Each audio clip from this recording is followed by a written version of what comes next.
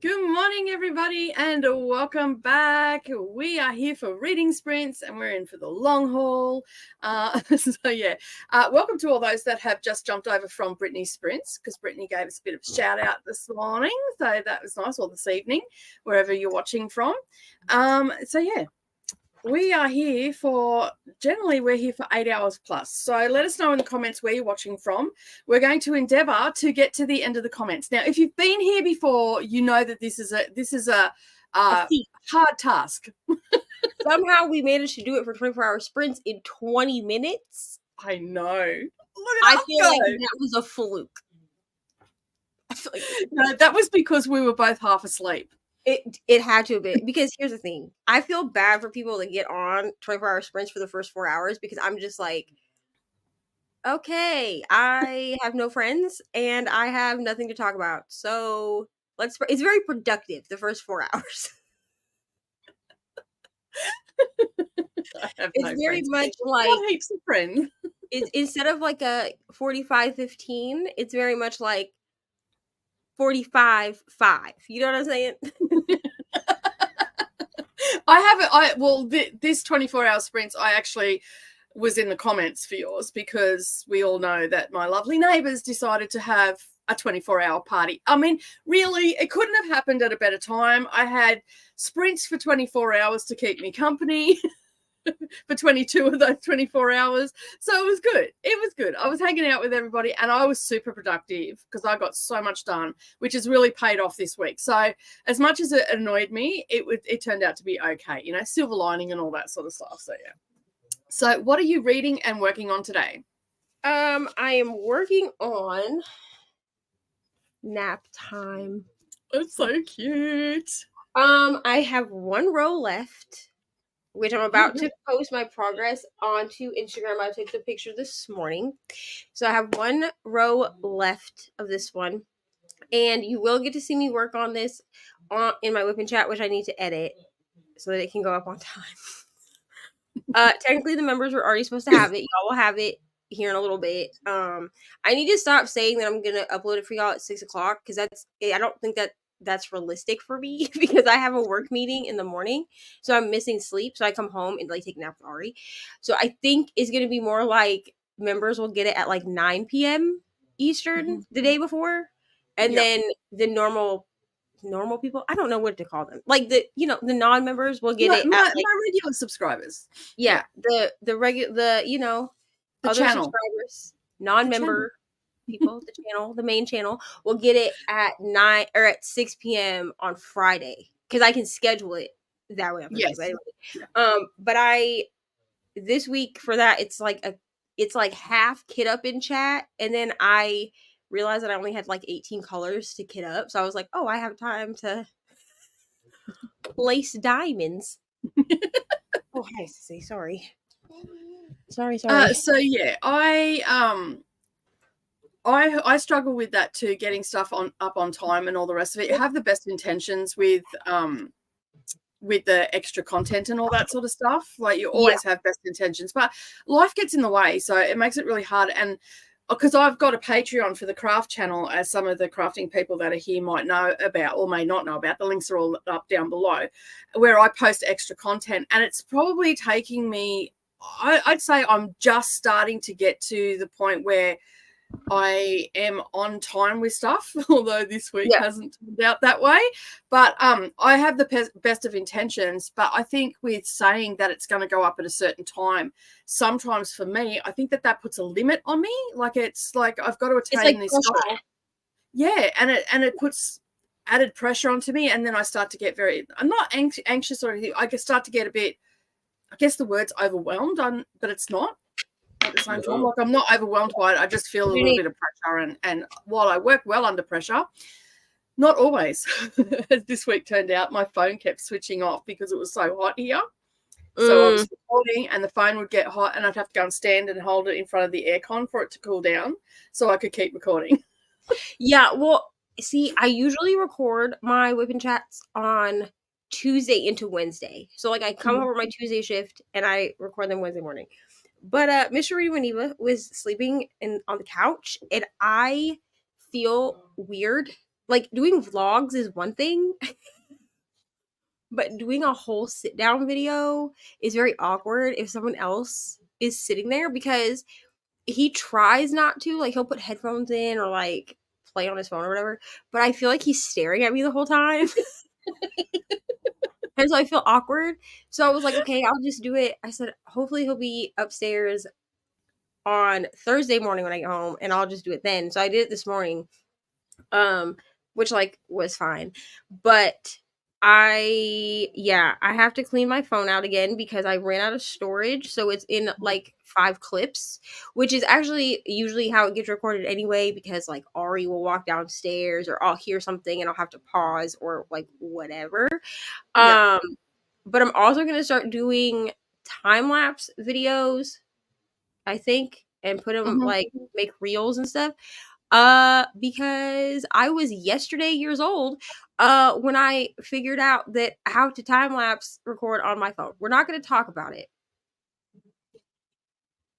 But I was trying to figure out how people later on behind the scenes you have to tell me, because I don't know how to do it. Okay, I will. But I didn't know how to. I've been trying to figure out. I'm like, how do people do the time lapse? Because like what I've been doing is I've just been recording footage, yeah, and then speeding it up in post production. Yeah, that's all I do. That's all I've ever done. There's an actual setting that you can use. Well, hello. You're going to be teaching me something. I'm excited. I want to learn something. And I found it by accident. Even better. But I was like, what is this? And then I clicked on it and I was like, oh, that's how fancy. I hope it's on it, because you've got Apple, don't you? Yeah, you should have an Android setting too. Yeah. I'd say so, because I use Samsung, so it should be on there. All right, so today I am going to be finishing. Night, Ari. Okay, I will. Have a good sleep. Go watch your TV until I come up. I'm going to be reading. It's so good. I've got my granddaughter pops in from time to time when I'm doing stuff, so it's all good. It's all good. Children are welcome here. This is book 9. I don't know why I had to look at the spine for so long then. Obviously, I'm pretty tired after this week. So anyway, I'm going to be finishing off Wheel of Time before Monday. I don't know whether I'll get it finished today, but I'm up to chapter 25 because Coda and I pushed through on what's today? Friday? Okay, on Monday. My days are bleeding in because I've been working till midnight every night this week. So, yeah, I'm up to page 431 in this. So we will be starting, with any luck, on Monday. I'll be starting book 10. Look at us go, Coda. Look at us go. We are smashing through this. But between this week, I have not got much reading done because I haven't been able to listen to any books or really sit down. But the other night I started reading The Green Witch, The Complete Guide to the Natural Magic of Herbs, Flowers, Essential Oils, and More. So this is like a non-fiction, but it's got a lot of recipes in it and herbal blends and planning by the moon and all that sort of stuff and rituals and all that. And The Green Witch doesn't really follow any sort of doctrine or anything like that, more nature-based, listening to nature and the world around them, and they live their life to that sort of thing. So, yeah, and then if I finish that, and I finish up Wheel of Time, I'm planning on starting this and getting it off. I have no idea what it's about.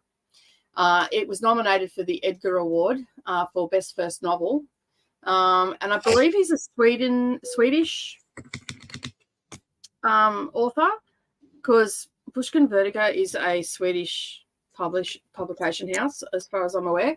Don't quote me on that because I'm probably totally wrong. It looks like it's going to be a suspense, judging by the little sticker on the front. So, yeah, I have no idea what it's about. There's nothing really. It packs a violent, heartbreaking punch. Wow. That's what it's really got on the back. It's a crime story. There we go. We've got a crime story. Someone put a blurb on there and actually said what the book is. So this came in, I didn't buy this book. This book came in last year's Advent box, or the box just before Advent. So it came because I got 2 boxes. So, yeah. So I'm hoping to get that off. The TBR. So you're probably all also wondering where I'm up to, and I have to move back for my diamond paintings because they're huge. I have been working on Serafina for the month. I am a day behind, but I'm going to get that done today. And this is where we're at. I've only got 5 sections to go, and then we're done. So yeah, that's what I'm sort of working on. And then I'm also working on a project that I can't actually show you because it's got it down the bottom there. I'm working on Down the Rabbit Hole magazine, which is my cross stitch and needlework magazine. That's what I'm working on today. I can show you the start that has nothing in it. It's only small, and that's what I'm going to be stitching on today. So you won't be able to see that until the magazine comes out on Wednesday. Is that the 1st? No, Tuesday. When's the 1st? I should know this because I'm doing. It's the first. Okay, the 31st is a Tuesday. Because it for you. Okay, so for you right now, it's the 27th, right? Yeah. So it's it'll be Tuesday for you, yeah. So it'll be Monday for me. Yeah. Cool. Well, that's when the magazine's supposed to come out. Do not hold me to that because I am under the pump for if you are on the craft channel. Which we do have a few people over on the craft channel. Oh, I should probably say we are actually streaming to 3 places at the moment. We are streaming to Darvanalee Design Studio, Dusty Book Sniffers, and also Reading Whenever. And basically you can find all that information down below if I've done my job properly. So yeah. All right, let's say good morning to some people. I am going to attempt to also read or listen to A Court of Mist and Fury. Is it going to happen? Your guess is as good as mine. But I'm going to attempt because I would like to get this done before the end of the month. So that it can stop staring me in the face. That's what I feel like, that books actually stare at you if you don't complete them. They haunt you. They follow you around and all that sort of stuff. My TBR shelves have got out of control. I now have 2 6 shelves books and the ones I have in my studio. So I need to stop buying books. I'm not going to though. Hello, Christina. Thank you for joining. Welcome, Alex. It's nice to see you here. Hello, Tina, commenting from the Coles Book Channel. And from a new phone today. Woohoo! Awesome. We also have Giada here. Hello, Giada. Thank you for joining. And Jean has also joined us. Phone is dying. Going to continue with a Dragon Daddy's Nanny. 458 plus 30 pages. All right. You're going to be all right. Hello, Nana. Welcome. Tina is reading Fatal Fudge Swell by Mariana Allen, not Anna. It's the first. It's the first lot of chatty bit, okay, and reading for the day. Tina will be also working on a cross stitch and plans for November. Hopefully, eventually filming tonight because my new phone is awesome with storage. That is cool. I love it when you got storage. I have no storage. I'm to the point now where I can only film for 30 minutes and then I've got to stop, dump it off, and I cannot find where the problem is. Like, I've gone through and emptied everything out, so I have no idea where it is. Hello, Bronwyn. Thank you for joining. I'm going to be finishing up a book and then start to prepare dinner and watching from Yukon, Canada. Hello, Cool Gamer. Welcome. We also have Pam from Southern California. Thank you for joining. Giada is from Italy. Welcome. And it's currently 1 a.m. there. So hopefully you'll be able to stick around for a little while. If you're a night out, we'll be here for a while. We'll keep you company for sure. Author Nerd, A Major's Guide to Human Familiars by A.J. Sherwood is what they're reading. Awesome. Nana is from Switzerland, and it's also 1 a.m. there. Awesome. We've got a globe happening here today. We're going everywhere. That's awesome. Amy is in Pennsylvania, and we also have Chrissy. Chrissy is our lovely moderator here on Dusty Book Sniffers, and also in my Facebook group and Discord. So if you've got any questions, you can always ask, and Chrissy will do her best to answer those. But it looks like Christy is off for a mini weekend away. Awesome. I love a good retreat. Where's the retreat at? And who's going? Hello, ML. Welcome. We also have Zara here as well. Hello, Zara. Good morning. ML, I will be trying to write a quiz real fast here and then doing some grading. Chris is saying hello to both Neva and I. Hope we're well, I'm doing great, and Neva just has to pop off for a second, and she'll be back as soon as she can. We're both doing great. We're glad we're here, and I'm going to speak for Neva. So it's a lot of fun. I love Fridays. We get a lot of stuff done, and we could do a lot of chatting and all that sort of stuff. And I'm excited to hear my updates because I can't stream the channel, the shows that Neva watches, reality shows. So I'm living vicariously through Neva right now for Sister Wives and also 90 Day Fiancé. So yeah, I, however, started watching That Girls Club. I went right back to the beginning, and oh my god, that is a train wreck. I'm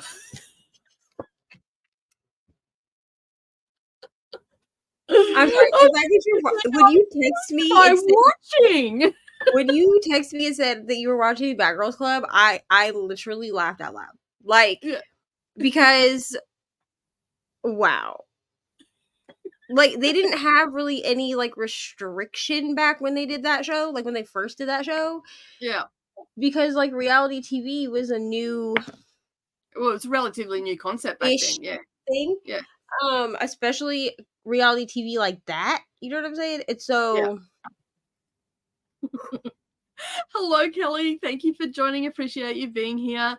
Nana is going to be finishing an audiobook. I only have a few minutes left and then probably get ready for bed and watch some sort of series. That is awesome. But thank you so much for popping in, and I hope you have a restful sleep. When I'm reading, I'm still on my Halloween cozy. I have started another 3 novella binder. Awesome. Hello, Coda. Welcome. Shannon is also here. We've got all the usual suspects and a few names that I don't recognize. Has Neva decided what costumes will be for Halloween? Is there trick-or-treating in your neighborhood? There is trick-or-treating in my neighborhood, but I have to work. So Austin is going to take Ari trick-or-treating. Ari is going to be a witch. I will probably post a picture like to the community tab and Instagram. But she's gonna be a witch. I bought her a costume. It came with like a collapsible broom. I don't know if that's a mistake, but it came with all the things that she needs.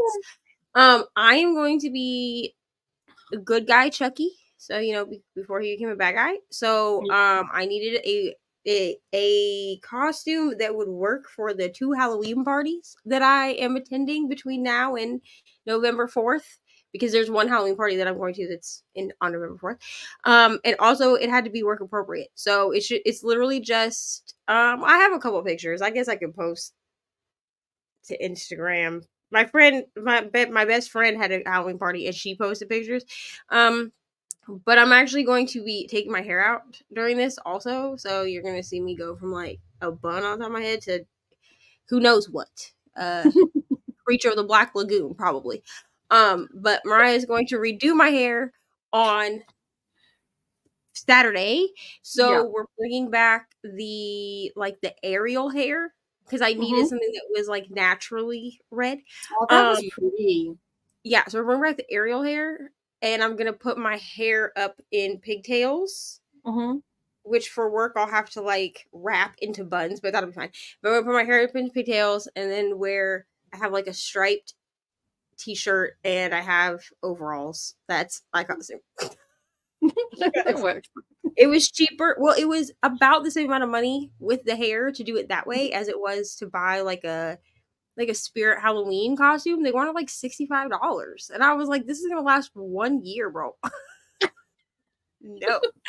Like, let me buy like the pieces and then at least like I'll wear, you know what I mean? Because like I got like a rainbow striped shirt. Like I could wear that for Pride or something. And those overalls are comfy. I might live in them, to be honest. They're very comfortable pants to wear. So. That's good. But yeah, unless you'll be able to use them after Halloween, because there's nothing worse than just buying a costume and then it's yeah. And I did that a couple years ago, because I like we went to Spirit Halloween and I was like, oh, they have a Beetlejuice costume. That's cute. I mean, I wore it 2 years in a row and like it's still in like fine condition, but you can't really wash those costumes because they'll fall apart. Yeah. And so I'm like, what am I gonna do with this? Like, what do I do with it now? Because like, it's just gonna hang in my cupboard. That's sort of like Neralee's dance costumes. I'm like, maybe you should just give them to Mia, like, and she can just use them for dress ups and stuff like that. yeah, You know? and like Ari, like I don't mind buying Ari like a whole costume because she can use it for dress up. That's what I would buy, like if she wanted dress up clothes anyway. Yeah. But I'm like, sure, she can use those for dress up if they get dirty, like, and I can't like wash them or whatever. I'll just throw them out. But I'm like, what am I doing as an adult buying a whole costume that I'm gonna wear one time? I'll just piece it together. It's fine. Yeah, piece it together. It's a lot easier. At least then you can use the stuff. Mia actually has her birthday is Halloween, so 31st of October. A lovely little Scorpio that she is, and she's having a fancy dress party during the day down in the park, and they've gone all out. She's got 20 of her friends turning up. She's had like 20. She's so excited. Like I was talking to her the other day, and like I swear she was like beside herself. Like she was so excited. I wish I had 20 friends. I'm sitting here like, when you're at school. I'm sitting here like, I'm about to have a birthday party here in like 2 weeks. We're not gonna talk about it. And I have like 6 people that are coming. And that does not include. Well, I have 4 people that are. Well, yeah, 4 people that are coming. If you don't count people in my house, so I couldn't imagine. Yeah, tell all the people that are coming, do a +1. Then you got heaps of friends there. A +2, bring 2. Depends how big you want to go, Neva. Katie Crafts has also joined us. I'm assuming you are over on Darvanalee Design Studio, so thank you very much for joining. And I probably should say there's probably a few people here from the craft channel that don't understand what's happening right now. Basically, we are doing productivity sprints. For the first chatty bit, we generally chat between 25 minutes and 40 minutes. It's more closer to the 40 minutes. We get to know everybody in the comments and whatnot, and then we'll go quiet. And there'll be a timer and we'll hyper focus on our crafts that we're doing. So it's a really good opportunity if you're used to going to lives and you're always in the comments and you're chit-chatting and you have the best of intentions and you don't get stuff done. This way you can actually get stuff done. So yeah, and then we'll come back, we'll have a bit of a chit chat, and we keep doing this over and over again until Neva and I go, you know what, we've had enough, we need to go. So it can be anywhere. It will definitely be 8 hours, definitely here for 8 hours. And then sometimes we get some bonus. So it just depends how much people can convince us in the comments and where the conversation goes. I know not all craft people are night owls for those in the Northern Hemisphere, but anyway, it is what it is, and this is where we're at. So if that's something that you like, don't forget, no matter what channel you're watching this on right now, because we are streaming to 3, make sure you hit that like button, and if you haven't subscribed to any of the channels, make sure that you subscribe as well. If you're looking for Neva's information, it is all down underneath this video, along with the Darvanalee designs, if you're watching from Dusty Book Sniffers. All right, so that is all out of the way. Let's continue on with saying hello to everybody. What are you working on today again, did you say, Neva? You're working on the nap time one from Randall Spangler, aren't you? Yeah. So I finished Expecto Patronum, which there's a finished photo up on Instagram. I also posted to the community tab. I keep forgetting that not everybody is on Instagram, so I just post it there automatically, but I'll post it to the community tab, and then I can bring it downstairs here later, like after the first sprint. I can bring it downstairs. It's upstairs on my dresser because we got my dresser moved into the room today, so I actually have somewhere to like lay these freaking paintings other than underneath a shelf. Like I've been just like sliding them under the shelf by where I sit, and I'm like, this is not a place to put it, but this is what it looks like. This is a Amazon exclusive, so it is Diamond Art Club, but it's an Amazon exclusive. Okay. They don't have it on the actual website. So I had got 3 from there. I had got that one, and then another Randall Spangler one, and a unicorn, which all of them have high color count. What was I thinking? I don't know. And then I also do have potato down here. So Chip has been put on hold indefinitely because Ari bless her heart, lost a bunch of the diamonds trying, I guess, to do it herself. I'm not really sure what she was doing. So Chip has been put on hold indefinitely. I don't know if it's going to get done because I did tell her that I'm not going to replace it. And Miss Sharita and Neva told me I have to stick to that because otherwise I would look like a liar. So here we are. Yeah. I do have this. I do have this one, which is Potato. I have Potato all kitted up. And of course, I mean, I did it on my Whip and Chat, so it's all kitted up with the release papers. But I am going to have to remove some of these release papers because I forgot to cover this with washi. Like, to edge it with washi. Yeah. And the last couple that I did, like, Expecto Patronum didn't have any washi. And, like, you can see, like, where I got, like, dirt and stuff, like, in, like, not dirt, but, like, you know what I mean? Like, there's it gets stuff. fluff like, and dust and everything from the environment. It does, like, attract it. And I wear hoodies a lot, so like my sleeves, like the fuzz from my sleeves get in there. So yeah, I will be covering these with washi from now on, even though sometimes I don't really feel like it. It's a learning process. So for those that don't know, Neva's only been diamond painting for a little over a month or just on a month. Yeah, it'll be 2 months on, like, I think I started diamond painting on like the 1st of September. So we're almost at 2 months, but like I'm still out here just like flying by the seat of my pants, to be honest. Because there's not a lot of information. Like there's not there are how to, let me rephrase that. There are how-to videos out there, but you do have to wade through a lot because most of the channels that, especially the big ones that have been diamond painting probably for as long as I have, we all started around the same time. That you've got to go a long way back to find the how-to videos and stuff like that. And not everybody talks about the washi tape around the outside. And you have to know if you're trying to find them on YouTube. This is why I was trying to gauge if people wanted me to try to do like how to diamond paint for beginners by a beginner. Well, there's not a lot of content out there because when I first started, I went looking and there was no content. There was one other girl. Go ahead. Sorry. Yeah, there was one other girl that she was doing it, but she was just doing unboxings. She wasn't really showing you how to do it. Like I did an unboxing when I did, because a few people asked me in the craft group what the diamonds look like. So I did an unboxing, showed what the diamonds look like.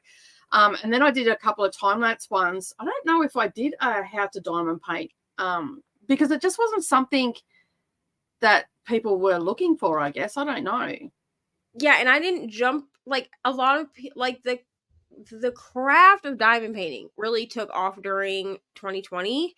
And I had a 3-year-old in 2020. And I was like, absolutely not happening. Not.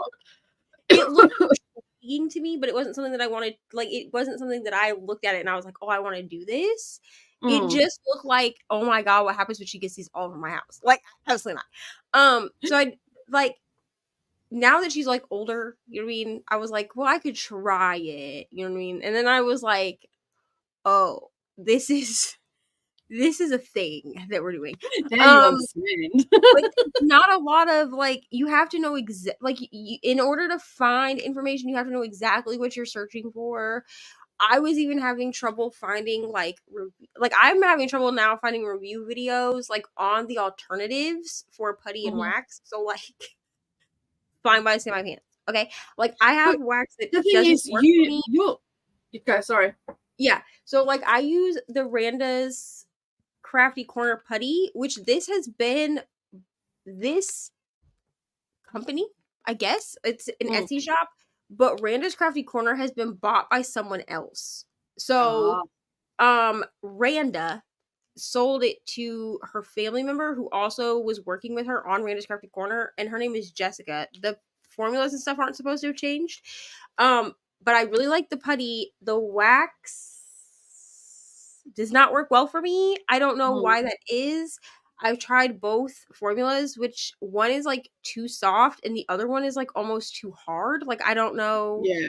I don't know. I have this like sample of Patty Wax Super Sticky, which is fine and great, but it's $16 for a tin, which I understand that the tins last like a long time, but I'm worried that like I'm gonna order a tin and then realize it doesn't work, and I'm scared. So no. I do have the like I don't remember who does them. The Uncrafty Crafter, I think that's who does them. But she does glue dots, but they're scented. Scented glue dots. Those will be here on Saturday, and I'm hoping that those will work well for me because one of the hosts, Dragon Wing Diamonds, I think might be her channel name. She's one of the hosts in November for the Night Court event, which I will be participating in, but I will not be participating with the Jaded Gem Shop. Jaded Gem Shop has like 2 artists that specifically do A Court of Thorns and Roses fan art. Oh, okay, yep. But the ones that I like are quite literally not safe for work. And where am I gonna hang those up? Like, no. Yeah, I look at the images and they're all really pretty, but the ones that I was like, my eye was like, oh, I love those. I looked at the unedited, because they have edited images on the website. Yeah. But you can look at unedited images, and I was like, they look really nice. They really do. I'll buy something else from her, but I'm going to be doing some of the Randall Spangler ones, maybe like an Alice in Wonderland one. They just has to be book themed. But I watched a whip and chat from her yesterday, and she uses the scented glue dots. So I commented, which I don't do a lot in the diamond painting community because I don't know people. Okay, you're gonna have to, and we'll talk about that later. So I commented, I am gonna have to, but I commented and I said, "Do you like these?" And she was like, "Oh yeah, they're my favorite things like to use," because she's a heavy presser, and I'm also a heavy presser. So I am too. Hence the RS. So I'm hoping that these will work well for me. Glue dots I have no interest in using regular glue dots. But I think it's because I'm a little obsessed with the fact that people have scented these things. Yeah, you like the smell, the pretty smell and everything. I don't want to use unscented anything, to be honest. Like, I do have pink wax in this pen for my ABs. But otherwise, like, I want everything to be scented. So I am... What is that? I don't necessarily... This is a pretty placer. Yeah. I don't know if you can see it or not, but it's a pretty placer. Yeah. And it is coconut calypso, so it reminds me of summer because I used to always use coconut oil. I know, before everybody freaks out at me, I know that's not the right thing to do. But anyway, I grew up in the 70s and the 80s, and that's when you laid the oil down. Right. So, yeah, and I've been sun safe since the mid-80s, okay? I'm all good. But this smells like coconut. It's called Coconut Calypso, and it reminds me of summer. And so I just use the normal wax, and then I sniff my crayons. Yeah. So I have, like, my putty is scented. This one is vanilla cupcake, but the other one I have is called, like, vanilla spice. And then she had a seasonal scent that she gives me next week that's called Hermione's Cauldron. And I was like, I have to have Hermione's Cauldron. Like, what? So I have that coming, and then I do have 2 things of like regular patty wax. Somebody in one of the groups said that she uses it in a wax, like she puts her like the patty wax doesn't work for her. It doesn't really work for me either. It's a very it's like candle waxy. And she said she puts it in her candle warmer so she can smell it that way. And I am contemplating doing this.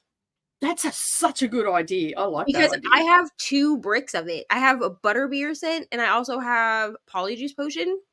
And I love the scent of them. So I will like set them out and just smell them that way. But she said she puts them in her wax warmer. And I was like, I didn't even think to do that. That is a good idea. Now I want to try it. Yeah, I want to try it too. I've got one in there. I'm going to try it. Cut a little bit off and put it in. Steph has finished Belladonna earlier this afternoon and will be starting Monarchs this evening. Awesome. Chris also is here today. Hello, Chris. How are you? My goal is to read as many short books I got from the library. My goal is 5 from now to the next stream. Excellent. Good morning, Rolanda. How are you today? A nice, beautiful sleep in. Yay, Team Samsung. I don't know. It seems like now we're out on the outers.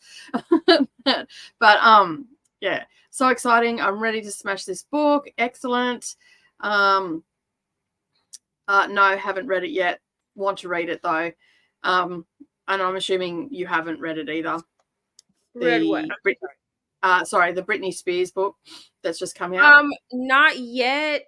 I don't know that I want to listen to the audiobook, and here's the reason why. I think I do have it on hold at my library for the ebook, because I don't like reading memoirs or like whatever autobiographies. I don't like reading them by people that are still alive if they're not narrated by that person. And as far as I'm aware, this is narrated. Yeah, it is narrated by an actress, Michelle Williams.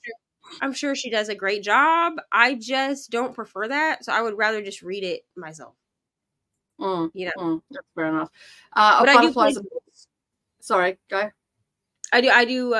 I plan to read it though. Yeah. I probably will eyeball that one as opposed to, because I'm the same. I'd rather hear the voice of the actual person. But yeah. The Fragile Threads of Power, hoping to start Frankenstein. Awesome. Kylie has also joined us. Hello, Kylie. We'll be trying to finish a library ebook that will be returned later today. I tried to read Divine Rivals, but it wasn't for me. Is there a starter fantasy novel to get me used to things? I mean, you could try Fourth Wing. I read 50% of it, and as an avid like fantasy person, it was not my favorite. I felt like the writing was clunky, but I don't know, it didn't hit for me. I do plan on finishing it, probably not in 2023. I'm gonna be real. Maybe in 2024. Okay. Maybe not though. Maybe I will finish it. It is actually, Fourth Wing is actually one of Kelsey, my friend Kelsey, is doing like the 10 and 10 or 10 before the end challenge, and she tagged me in that, which is basically just 10 books that you want to read before the end of the year. And I do have Fourth Wing slated for that video, because I'm going to film that video in November. So I do have that. I do have Fourth Wing slated for that. I may just do the audiobook. I have it in all 3 formats because I pre-ordered it like an idiot. Anyway, maybe try Fourth Wing. You might enjoy that. It's a fantasy written for people that don't enjoy fantasy, which I should have known. That was a red flag for me as a fantasy person. I don't know why you would write a fantasy book for people that don't love fantasy, because people that don't love fantasy are not going to pick that book up. Except a bunch of people did. So yeah, I mean, like, logically speaking, that term does not work. But logically speaking, it did not work. It should not work. No, Divine Rivals. I mean, I read Divine Rivals. It's still my entire personality. I read it a few months ago. It's still my entire personality. We're not gonna talk about it. I read it in like July, I'm pretty sure, and I'm still like best book of the year for me. But I think that you need to like the war parts to really enjoy Divine Rivals. If you don't like the politics of it, I don't think that you would like. You know what I mean? Like, is there's a fantasy element to it. There's like these supernatural creature things that are like at war. They're gods. They're not supernatural creatures. They're gods. Okay, but there are like 2 gods that are at war. But you follow a lot of the war because our 2 main characters are war correspondents. Yeah. So that's yeah. But I mean, so you could try like, well, I mean, you could do really any middle grade fantasy. You could do Aragon. You could do Amari is fantasy. Amari. Yeah, I mean, Amari is like a good jump off point if you've never read fantasy. Like if you're really trying to start like from the bottom and move your way up, I would say to do Amari and then to do like Legendborn, because while they are different, a lot of people, including me, think of Legendborn as like the big sister to the Amari books, even though because Amari is like middle grade Men in Black, and then Legendborn is a black retelling of King Arthur and the Round Table. Okay. So those would be my suggestions for you if you're trying to find something to start with. But really, you could start with any middle grade or true YA fantasy.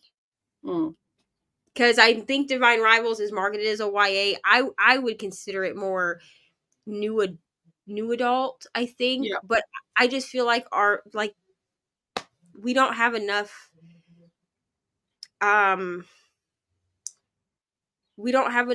categories for in the young adult category. Like it's just like middle grade, young adult, like, and then you just have like a whole there needs to be a little bit more like maybe graded. Like you got young adult, but then you've got, you know, you've got the new adult, but then that sort of goes in, you can get spice in that.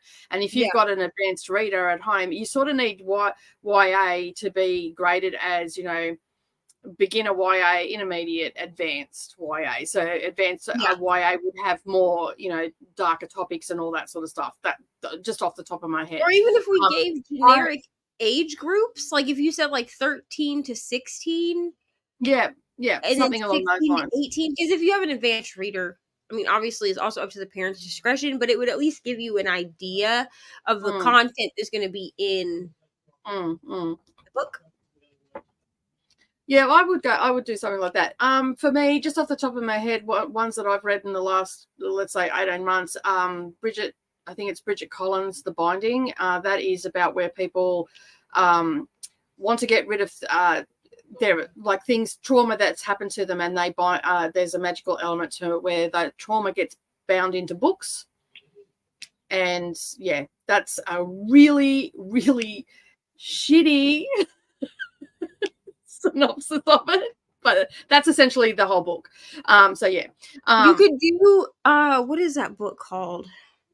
Legends and Lattes is another one I would. Legends and Lattes. Yeah, I'm trying to think what that book is that I had. We didn't get through it. I'm gonna look. It's on my Kindle. We didn't get through it, but I started reading it to Mr. Reading with Neva, and then they eat books in that book. Book Eaters, isn't it called Book Eaters? No, it's not Book Eaters. It's a different book. Okay. So Book Eaters, I think is horror. I think it's actually marketed as horror because it's supposed to be like they're vampires, but they eat books instead of drink blood. Okay. This book is a whole series. I'm looking right now in my Kindle. It's a whole series, and it's basically it's about like the Lost Library of Alexandria. Yep. And they eat books to get rid of the knowledge. Is basically what's happening. So like these rich people will buy books, and this literally happens in the first chapter. So like I'm not ruining anything, but this young boy is he's like a book runner, which is illegal. And so these rich people will buy books, and then he watches this rich man like ripping pages out and eating the pages. And Mr. Reading was like, absolutely not. We're not reading this. I'd already read it, and I was like, oh, I think you might like this book. But they started eating books, and he was not having it. He was like, Ink and Bone is what it's called. Okay, cool. All right, this is a really good question for us. Now that you and Nicole have know how to stream to multiple channels, were you doing something like that for 24-hour streams? We could start doing that. Where the host, like me and the host stream. The main host, I don't know, because sometimes we have like co-hosts. There are ways to do it where you can have your guests. They don't have to be a member. of the thing, but your guests can actually stream to their destination. So yeah, there is a way to do it. You just got to flick a switch. I would just have to talk to the rest of the people, including you, Tina, because I know you participate for participants. If we came to a consensus that was something that everybody wanted to do, then I'm open to doing it. Because a lot of I mean, it comes down to watch time and all that sort of stuff. Yeah, it would help increase everybody's watch time, because then whoever is like, I mean, obviously I would get watch time the whole 24 hours, and then whoever is streaming, like on their channel, like whoever, so like if Rainy was hosting, then she would also have watch time on her channel. If we do it, because it comes down to watch time. Because for those that don't know, YouTube is very much on watch time. If you can keep people on the platform, your channel will get pushed out. So that's what it comes down to, watch time. That's the nuts and bolts of it. And that's why, because Neva was kind enough to come onto the channel, which also brought subscribers to my channel. And that's why I looked into actually streaming to Neva's channel. So Neva got the watch time. So that means that Neva's channel starts to get pushed out to the algorithm and whatnot. So as long as people are watching one or the other, you know, if you're wanting to help Neva out by getting her channel pushed out, then you can go over and watch there, or you can watch on Darvanalee Designs. You're still getting the same stream. It's not different. It's just that we're going to 3 locations. So basically, YouTube will now see this as an indication that people want to see our content. So it pushes us out into the algorithm, and it helps small channels grow. So hot tip for the day. And on that note, we are going to go to our first sprint, because we've been talking for 46 minutes and that's not right. We need to sprint. We're supposed to stop it before 40. But anyway, everybody knows that Neva and I love a good conversation, and we're here for the chatty and also the productivity. All right, we're going to do 45 minutes. We have the cat timer. Let me just get everything into place. Where is it? There it is. There, I think it is. Diamonds and Books. There we go. All right, we will be back in 45 minutes, and we'll have another bit of a chit chat, and we'll try and keep it short and catch up on all the comments. Happy reading, everybody, and see you soon. Bye.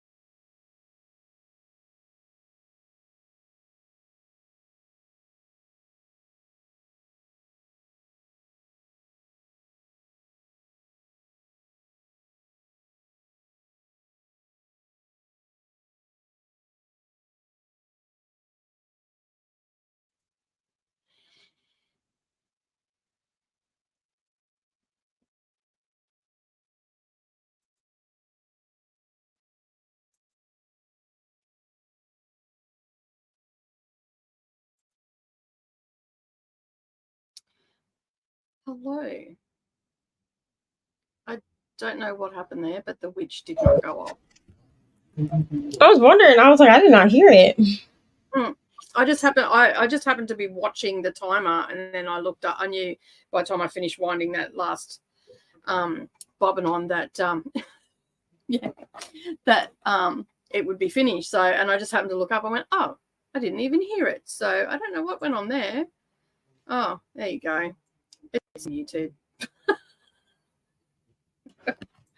Yeah. Anyway, hopefully my voice didn't scare you and all the rest of it. I basically procrastinated.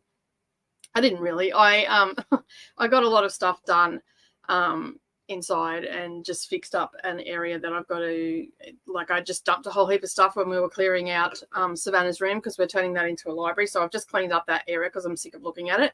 And I thought, you know what? I've got 5 minutes right now. Let me just clean this up. And plus I have to film in there, and this is not pretty.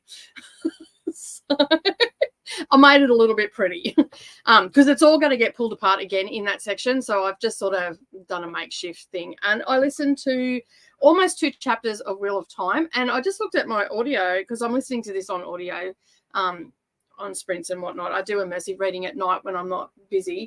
But, yeah, I just looked at my audio, and I've only got 2.5 hours left. So I should finish it today. Am I reading it at a supersonic speed? Probably. Not really. Like, it's a little bit faster than what it was. And then I just broke a nail, which hurt like a bitch because I bent it backwards. We all know how that feels. So how'd you go?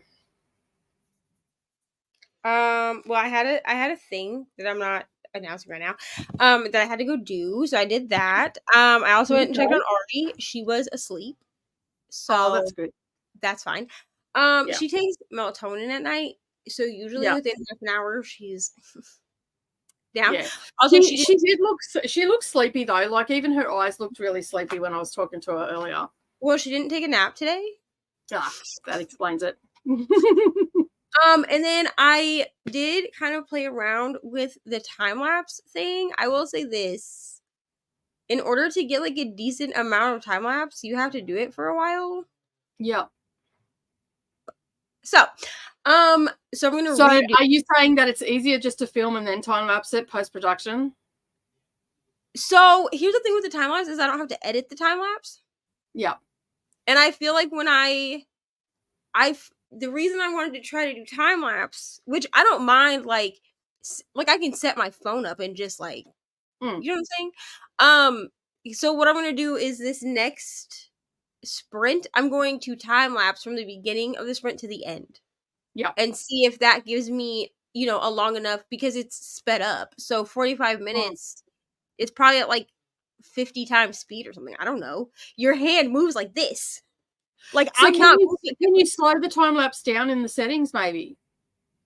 I don't know. I just discovered that I could time lapse. Also, I don't know how to zoom in. I don't know all the information.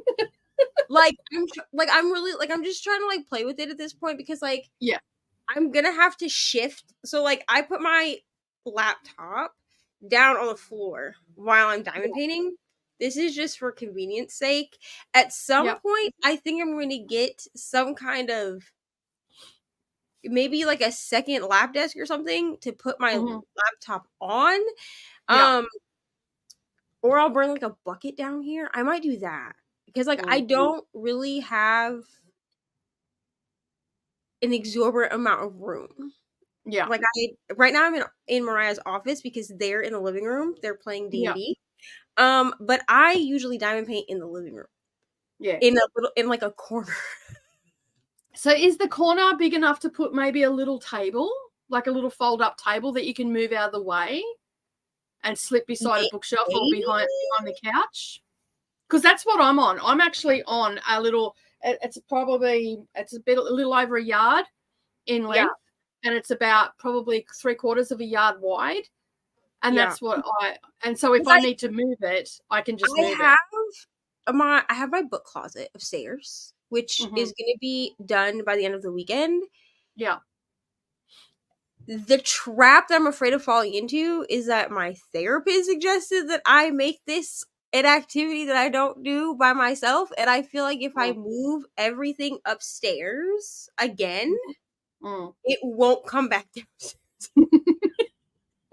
And so, like, I was like, well, maybe I could get, like, do a setup upstairs where there's just one diamond painting sitting there that doesn't necessarily have to be done. Like, it doesn't, it's not like themed or anything like that. It's just like a diamond painting that I work on, Yeah.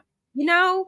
Yeah. And then, like, I can make a commitment, like, okay, you can only work on this diamond painting during sprints, because I try to do sprints upstairs unless people aren't here. Like, tomorrow, I have a thing, it's not live, but I have a thing that I'm doing tomorrow, which I'll do in the living room because they're going to be at D&D. So, like, it's just going to be me and the kids here. So, like, cool. Yeah. But, like, Thursdays, I usually move in here. Well, every other Thursday I move in here. And then the other Thursdays I sit out there and whatever. But, I also need to, like, talk to Mr. Reading with Neva about it because I don't, because he, like, I tell him what the therapist says. Not all of what the therapist says. He doesn't need to know my whole life. But, like, when it comes to things where I'm supposed to be, like, interacting with other people, I self-isolate. So, yeah, I do the same thing. See, I have the problem where I am super comfortable with my own company. Yeah. At the detriment of my friends. And I say this to any of my friends. If you don't hear from me for a while, just send me a message. I'll check in on that. I'm comfortable with my own company. So my self-isolation gets really bad when I'm, like, depressed. Like, I won't tell anybody I'm depressed. I'll just self-isolate and just not speak to anybody. And then everybody's like, why are you mad? And I'm like, I'm not. I'm depressed. I'm going through some stuff. But because of the fact that she wants me to craft in an area where there are people, which, like, is fair. Okay. Yeah, that's fair enough. Because it is a very isolated, like, crafting is very isolating because you tend to do it by yourself because no one else understands your madness. Yeah. So, yeah. Because truly, Mariah has been diamond painting longer than me, but I diamond paint more. Yeah. You know what I mean? Like, and this is why we've connected so well too, because we're both as crazy as each other. And I'll say, like, I do get a good, like, 3 to 4 hours a day where I'm diamond painting downstairs, but I'm by myself. So, like, I come home from work and I diamond paint, you know?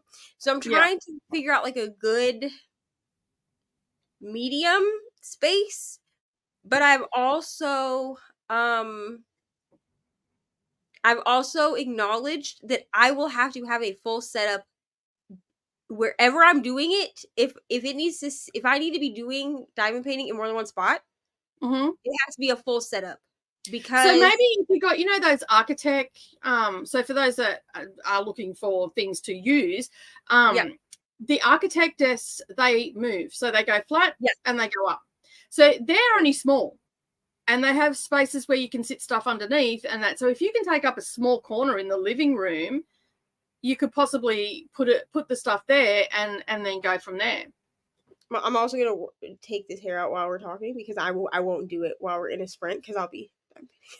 Yeah, cool, no worries. All right, you do that and I'm going to go through some of these comments to catch up. No, Shannon, I haven't worked out what the problem is. I'm sending an email off to Amazon and going, hey, what the hell? Because I've done everything. I've done everything that I was supposed to do.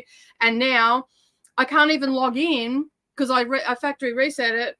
And then I got to a certain point and I was doing it on my phone and I've also tried to do it on the Kindle itself. And it's saying that my password's not correct. And I'm like, well, yes, it is because I'm in Kindle right now. I just logged in. I'm everywhere else except here. Because it might be, like, an issue, like, with your Kindle itself. Yeah, like, I updated it and I've done all that sort of stuff, but I think it might be an issue with the Kindle. So I'm pretty sure it is still under warranty. So this weekend I've got a whole heap of paperwork to send out and it's on the list. It's top of the list to send an email to them. So I'm doing a mass email thing this week. So I can get all that stuff out because I will forget about it next week leading up to the retreat, and the Clue Readathon is starting this coming week as well. So if you haven't joined the Clue Readathon, why? Team White is the place to be because you have us. And I think the link is down below. I'm not 100% sure whether I put it on this one or not. But if you go to Ranny Blue Reads, that channel, actually 3-4 videos back is the announcement video. I can't direct you any more than that. Like I've even given you how many videos back it is. So it's 2 videos back, and she has all of the information in her video. Yeah. I'm going to attempt to make a white book. Listen, my content is so far behind after the months that were September, October. I'm going to attempt to make a white books suggestion thing. It's basically going to be like, hopefully these will fit. Blah blah blah. Yeah, I'm doing a pile of possibilities. That's why I was cleaning up that area, and I fixed up my, my leaning tower. I walked past my leaning tower of hall the other day, and I'm like, oh, that's gonna fall. And even Nerali looked at it, and she's like, Mum, you need another bookshelf. You cannot stack this any higher. It's gonna go. Most of mine, I'm not gonna lie to y'all. Most of mine are probably gonna be on like either from books that I've bought on my Kindle or Kindle Unlimited. If this video manages to get made, I will be including a dramatic reading of the door smut because it's white. It's white, yes. And if I can see it, I'm reading it. I do not even care. Yeah, I reckon you should do that. Just to do a shop my Kindle, see what white books I've got. Yeah, because I don't have time to do like a lot of people did. Like I think Meredith and Brittany, they like shopped for books for their team. I have no bookshops here except for Big W, and they're all rainbow colored. So, and I'm not going to the bookstore until my birthday, and so I feel like that's a little late in the game to do it. I mean, I guess I could do it. Maybe we'll see. I have a video that's planned for the bookstore, so. Tina says, oh my gosh, I was watching your last Stitch with me and you're making me want to start watch Batgirls Club. I've never heard, but it sounds phenomenal. Oh, it's a train wreck. If you get triggered by violence and aggression and arguing and dumbass people, like, excuse my French, and I don't normally swear on my channels, but this is my famous, it is my favorite saying when I see a group of people that are just not great. It is a clusterfuck of dumbassery. It's okay. Batgirls Club is one of those shows that you have to go into it knowing that it's going to be a train wreck. I feel like shows like 90 Day Fiancé, we occasionally get couples, which, by the way, this is just like a warning to anyone that doesn't care to watch this. The first half of my whip and chat this week, while I'm kidding up, is going to be me talking about I took notes. Could I remember anyone's names? No, I'll have those for you in 2 weeks. But I took small notes. I was like, oh, we need to talk about this reality TV show and this reality TV show. It was I did it very last minute at work. I just trying out the whole taking notes thing. I do actually have notes now on my phone though, because I was watching one of the shows and I have actual notes. We're not going to talk about it, okay? You'll find out. But if you don't care to hear me talk about the social media part, you could skip the kid up part. But people have asked to see how I kid up. I will say that I keep making comments about how staticky my drills are. I think it has to do with my weather because it'll be a lot to do with your weather. The weather can't decide whether it wants to rain, be hot, or be cold. And so I've noticed that a lot of my drills are very staticky. So you do hear me be like, wow, these are so staticky. I keep making comments about it. Yeah. And for people that don't diamond paint, it's a good thing to see anyway. Jean's saying that Amazon has screwed up the pages, so no idea how long it's supposed to be. Bro. Because that is 1,000 you're reading a Stephen King smut. Like, that's what that sounds like. It's pretty much. Right. I would never Katie Craft says, I'm heading to class, but what a great idea. I'm heading to class, but I'll be back in a few hours. Nice to have company while I night owl sewing. Yeah, no, we do this every week. You've probably already left because we've chatted quite a bit. Lexi is also popped in to say hi, and Coda is also reminding everybody not only like this video where you're watching if you're on Dusty Book Sniffers, but head over to Neva's for a little while during the sprints as well. And, maybe alternate between the two channels and make sure that you like over there. And if you're on the craft channel, make sure you beep the like and all that sort of stuff, because it's helping me get seen again, because I took 3 months off the craft channel, which is not optimum to do when you're trying to grow a channel. And I uploaded, I think, one video maybe in September. Yeah. And then I just fell off. I had a case of the winter blues during this winter, and basically I just got, and I had a lot of people coming at me too as well, and I just felt like, you know what, I'm done.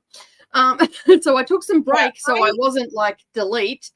Took some time to take stock and just, you know what, my channel is just, I am doing certain events and all that sort of stuff, and I'm doing what I normally do, which is stitch with me, diamond paint with me, slow stitching Saturday, the occasional tutorial, because, it's taking a lot of brain power. Emily is not in a great place right now. I got an unexpected 3 days off work, tested positive for COVID for the first time, 32 tests and 1 positive. Oh my goodness! I hope that you're getting lots of rest and just sleep. Lots of fluids. Yeah, lots of fluids. Someone to take care of you. If no one's to take care of you, we're happy to be here, and and keep you company and all the things that go with COVID. But drink lots of fluids, whether it be soup, whatever, and get lots of rest. And the test thing is real, because so everybody in our house except Ari, knocking on wood, bro, absolutely not. No, got COVID last year, and I'm pretty sure that I got it, but I could never get a positive test. But I was so ill, at first I chalked it up to oh, I just have a migraine, because that's how my illnesses start. And then I would just sleep all day, and then I literally could not get myself to get up. Mr. Neva was like, bro, what is wrong with you? Because I am that person that will just as we saw a week and a half ago, when I was so sick I sounded like my voice dropped 6 octaves. I will just push through it. I will go to work. I will do all the things I need to do. I will push through the sickness. And so when I was down like that, he was like, you are actually sick.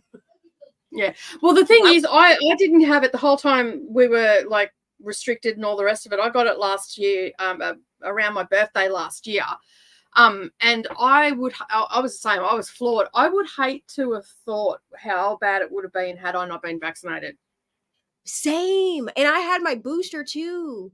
And that was the thing, is everybody else in the house, including Ari, because the crazy thing is right before everybody got COVID, I had taken her to the doctor. So Ari, for anyone who doesn't know, Ari started, I didn't talk about this a lot last year because I was embarrassed by it, but I don't care anymore. Ari started kindergarten very late. So Ari actually has only been in school for about a year at this point in time, because she started kindergarten in October of last year instead of in August like everybody else. Because we were having a debate over whether she was going to go straight to kindergarten or whether I was going to hold her back a year and put her in preschool. But I was advised to do kindergarten. She's doing fine. And so she started kindergarten late. So her physical and everything was also late. So she had just gotten her second COVID shot when everybody got sick last year. Lucky. And I was like, thank God.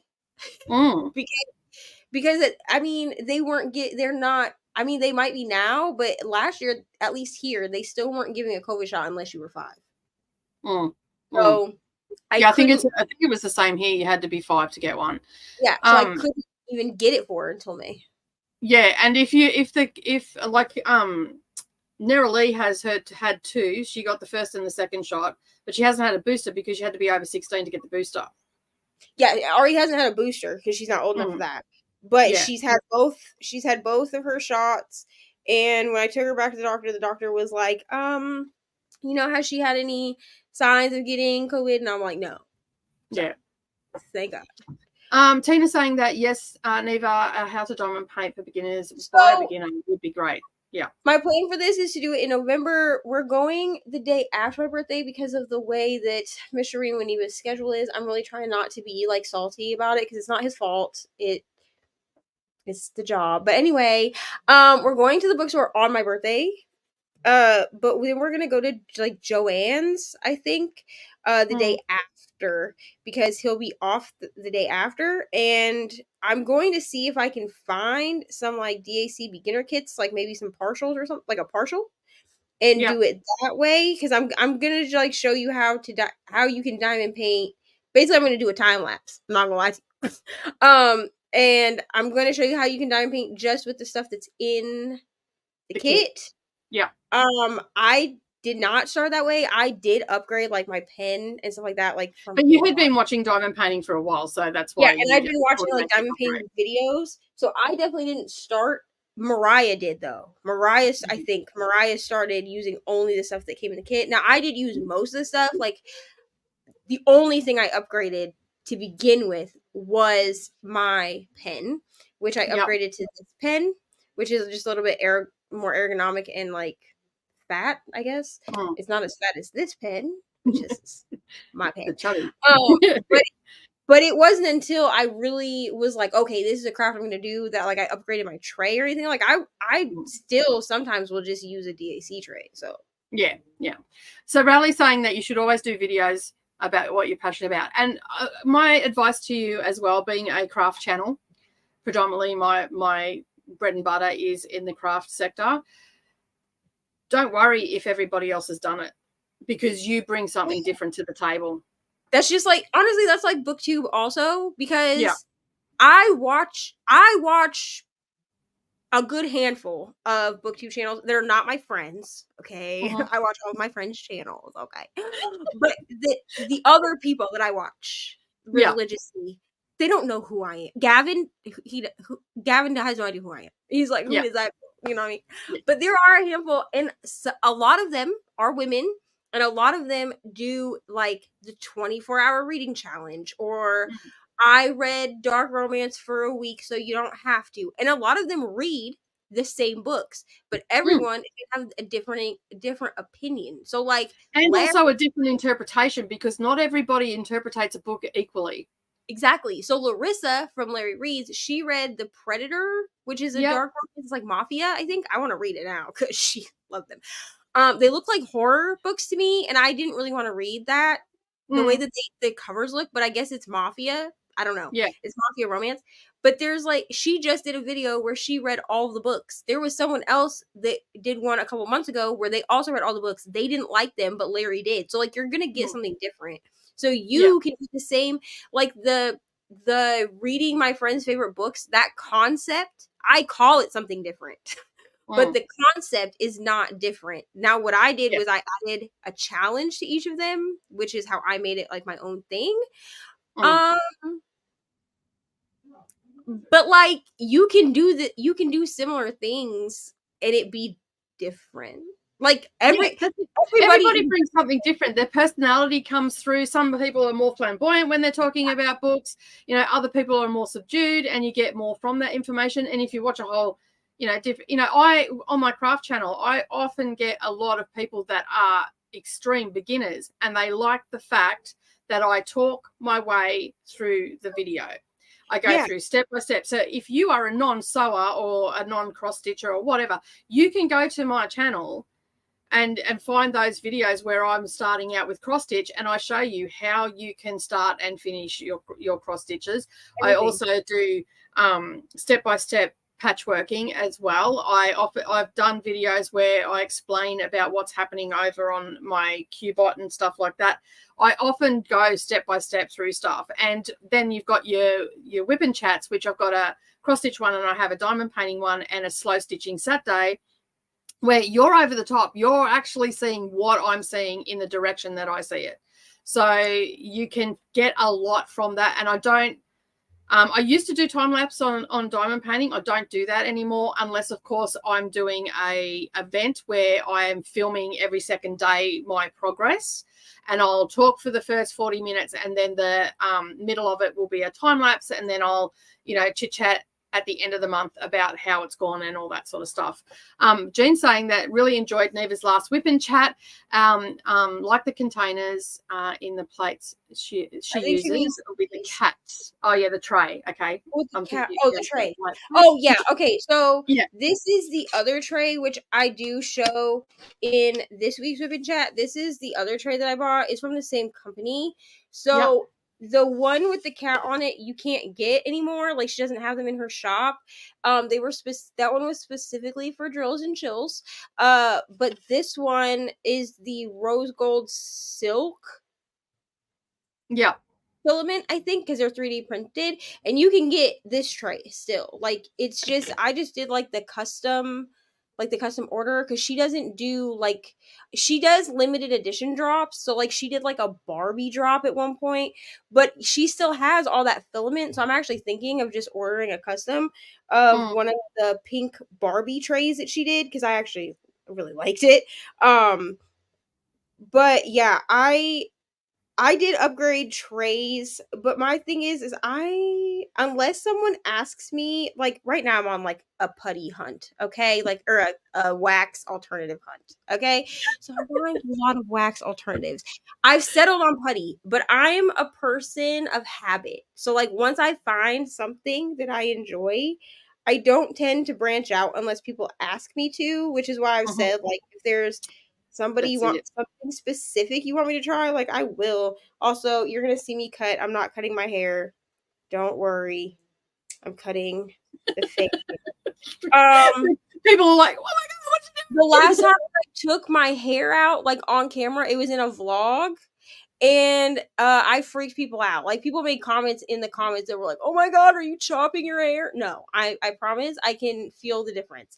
But yeah, I did eventually upgrade trays, and obviously I did upgrade pens just because I wanted to try it out.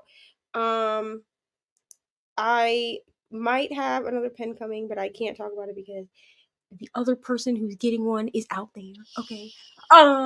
And so it's a secret. Yeah, and I don't think I'm gonna be a pen person. I'm to be honest, I don't think I'm gonna be that person that has 1,200 pens. I like watching those videos, but I like their pen stash. But first of all, how are you gonna use them all? No, I might have 3 or 4. Look, now, see, I'm gonna argue the point right there, Neva. Okay. Diamond painting pens are like stationary pens. You can never have too many. The collecting is different, but here's my thing, okay? Pens are one of the most expensive thing that you're going to buy in diamond painting if you are buying custom pens. This little Aussie girl over here has to sell her soul many times over just to get right, and that's why I choked when I saw how much this was, and then you told me how much it would cost you, and I was like, absolutely not. No. No. I did the conversion, because when you go into Etsy, even though it's it's wherever you are in the world, it gives it to you in your currency, right? And that was and the price was including postage as well. And I'm like, I think I typed, I have to sell my soul. Yeah. And then someone thought, and then someone commented on it in Discord and went, yeah, I saw that. Yeah, the tutorial on how to sell the soul. And Neva goes, people would watch that. Right. I mean, truly. The thing is I feel in all the research that I've done, pens seem to be the most expensive thing. I think they're made from resin, that's why. And resin is expensive. I think I'm going to become a tray person.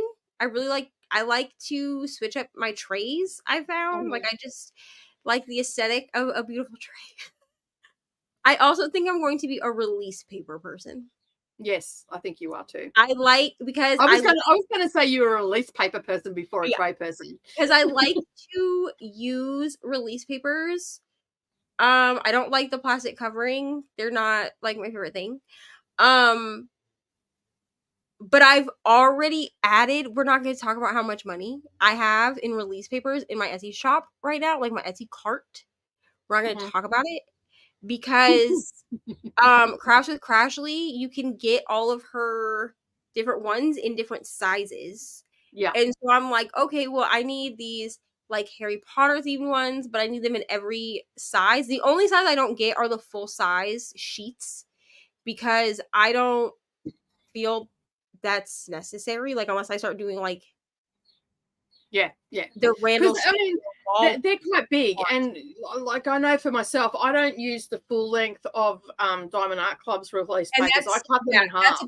That's about the size that hers are. Is the Diamond Art Club size, and even my bigger paintings that I've done, they take up too much. Yeah. The reason where Anne's just popped in and you're reversed tonight. Normally Neva's on the right side, but you're on the left tonight. That was because Neva was first into the studio, so up on the screen, whereas I had my camera switched off. So whoever comes in, I was in the studio behind the scenes early, but I had my camera switched off. So yeah, that's why. And also Neva is able to control as a host as well. That she has the power, people. The power. Do you want to see this? Do you want me to hold up this Expecto Patronum painting? I want to got it. Okay. Yeah. So and then we'll go, and after that we'll go to a sprint. Okay, let me just make you bigger. That looks awesome. I don't know if you can still hear me or not, but it looks awesome. Yeah, we can hear you. Okay, cool. Yeah. So this is my first ever square. Don't look too closely. Okay. It looks fabulous. You cannot see any gapping. Remember, we're away from it. We're not up close and personal with it. So yeah, it's so sparkly. So the ABs are in. There's like a white AB in the dimension. Oh yeah, you can see it there. Yep. And in the wand, you can really see it in the wand, like because of how I'm holding it. And then the other AB is somewhere over the rainbow. It's this blue AB is in there as well.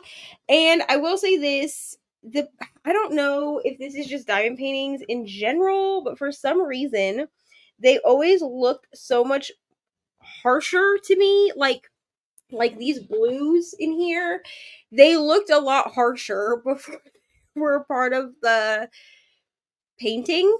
Yeah, when you look at the colors, it's the same with cross stitch as well. Like when you look at the colors together, you think, gee, they're really bold, but it's not until you get them into the painting or into the cross stitch that they start to blend, and then they soften because other colors will soften it down. And it's the same with quilting as well. Like when you start putting colors together, that the other colors will take on a softer hue, or they'll come a little bit brighter. It just depends on the contrast in the drills as well. So contrast is a really big thing. But it looks amazing. I absolutely love it. And you can really see those AB drills. So the AB drills have a coating on it, and they're called Aurora Borealis, and so it looks like the Northern Lights. So you've got a lot of like rainbowy colors through them, but they really make things pop. Yeah, they're my favorite, I think. Although this potato painting has a fairy dust diamond in it, and I don't remember if any of my other ones had a fairy dust diamond. I think my other one just had glow in the dark. So I'm intrigued to see the fairy dust diamond and like the way that it looks in this. Also, I saw this comment, Meredith. I'll send you some links, bro. I'm not gonna send you crazy links, okay?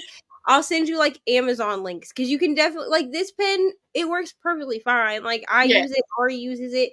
I use it right now just for ABs because I have pink wax in it. But you can upgrade things. I will say that like the putty and wax upgrades, I found them on Etsy. I didn't buy them like off of Amazon. Like for Meredith and I both being in Australia, it sometimes is cost prohibitive, you know, and especially when you've got like mortgages and all that sort of stuff. And, you know, the cost of living is quite high here at the moment as well, like as it is for everybody around the globe. But yeah, it does become, and my friend's been away for the last 2 weeks, who's heavily into diamond painting as well. And she's from Wombat Hollow Crafts. And Gail often buys putties and pretty places and all that sort of stuff. So I'm going to hit her up and see if there's any Australian ones that make it a little bit more cost friendly for us here. So yeah, if I find any, Meredith, I'll send them through to you as well. And this is a very cute comment too. I have to agree. The lighting looks very nice tonight. I'm about to look like the creature of the Black Lagoon once this hair is out. No, you're not. I mean, my hair is very healthy. I will say that. My hair, listen, she needed a rehab the last like year, and it's grown a lot. Like, this is just the back, and it's like very long. The rest of it is like, I had to get longer faux locks. I had to get 18-inch because I've been putting in the 14-inch, and they're almost too short for my hair, like my natural hair. So this is an interesting question. Yeah, that is an interesting question. Yeah, I don't know. I just prefer if it's like the original, like the person that wrote the book, if it is a, you know, a memoir style book. That's just like a personal preference. I'm still gonna read her book because I feel like it's important, you know, because I'm part of the Free Britney movement. So. I like Britney Spears.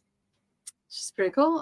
There was a lot of times that I was singing, you know, driving the car and singing at the top of my lungs, singing like no one was watching, having a fun time in the car. I love a good Britney song.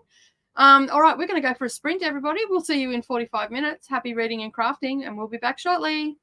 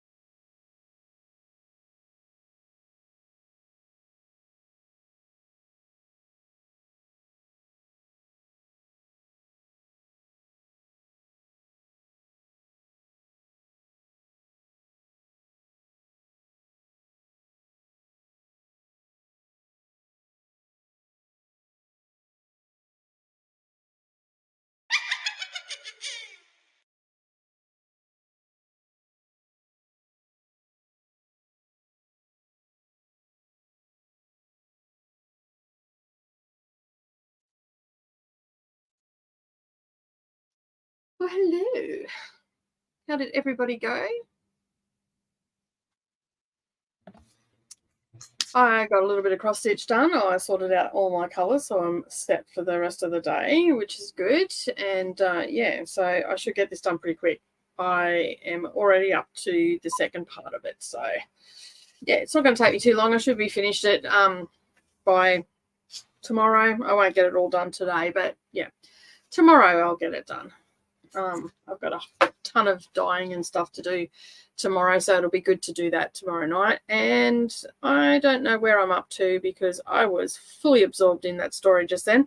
I am at the beginning of chapter 29, and I'm going to the end of the book, and it says that I only have 1 hour and 49 minutes left, so I will definitely finish it today.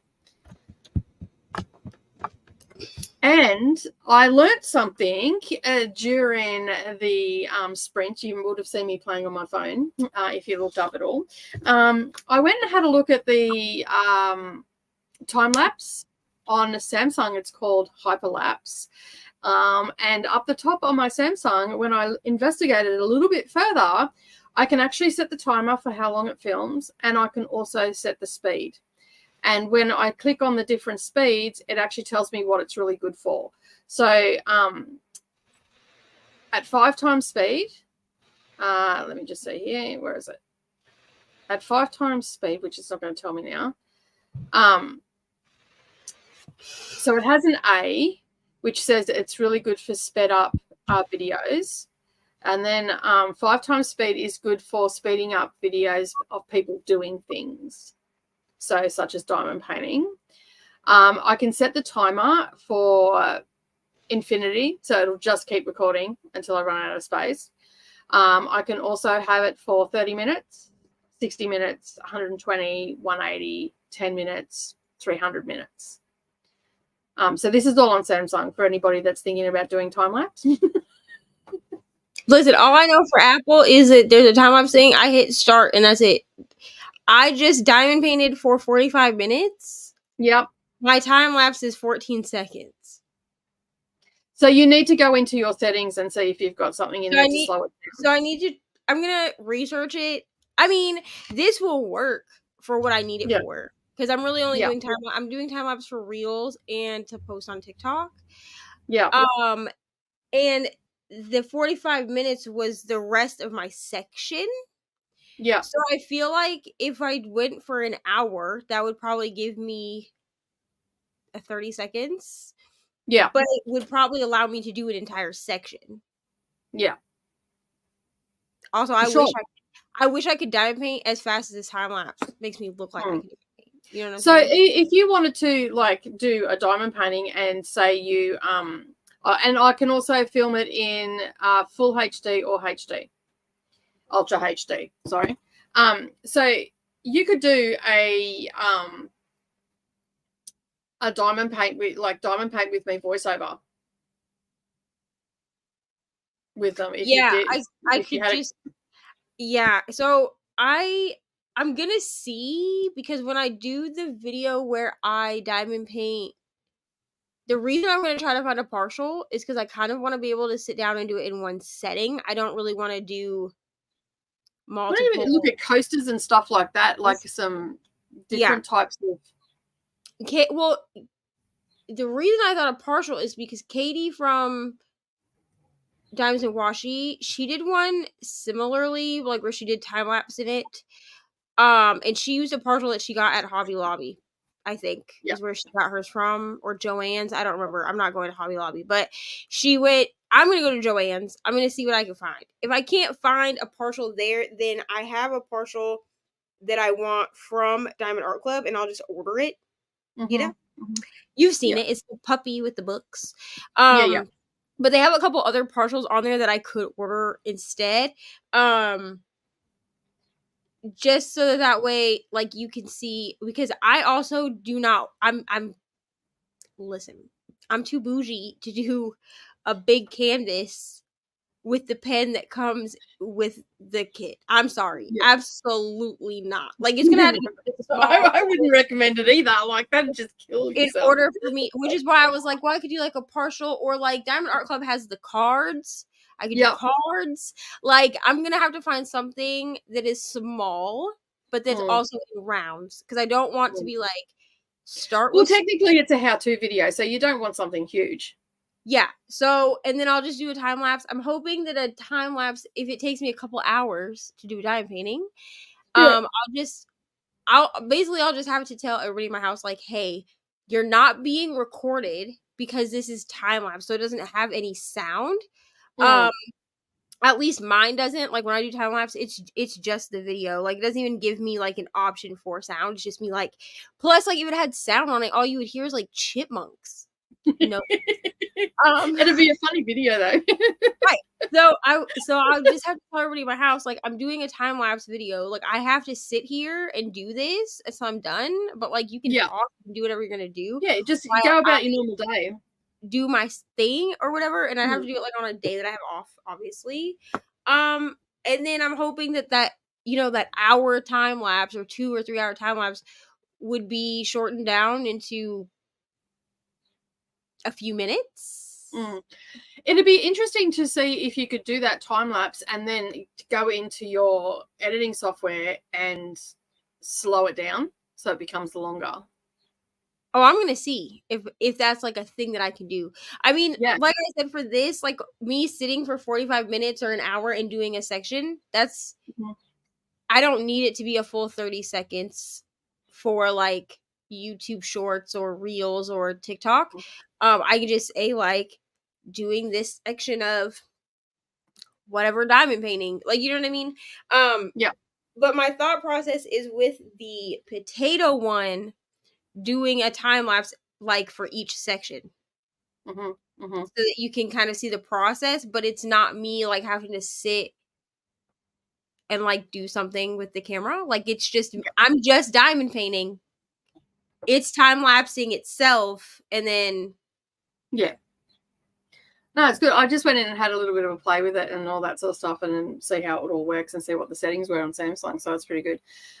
So right now I've got 8 on Dusty Book Sniffers, and everybody's jumped over to your channel. So hopefully all the people that are watching on Neva's channel are hitting the like button and leaving some comments over there. So make sure that you do. And we've got a couple of people also watching on Dusty Book Sniffers, and we have a couple of people watching on Darvanalee Designs as well. Now, Neva's just had to pop off for a second. She'll be right back. So yeah. Now, let me see. We are in the comments somewhere. I've started something, and there is a ton of comments here. So we're going to try and get through some. Aha, here we go. I feel I like fantasy, and I really enjoy Fourth Wing. I did not take it super serious, though. If you're just mood or taste, yep, that's fair enough. Fair enough. All right. My 12-year-old niece is reading Christina Lauren. I don't know who Christina Lauren is. Don't come at me, people, because I read so many books, but there are so many authors out there. Chris is also saying that Britney Spears explains in a brief audio note why she had Michelle Williams do the audiobook. Michelle Williams captures Britney's spirit, but does not put an accent on it. Okay, that's good to know. I don't know. I think I'm going to read it with my eyeballs because, as I said, I understand why she didn't do it and all that sort of stuff. But yeah. Coda has given all low fantasy recommendations there. So there's some good ones there. Fairy Tale by Stephen King is good as well. But Read the Hike by Drew. Okay, first. Awesome. High Crown Chronicles by Jodie Gallegos is good for intro into high fantasy. No crossover with the real world, and a trilogy. Okay, awesome. Good to know. I read a book called In Ascension, and that was described as a sci-fi for people who hate sci-fi. That was true. I adored it, and I'm not a sci-fi person. I'm not a sci-fi person either, but I thinking that I need to do that. Now, I know that I can copy it, but I don't know how to, so off my keyboard. So I'm just going to take a screenshot of that, well, a snip actually, of that book, because That sounds very interesting. All right, moving on.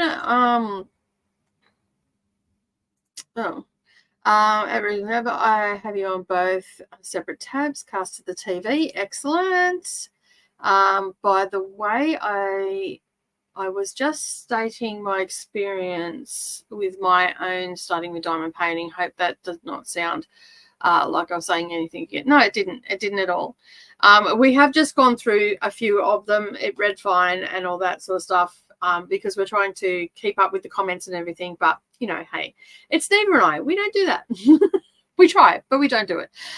Rudy reads. I hope that I pronounced that correctly. Just dropping in. Long day for me, so off to bed. Awesome. Thank you for dropping in. I appreciate you. Probably long gone by now because that was at 10:30 and that was a couple of hours ago. Moved over to Neva's channel. No worries. No reading, just watching YouTube and planning my reading for the end of the month. Awesome. I was doing that last night and I decided that I'm just going to do whatever. I'm not making any plans because I'm just going to take a chill approach because we have a big month coming up. Since I have my new phone before November starts, I think I'm going to do a weekend vlog for this weekend and test the vlogging. That is awesome. I look forward to seeing it, Tina. Tried to read a bit, but had dinner instead. This is important. We need to fuel our bodies. I have vlogged in the past, but I didn't have enough storage to export that I have more storage. Yeah, cool. That's fair enough for your plans for November. Excellent.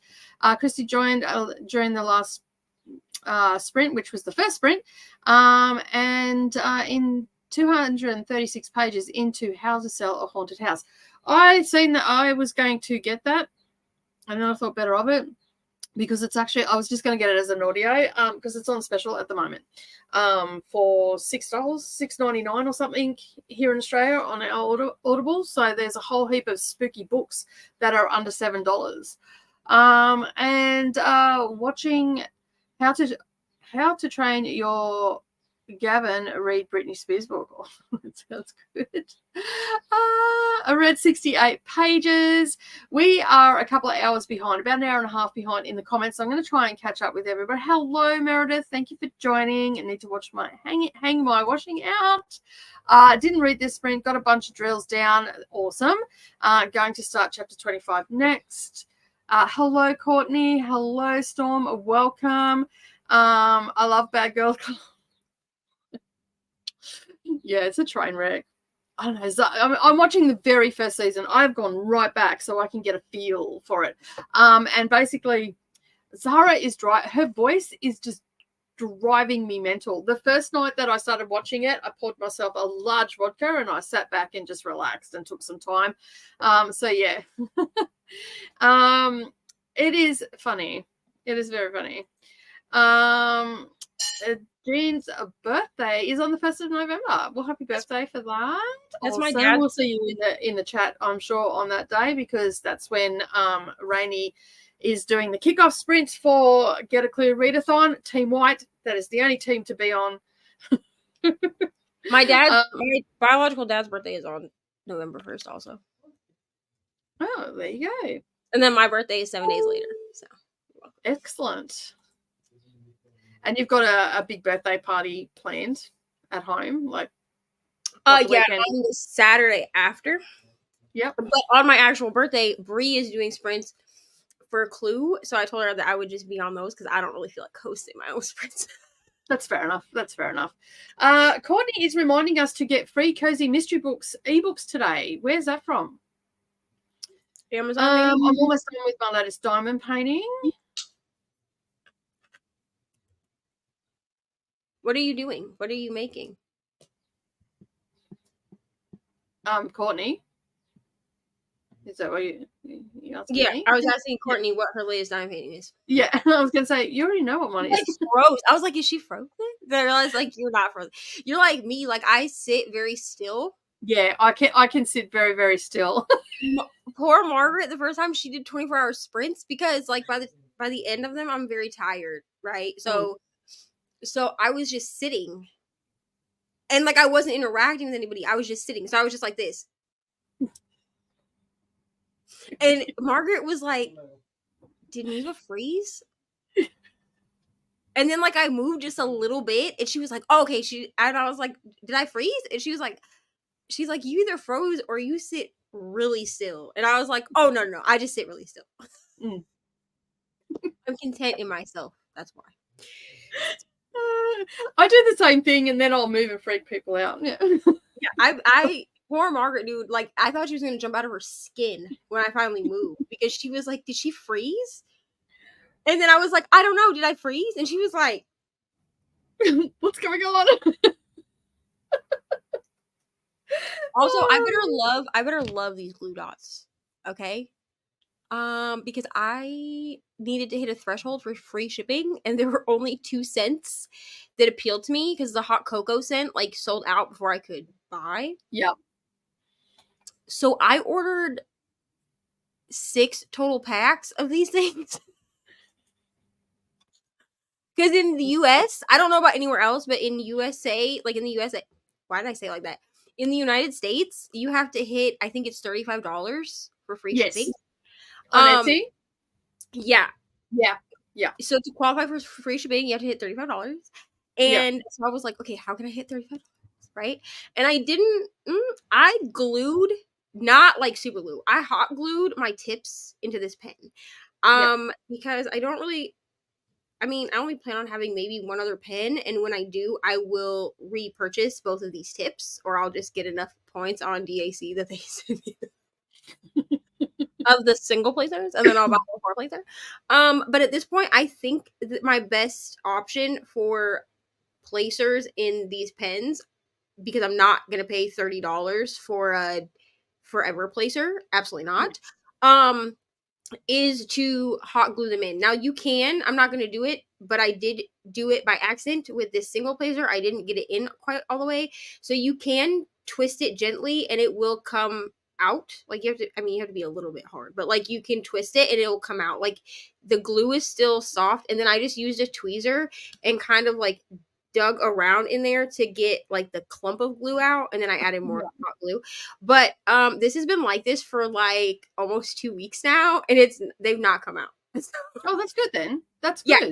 So I will say I like the Diamond Art Club placers. I think they're really like good. I do use a tweezer to clean them out. I don't think you're supposed to do that because they're metal, but I don't care. It's good too, so don't worry. And I'm sure if you asked everybody, they do the same thing. Tweezers are there, that'll get it out. Like they're mine, so like I don't care. Like if I mess them up, I'll buy new ones. But yeah, I do like them, but I glue mine in. So you can with the glue dots, the setting glue dots, she has like a tip that she sells, like so for instead of being $6 a pack, they're $10 if you ask for the tip. But I was like, I'm not gonna ask her for a tip. I have no pen to put this in. You know what I'm saying? So like I don't care. Like I'm just gonna have to figure out how to make it work in this tip. You know what I mean? Yeah. But I think maybe she sells that metal tip and says that it works the best with this tip because it's a metal tip. Because even in her video, her how-to video, she says that they work better in the metal tips than they do in the brass. This is the glue dots, right? The glue dots, yeah. She's saying that. So I think that because I have this metal tip anyway, it will work fine. Yeah. But I ordered 3 of each scent because I was like, I have to hit $35, and I don't want to buy tips. You know what I mean? Like I don't want to buy tips, and I was like, and there were only 2 scents that like even appealed to me. Like she had like old leather, which I was like, no. There was no description of what the fall night. Well, she sells packs, like combo packs, where you can get like the plate, like the glue dots with a minder. And her old leather scent is sold with like a friend's minder of like the couch. It says Pivot. Okay. So like sure, but like why do I want my glue dots to smell like old leather? No. That was funny. I just had the mental image of that scene in Friends. Right. I got like peanut butter chocolate pretzel or something, and then I got mocha latte. I wanted the hot cocoa one, but like it sold out. But like the rest of them are like fall nights, but she doesn't have any description of what that smells like, and I'm like, I don't want to get this and then me be like, absolutely not. And like she has chunky ones too. I think they're called chunky, like with an O. Yep, but chunky, they're supposed they're supposed to be for your multiplacer, but I like my putty. So I was just looking at this one where Meredith was saying, I'd love to do diamond painting videos whenever I do. I'm a complete mess and have no structure, which sucks because you're trying to relax. My advice to you is just to put the camera there. You don't necessarily have to film, but just have the camera there to give you that visual that it's there and that you're doing it. And do that a couple of times and you'll actually get more comfortable with doing it if you have that problem. So I read this different. Okay. So now I need clarification. I read this as she would love diamond painting videos, like how to do it. Okay. Like how I was saying earlier that I was thinking. Oh, yeah. Okay. Yeah, you could read it both ways. I read it as if, because I know that Meredith's the content creator, so I read it as a creator. That makes more sense. Yeah. So I am going to do a series of videos starting in November. I'm going to do a series of videos, maybe like one a month or something. I don't know. If I can make it so that I have more than one video that goes up a week, I will try to do it like weekly. But I'll just do like, I think I'll just call it like a beginner's guide to diamond painting. And I'm going to be very candid about the fact that I have not been diamond painting for more than a month. Like, I'm going to be like, I haven't been diamond painting since September. A beginner's guide from a beginner. Yeah. It's and perfect. So, I mean, I will talk about, like, putty and wax and stuff, like, the alternatives. I know I will try to do I'm going to do as much research as I can. Again, it's, like, hard to find content on YouTube where people are talking to you about it. There's whip-in chats, but they're just saying, like, oh, I got this from this shop. I got this from this shop, like introducing like where they got their stuff from. So I will do some research on Etsy and see if I can find places that sell accessories that are not in the United States, like that are like in that part of the world, because I know that y'all. I mean, add more zest. Add more zest. They're reasonably priced for stuff. Like I've got trays and stuff from there, and I got their what do you call it? Their Advent as well this year. So it'll be interesting to see what that's going to be on the craft channel. So yeah, it'll be interesting to see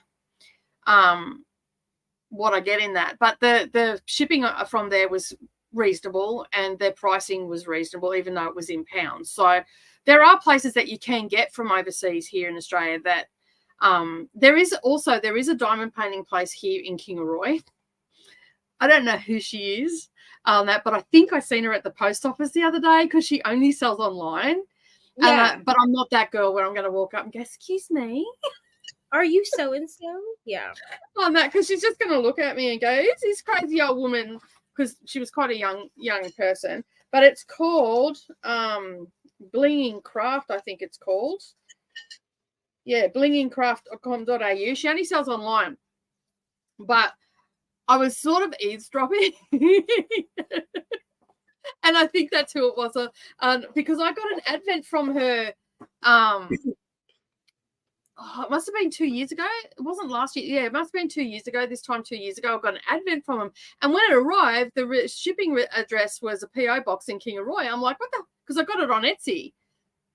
And I didn't notice that the shop was in. I knew it was in Australia, but it didn't have the town that it was in. It just said Queensland, Australia.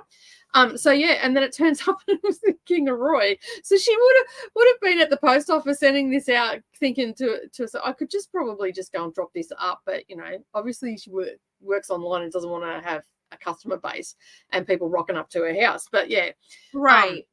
I'm not that person that goes into the post office and approaches people, because that is not me.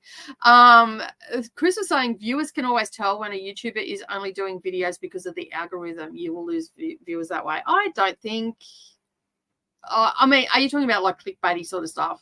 Yeah, she's saying. I think she's saying like you can tell when a YouTuber is only continuing to do YouTube. Yeah, you know what I mean. Yeah. Which like yeah, I definitely have. I don't tend to unsubscribe from people, just because it makes me sad a little.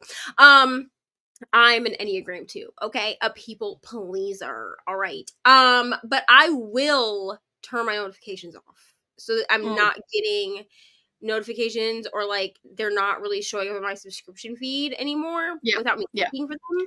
Yeah, Um, like I just stopped watching that channel. Like if I think that they're just doing content for the sake of doing content, but you can tell anyway because they don't have any excitement about it. Like they're not sitting here like we are today, and we're totally engrossed into the conversation about diamond painting and all the things that we want to do, and all that sort of stuff. You know, yeah, like it comes across in their personality. But then there are others that just love making it, and it can seem like that they're just making it for that, but they do love making that content. But yeah. again, Yeah, personality is interjected. So at this point, bro, I'm sorry, y'all. Okay, my channel has become. Listen, I put it in the thing. Although last week, okay, I need to apologize to Bree and to Nicole, okay? Because last week's whipping chat, I forgot to put in my intro graphic and my ending graphic. My ending graphic it says like "thank you to my members," like, and it has the members list. it's okay. It's a new thing, and you're still trying to work it out. I was like, oh my god, I didn't even put my infographic. But my infographic, if you watch my first whipping chat, it's in there. And it now actually says, like, it's always said, like, vlogs, mom life, books, right? Yeah. Now it says vlogs, mom life, books, diamond painting. The list is growing. I put it in there because here's the thing. I don't need anyone coming at me being like, I thought this was a book channel. Like, I'm aware that's how it started. It started as a book channel. And then it evolved into whatever the hell it is now. And then it evolved again into diamond painting. Because there's a whole clip, which I made sure it was okay with Brie and Brittany, but there's a whole clip in this video that goes up on Saturday. It's me diamond painting like I do in my whipping chat, and I have my Kindle sitting on the edge of the table like this. Yep. And like in the camera view, and I'm like with the cover of the book that I'm talking about, and I'm like, hi, I have to do an update for this vlog. We're gonna be talking about this book here, which is the bingo book, the 069 book. Really. Yep. And I was like, I don't feel like being in, I say it in the video, like I don't feel like being in the camera. So I'm gonna diamond paint and we're gonna talk about this book. Now I have an excuse to not show my face all the time. Cause I've always, like, that's another thing is like, I fall off of vlogs because I don't want you to see my face. Like, I just don't feel like putting a camera in my face. I will, however, put a camera on my hands. It's fine. They're not manicured. I'm sorry. I'll do something about that. I do want to. Mine are sometimes manicured, sometimes they're not. And then in winter, my skin gets really dry, so it all breaks out, and there's band-aids involved. And like you see my hands all the time, and like it is what it is. It's real life. I'm not a prissy. I don't go out and like I put some makeup on because I mean, who wants to see, I don't someone who looks like they've got two black eyes if they don't have makeup on, because I have a thyroid condition, so I constantly am sporting luggage, and and so basically I put makeup on and make myself feel better. I don't actually do it for my viewers. I do it for myself. I don't do anything. I get up. That's what I do. I haven't brushed my hair today. I basically woke up out of bed, had a shower, and then put my hair up in a bun and stuck some clips in, and I'm calling it done. That's when my hair, I mean, obviously I'm taking it out, but like when my hair is not in like braids or whatever, that's why my hair sometimes it'll just be like sticking out to the side. I'm like, I don't even care, bro. Like, if this is what you're gonna unsubscribe for, bye, I guess. I mean, I don't know. I'm thinking, because I usually do the press-on nails. The problem is that my job is a bit rough for press-on nails. I do the press-on nails with the glue bits that go onto the nail, and then I put a drop of glue on it, and it holds it a bit longer. This is what I do as well, but I have to do like the shortest nails. I have to either do petite length or I have to do the short length nails, and they have to be square or rounded. They can't be like stiletto Yeah. or nothing like that. So I'm thinking about doing is going like once a month, because usually my nails need to fill after a month anyway, and just doing just like, I'm not really that person. Like, I'll do press on nails that are like themed like Halloween or whatever, but I'm not really that person that like keeps the same nails for a whole month unless they're very generic. And when I say generic, I mean like French tips. Okay. Yeah. I'm very basic. Like, I get French tips usually in white. Sometimes I will do like a color, like if I'm just feeling fancy. Yep. But I really went to the press on nails for like my fun nails because I could switch them out because I get bored with them. And I'm like, I'm sick of looking at these same nails. Yeah. But I went to press on nails. I actually have paint on acrylic that you don't need to mix with anything. You don't need to put the glue. You just paint it on like nail polish, and it works the same way. But I use the press on nails because I bite my nails really bad if I'm anxious and or something's making me nervous. Like right now, I'm starting to feel really anxious because I have to do a video for the Get a Clue, and I'm not sure how to do it, so it's making me anxious. Like I've got to get out of my own head. I will by the end of sprints, and I'll just go, you know what, you've been a twat, just get on with it. And I'll start to bite, or I'll start to pull at my nails and stuff like that. So putting those stick-on ones actually stop me from doing it. It's just a psychological thing. I put them on to stop it. I'm thinking about going to the salon and just being like, can you just do like, because when they do my nails, I have them put literally the scissor that they use like to cut, you know, the little clipper. It sits like this on my finger, and then they cut it. And that's how short the nail is. So like there's really barely any nail over the top because I have to be able to do things. Okay. I'm the same because of the long arm machine. I can't have super long nails. I love y'all that can like unbuckle car seats and type on computers with these like gorgeous long stiletto nails. That ain't me, baby. I am a girly girl. Okay. Y'all don't know because I look like this on sprints. But a lot of like, if I'm gonna dress up, like I'm gonna do it. You know what I'm saying? But I cannot with those long nails. Absolutely not. I applaud y'all that can, but like absolutely not. So like I have them do it the shortest, but then at least like my nails will look nice. I just feel like my hands look put together when I have some nails on. You know, it's kind of like. Well, I just done my hair's. I just done the whipper chat, and I had press on nails on, but they're long ones. But they're my favorite style. I like to wear them when I'm going out and around Christmas time and whatnot. Yeah. And I've been typing to Neva in a group chat because we've got something coming up, and the amount of typos. You're like, I'm so sorry for the typos, and I was like, it's fine. Well, one morning I'd just woken up and it's like cryptic clues, work out what I'm trying to say, and then the rest of the time my nails were hitting the letters above where I was, and I'm like, I'm just going to say sorry for the typos. It's not that I can't type. Well, I have so they're gone now. So I should they're gone because I'm not filming any overhead, and whatnot. So yeah, it should be fine. I'm contemplating just going and doing that. I had been during the pandemic. I had been ordering like custom nail, like not custom. They're not custom. I mean, they are. They're fitted to your hand. Like you have to send your measurements for them, but like they would already be designed. Like they already had designs or whatever off of Etsy. But in reality, like even though they were reusable, I could only reuse them about twice before there was too much like glue buildup. And they cost about as much as it would just to go to the salon. Yeah.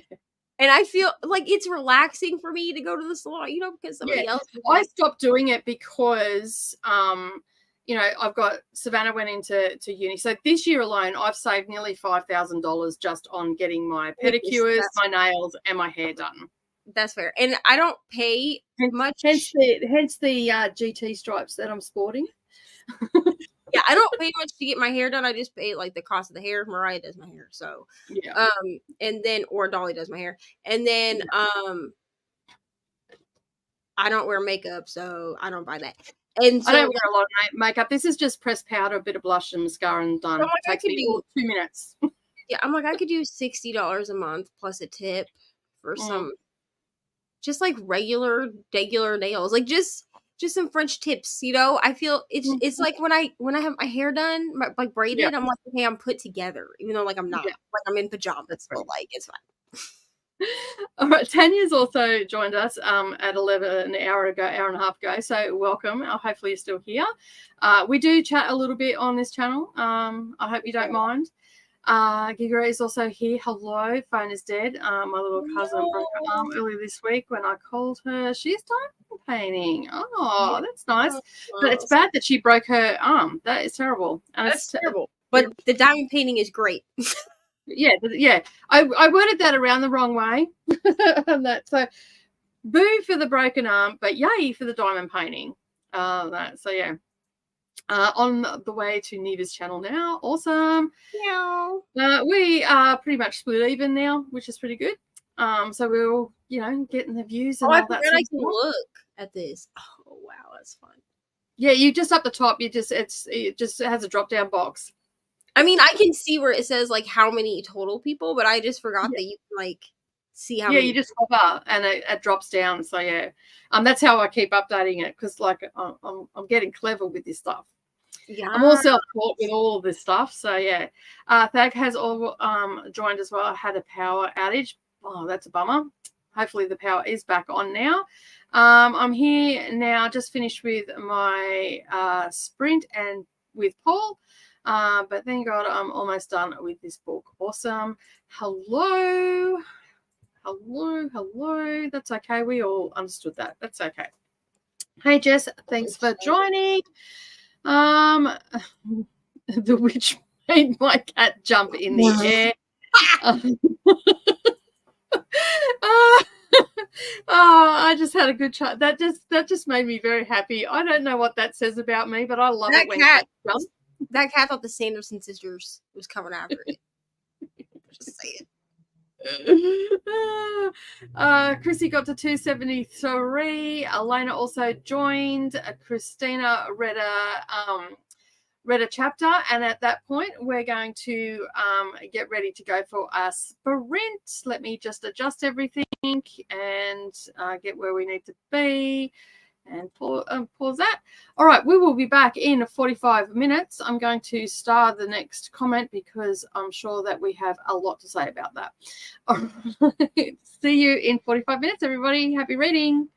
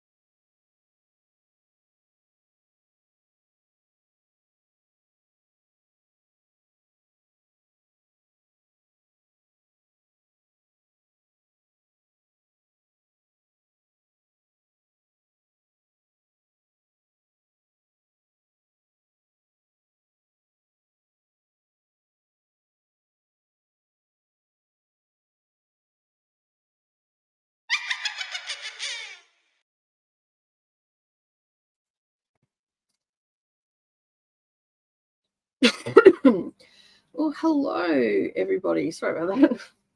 Went to talk and a cough came out instead. I got a fair bit done on my cross stitch and just tidied a few things up, answered a couple of messages, and got to almost the end of chapter 31. And it's all I can say is it's all happening right now with one of my least favorite characters. So yeah, it is a bit like that. All right, how'd you go? I time lapsed the last 7 minutes because I had to go talk to. Okay, I had to go talk to Mr. Reading with Neva for a minute, and also I had to get some Mississippi pot roast, so I ate that. If anybody saw me, I really don't care that people watch me eat, to be honest. With the amount of pizza that I eat during these sprints, yeah, and then I time lapsed, and I'm watching crafting with Shay's newest whip-in chat. It's only 30 minutes, so I only got 8 minutes in because I was talking to him, but it's only 30 minutes because she's been doing home renovations and living out of a hotel. No, thank you. No, she's better than me. I would be finding a family member to stay with personally, but yeah. So I was just listening to that. I wasn't really watching it. I did not this sprint, but last sprint I did listen to the rest of the chapter of Aquarius and Fury. I need to stop leaving off in the middle of chapters because then I don't know what the hell I'm listening to.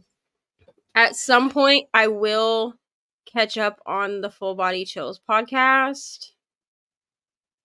But here's the thing. They're scary stories, and the last 2 times that I have tried to listen to this podcast while being at home, I've listened to it at work. I caught up at work.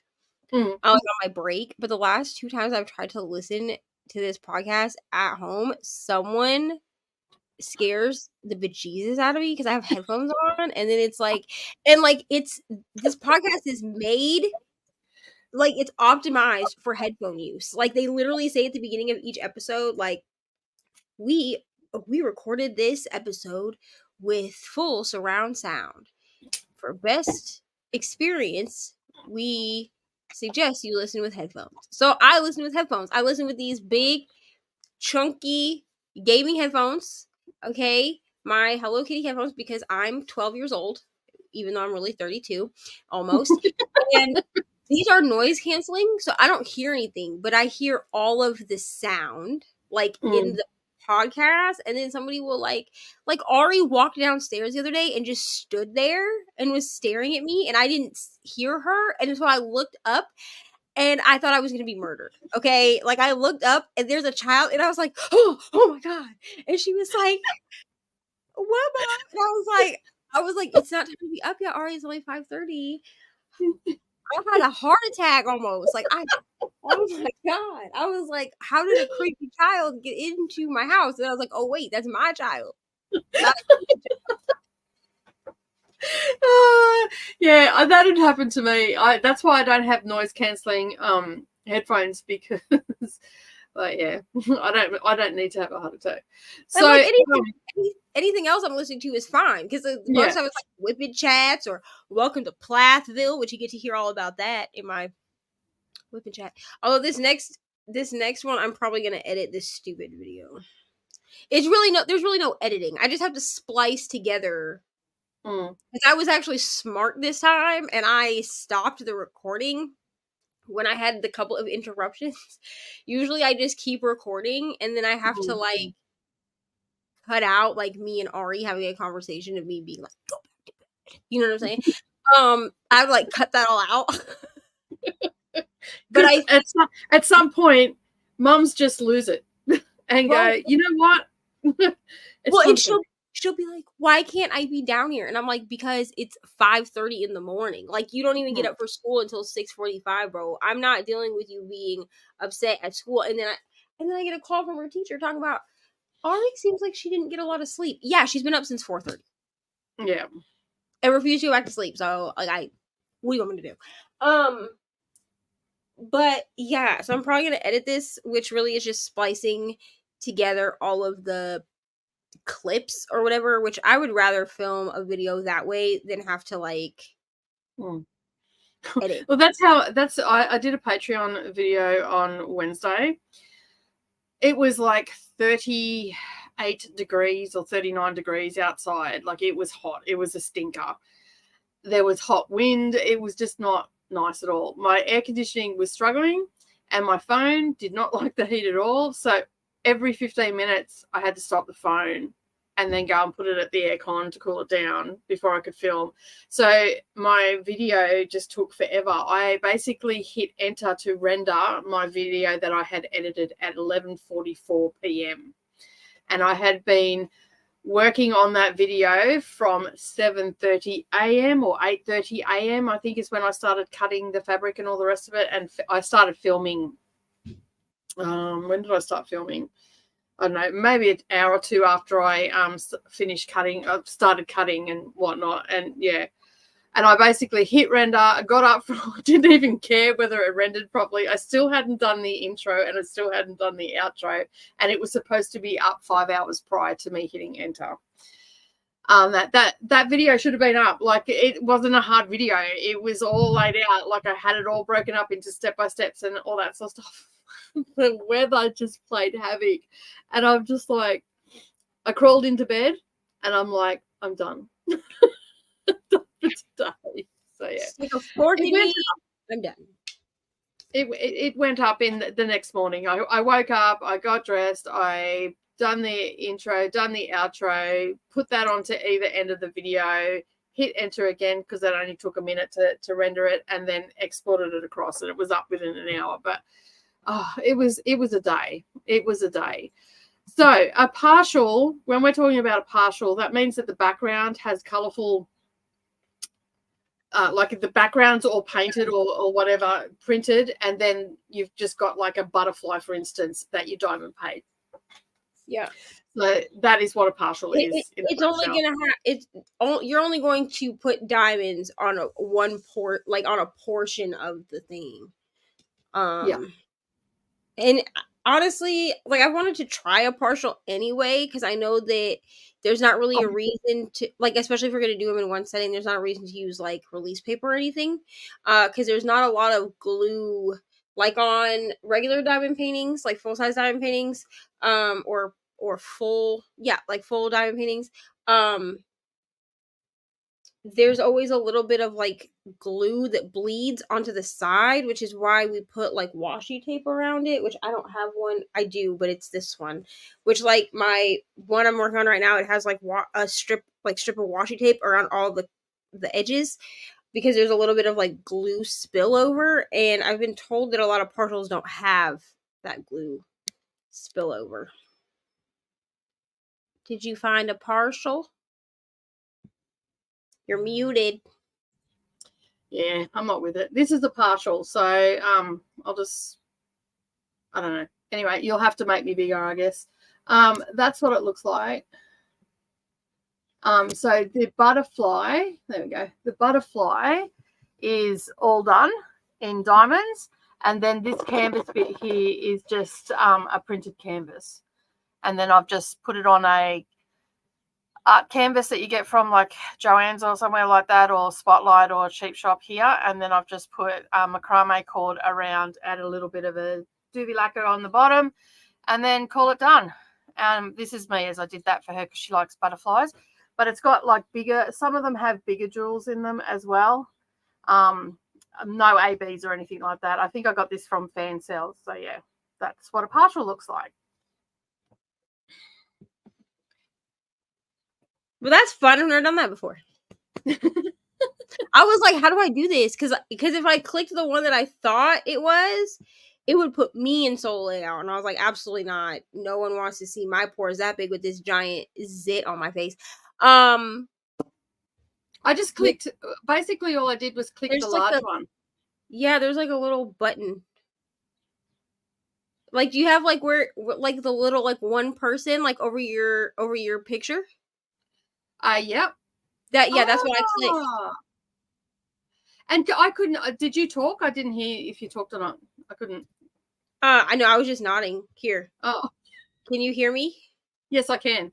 Yeah. Cool. Yeah. So with all the little windows up the top, I didn't see that. I didn't know. I don't even look at that one down the bottom. I was like, oh, what is this that I've never seen before? And then I clicked it, and it said sold out. So I was like, well, let me click it, see if it makes her bigger. That's how on the journey of learning how to do StreamYards with Neva and Nicole. That's how professional we are, people. Nothing also, like learning on the fly, right? Yeah, so that's what a partial is. I also looked at my Etsy cart. Because I found another shop that does release papers, the decorative release papers, right? Yeah. But she gives you an option of size, and then either you can have it not numbered or you can have them numbered. Like she'll number them for you. Oh, cool. Can you send me that link? I need that. Yes, I will. And I will sell myself for that one. Because my thought, which we haven't talked about this yet, but there could be a thing happening that would require me to have numbered release paper. And I don't want to ruin any of the decorative release paper that I have. Mm-hmm. So I was like, well, let me see like what other release paper options we have. And that one popped up and I was like, are these numbered? Like and she numbers them in such a way that it doesn't really hinder the background. Yep. So I was like, let me see about this. Mm-hmm. So I looked and I have like $100 worth of release paper in my Etsy cart. Unbelievable. Like, holy shit. So I was like, okay, girl, you're gonna have to narrow it down. You gotta narrow because you need to do some weeding in that cart. Well, because here's what got me. It's the crafts with Crashly, right? She offers free shipping at $35. Mm-hmm. But what I did was I added every size that I thought I would need because here's my thought process. I take pictures of my progress. And right now, to cover small sections that aren't done, I'm using this, which is fine. But this doesn't match. Like, I don't have any bigger ones that match this because these were free. Like, she sends these at least in every package I've seen, and then obviously in my package you get like 4 of these just tucked in. You can order the print like this too, but I think she gives them to you just as like a sample, like here you try this, whatever. But because my thought process, what I'm gonna have to do is I'm gonna have to say, okay, I do like this size that I've been using, so I think I'm gonna stick to this size, which is like her in between, like her medium size, and then get the small ones like this that match that print. Yeah, like which I wish I had done for Drills and Chills, and I don't think she has the Drills and Chills ones up anymore. No, she probably wouldn't because that event's finished. It ends on Tuesday. Yeah. So I don't think she has them anymore, and I wish I had grabbed the smaller ones, but I didn't. You could always send her a message and just say, "Hey, I was part of Drills and Chills. Yeah, can I, or like, do you still have any stock left?" And blah blah blah, and see what she says. And just get the small ones because then I can put them away, like because I'll reuse these. I don't even care that it technically says Drills and Chills 2023. Yeah. I mean, I don't give a. I paid for it. Do you have potato down here? I do, but you're not gonna be able to see it. I'm gonna show just the sticker. Yep. Because potato is covered. Okay, let me just hit the solo there, because we know how to do that now. Oh, wrong one, wrong person. Try again. There we go. This is what potato looks like. So potato goes with Chip, Chip is like a dog, I think, or something. I don't know. I don't have the Chip one sitting here because Chip has been retired for the moment. Ari lost a bunch of the diamonds, and I am not replacing that. So this is Chip, or not Chip. This is Potato, which is Chip's imaginary mouse friend. Yeah. And he is technically a stuffed animal that like comes to life around the children. I think, I don't know. I have no idea what's happening in the show, to be honest. So it's fine. And then I also, Ari doesn't know this. I also have one more diamond painting that's upstairs that is chip and potato together. Because my thought process with this was I was going to put chip and potato together in the middle, and then I was going to put chip on top and potato on the bottom. Right? Well, obviously that's not going to work because now I don't have a chip painting, but that's fine. But this is just potato. Actually, the canvas is, I'll show you I can show you the canvas size. The canvas size is 42.6 by 32.8 centimeters, and it's actually smaller than I thought it was going to be. Oh, I thought it was bigger because it had both in it. I also thought it was bigger, and it fits, but it fits on the little lap desk just fine. Like, it really doesn't hang over the lap desk at all. It's actually, I think, smaller than this one. No, it's not. It is, okay, so it is bigger, like longer, I think, than my nap time picture, but not by very much. Like, it's basically this way. Okay. But I took it out and I was like, I thought this was going to be bigger. Which, I mean, I'm not complaining because there's a lot of freaking like the background is just like one solid color, and I have figured out that color blocking one color is boring, not fun. It's better because this kit has done in small amounts. Yeah, it's like a brighter color. It's like a bluey purple.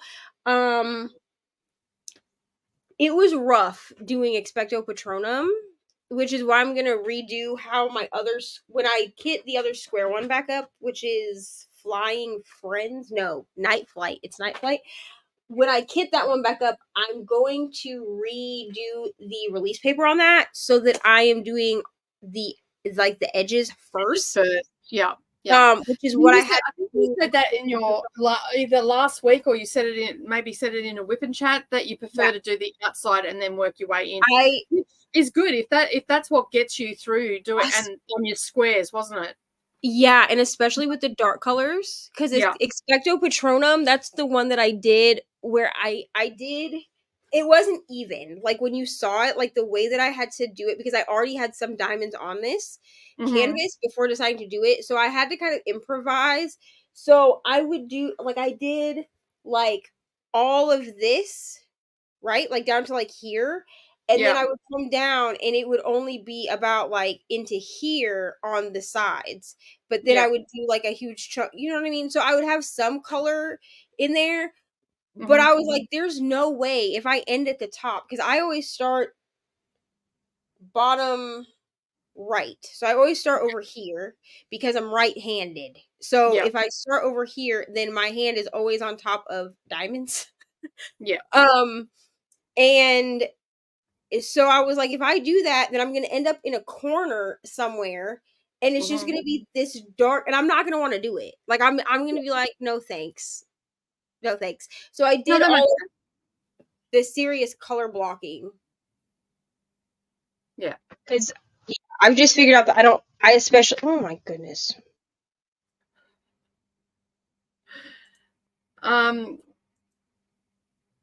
Christina has us up on all three for watch time and booped all the likes. Thank you very much. Monica has just got back from getting their hair done, and I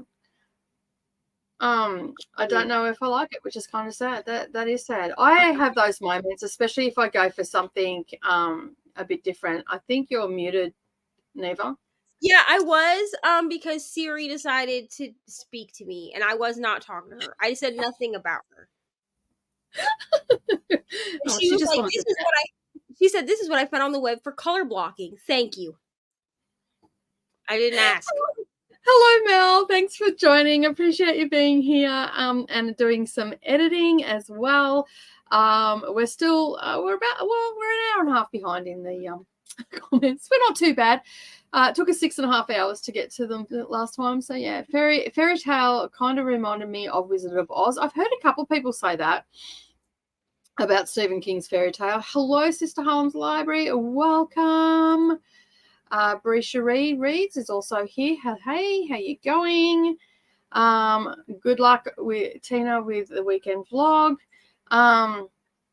If you're looking for cozy fantasy books, I recommend Half a Soul by Olivia Atwater and Beautiful Ones by Sylvia is that the Sylvia Moreno? Yeah, is that the author from Mexican Gothic? I'm pretty sure it is. Maybe. I think it is. Legend of Lattes is wonderful. Yep. 6-star book. Also, I have a pre-order coming of that book, but I'm gonna see if so that book comes out the day before my birthday. I have a pre-order from Amazon, but when we go to Barnes and Noble, I'm gonna see if they have like any like special, because sometimes Barnes and Noble gets like special editions. And see if they have it, because if they do, I'm buying it. So I might end up with more than one copy of that book. But that's fine, because I have more than one copy of Legends and Lattes, because I have the like original indie pub version. Yep. And then I also have when he like got it traditionally published through Tor and added like the prequel or whatever. I have both. I don't think so, Meredith. No, Mare. Goodbye. Team White is all the way. Would Neva and Nicole ever do a Halloween themed escape room adventure? Yeah, I would. Sure. Why not? Yeah. I'm up for a good spook. The only thing I'm not doing is a corn maze. I'm not doing it. Yeah. I remember you said that once before. No. As long as it doesn't involve heights, I'm okay. And water. No. If there's water and heights involved, I'm good. Yeah, but the only like Halloween themed thing I'm not doing is a corn maze. Like, y'all have fun. I'm not even going. And Neva will be nowhere to be found near it. I'm not even going. Like, I will be like, oh, have so much fun while I diamond paint this Halloween themed kit, because no, I don't do. No. I don't know where I've put my phone. I haven't even looked at what the team numbers are for the I Get a Clue Readathon. All I know is I keep going join Team White. I haven't even looked. I think I looked like last week, and I think we were the third largest at that point.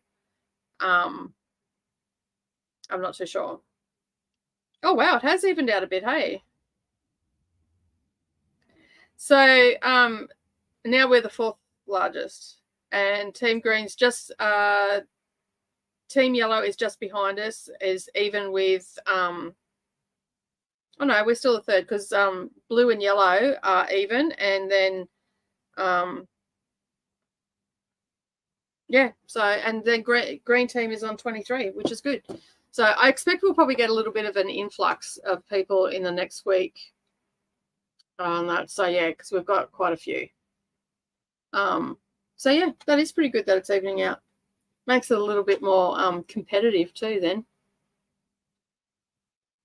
LA, what are you reading, Neva? Bijou Bliss is trying to take my money.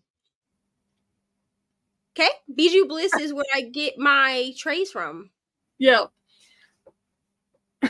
You found something else. Come out with a new trash tray that you can get in any of the colors that they have, which like when you go to like their made to order whatever, like you can swipe and you can see like the colors.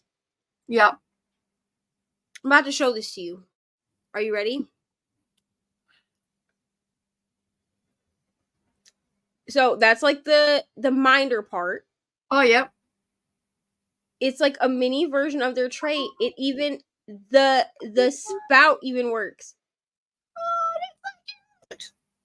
They're really trying to take my money for me to have this sitting on my thing, because now like you're telling me You're telling me that I could have this trash tray sitting with like the diamonds that like I randomly drop, because I do that, right? Where I randomly Yeah. drop like a couple of one color. I can just put them in there. No, I don't need it. I don't need it. I don't need it. Okay? And it's another, leave it from, it's a Christmas present. Yeah. I don't need it right now. You need the wax and the putty to pick the drills up out of the tray to put down onto the canvas. You can do it with tweezers, but why would you want to when you can use putty? If Nicole and Neva had to live in another continent, which country would you choose to live in? Anywhere, honestly. I'm moving to England, maybe. England would be cool. Yeah. Yeah. I'm moving to Australia or England. Just get me out of America.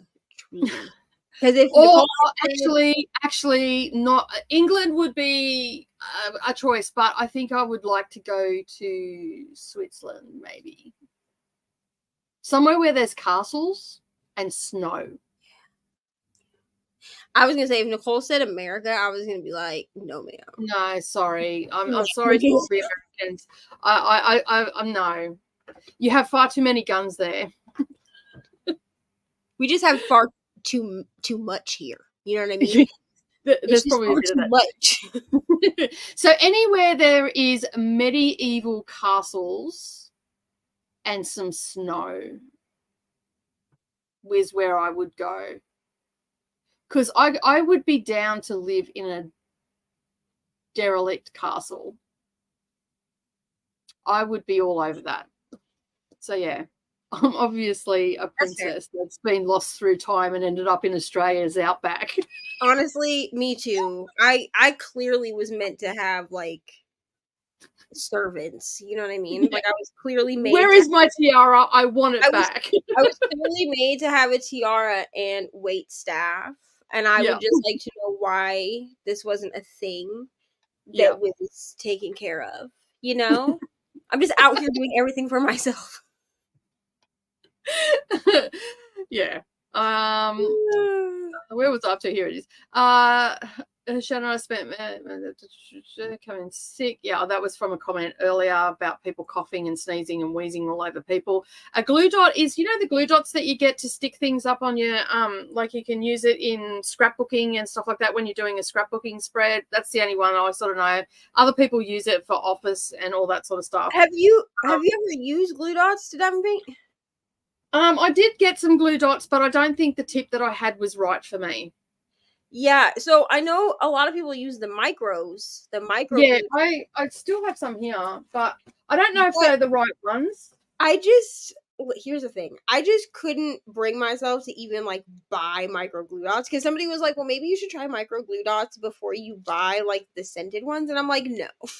Because at the end of the day, okay, that doesn't make too much sense. Why would you do that? At the end of the day, dude, if I don't like the glue dots, like, it's just gonna annoy me that, like, they're not scented. So, like, no. Yeah, because even still, you can still sniff it. But I've got the glue dots, but I think mine are too big. So I have to. Yeah. I'll watch your videos and see how you go with them and all that sort of stuff, and then I'll yeah.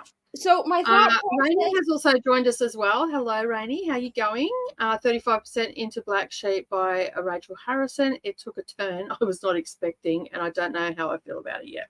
That's fair enough. That's fair. I plan with the scented glue dots. They're coming on Saturday. I was hoping that they would have come a little bit earlier because the lady that sells them only lives like an hour and a half away from me.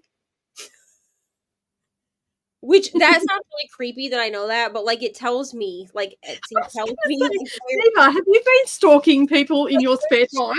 And I noticed that it was, like, I'm not going to say her town, okay, but I noticed it was, like, her town and then IN, which is Indiana, and I was like,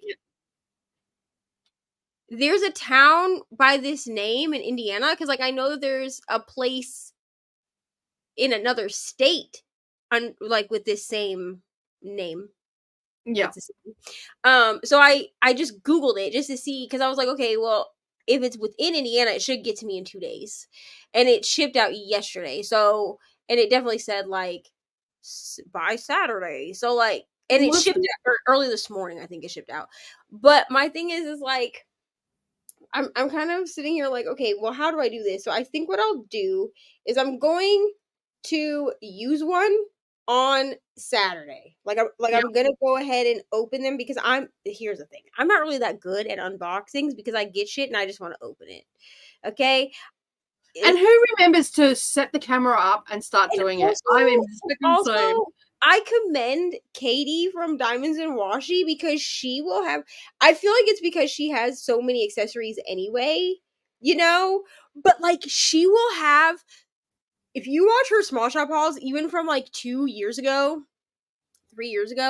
she will have a backlog of things. Like she will have like these packages just sit for like 2 or 3 weeks. And I'm like, it couldn't be me. I get a package and I'm like, and I open it. Like I do not care.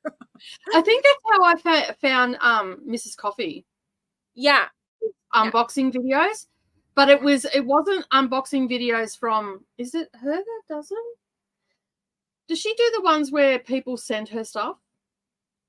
I think Mrs. Coffee does. I know Katie does also. Katie will include Happy Mail in her, or friend mail. Because I'm pretty sure I came across Mrs. Coffee because they did a unboxing, the one that I watched, and then subsequently I started watching her channel quite religiously. Of course. Was when it was a whole heap of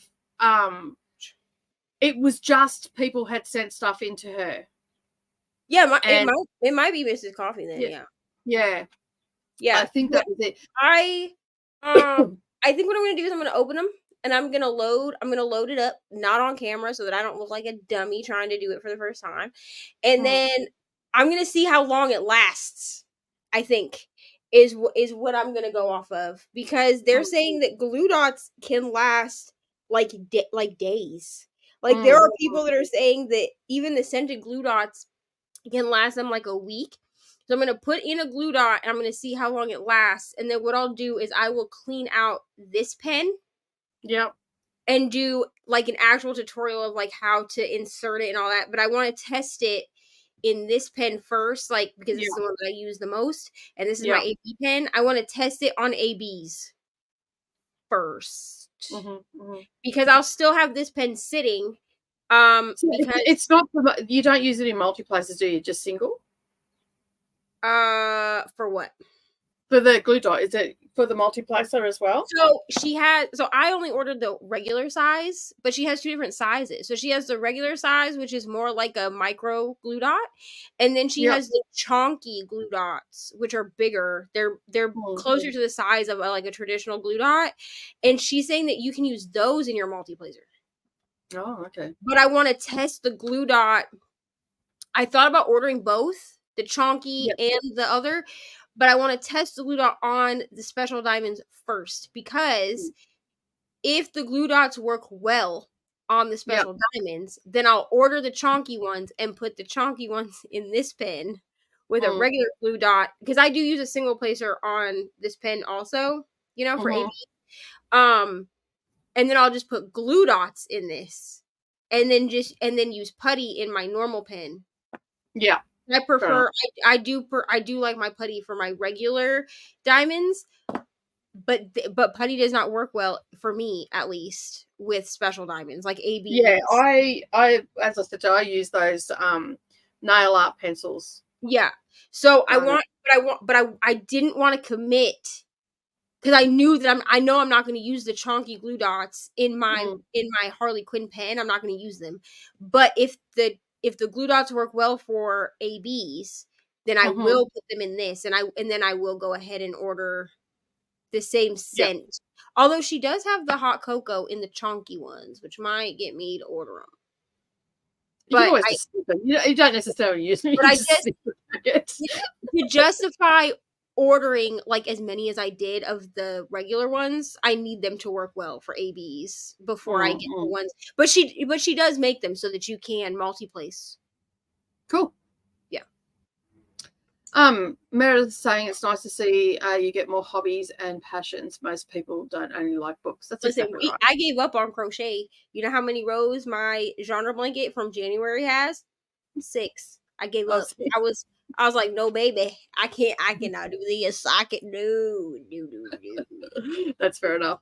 Alrighty, we are going to, on that note, go to a sprint, and because I am hungry and it's almost 2:00 here and I haven't eaten anything and I'm starting to get a bit lightheaded.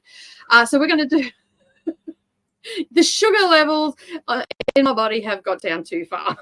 So yeah, we're going to do an hour sprint, and we'll be back in an hour, and I should feel a little bit more human and not so dizzy. So we'll see you then. Happy sprinting, everyone.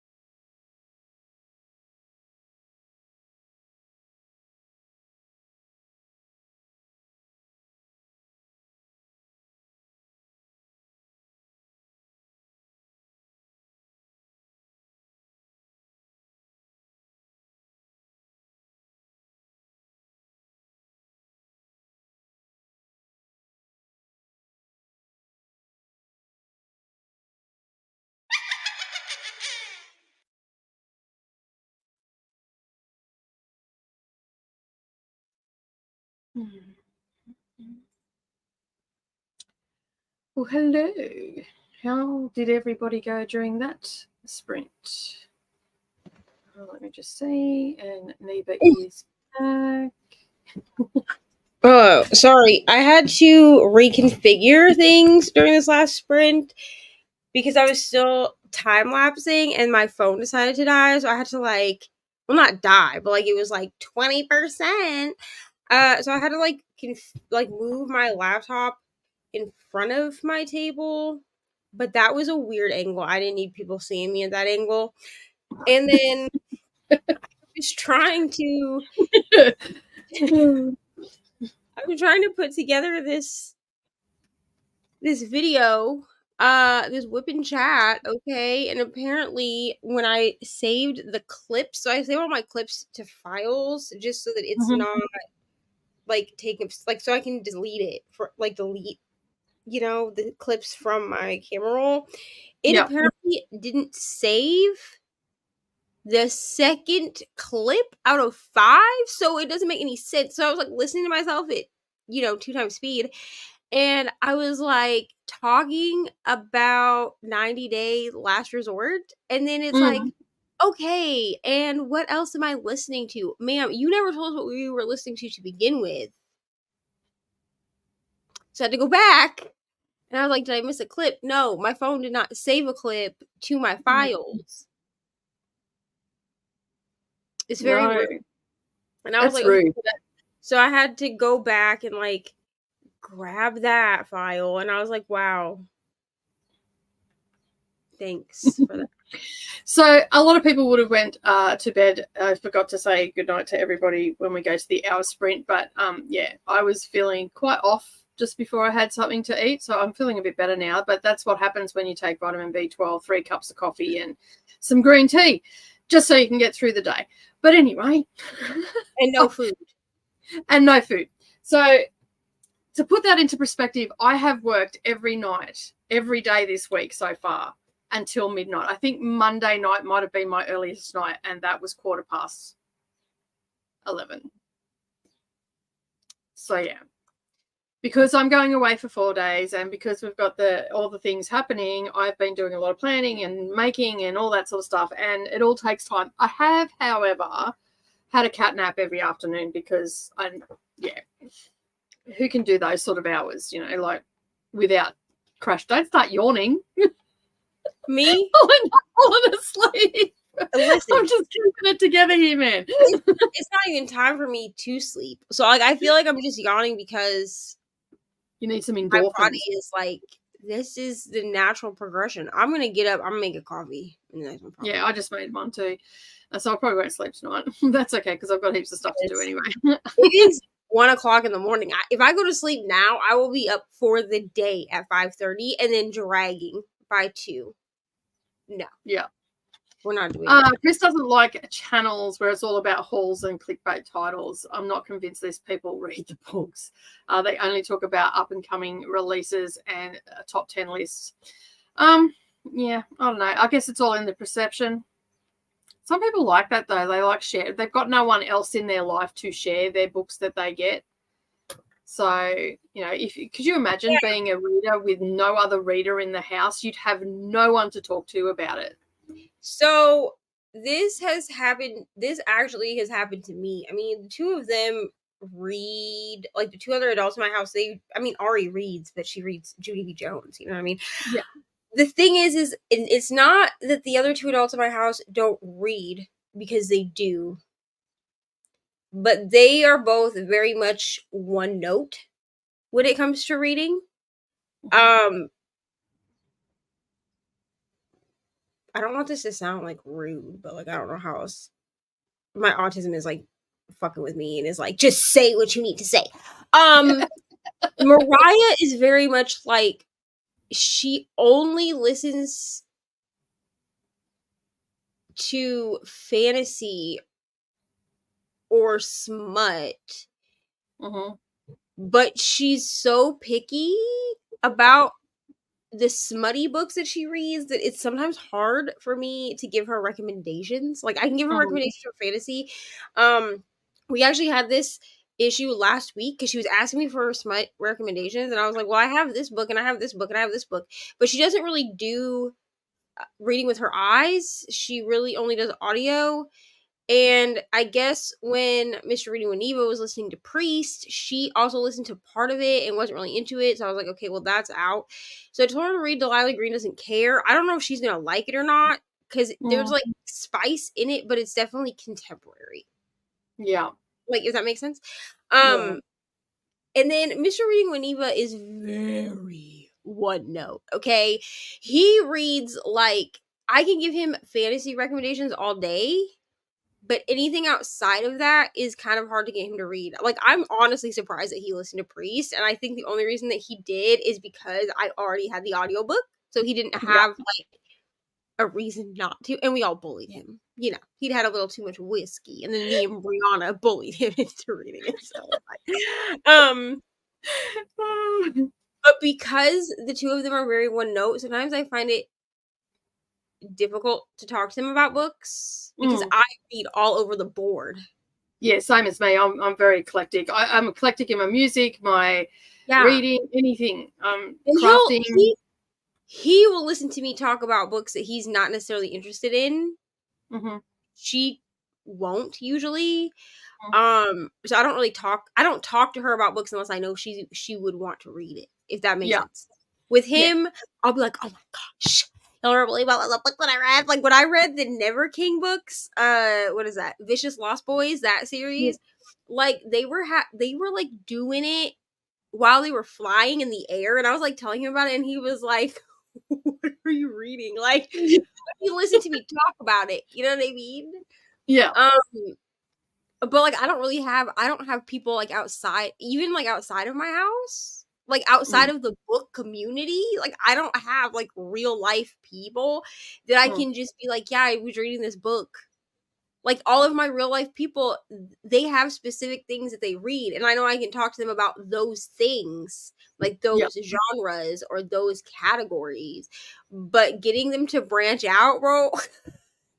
Yeah, well, Brendan reads a lot of stuff, and he gives me recommendations, and then he'll go, "Have you read it yet?" I'm like, "No, because I've got like 400 on my own TBR." Right, I've got 600,000 other books that I have to read first. Yeah. And it's like, because there's one that he just got on Audible because he is exclusive audio because he's driving all the time and whatnot. Years and years ago, I convinced him to read Twilight because he was looking for something, and it was 4 books and they went for ages. I said, you should read Twilight. It's really good.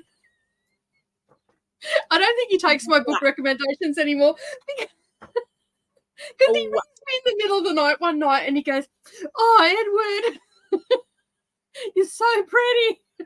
I'm like, "You're not. You're listening to Twilight." And he goes, "Yeah," because he goes, "This book is just her obsessing about Edward, and Edward is just creepy. What's he doing, standing there watching her sleep?"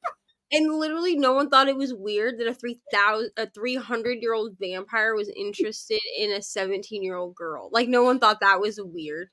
I don't care if you were turned at 17 and you look 17. How old are you? Like 300 years. But what was he? 300 years old or something? No one thought that was strange. No? Oh, okay, great. Sure.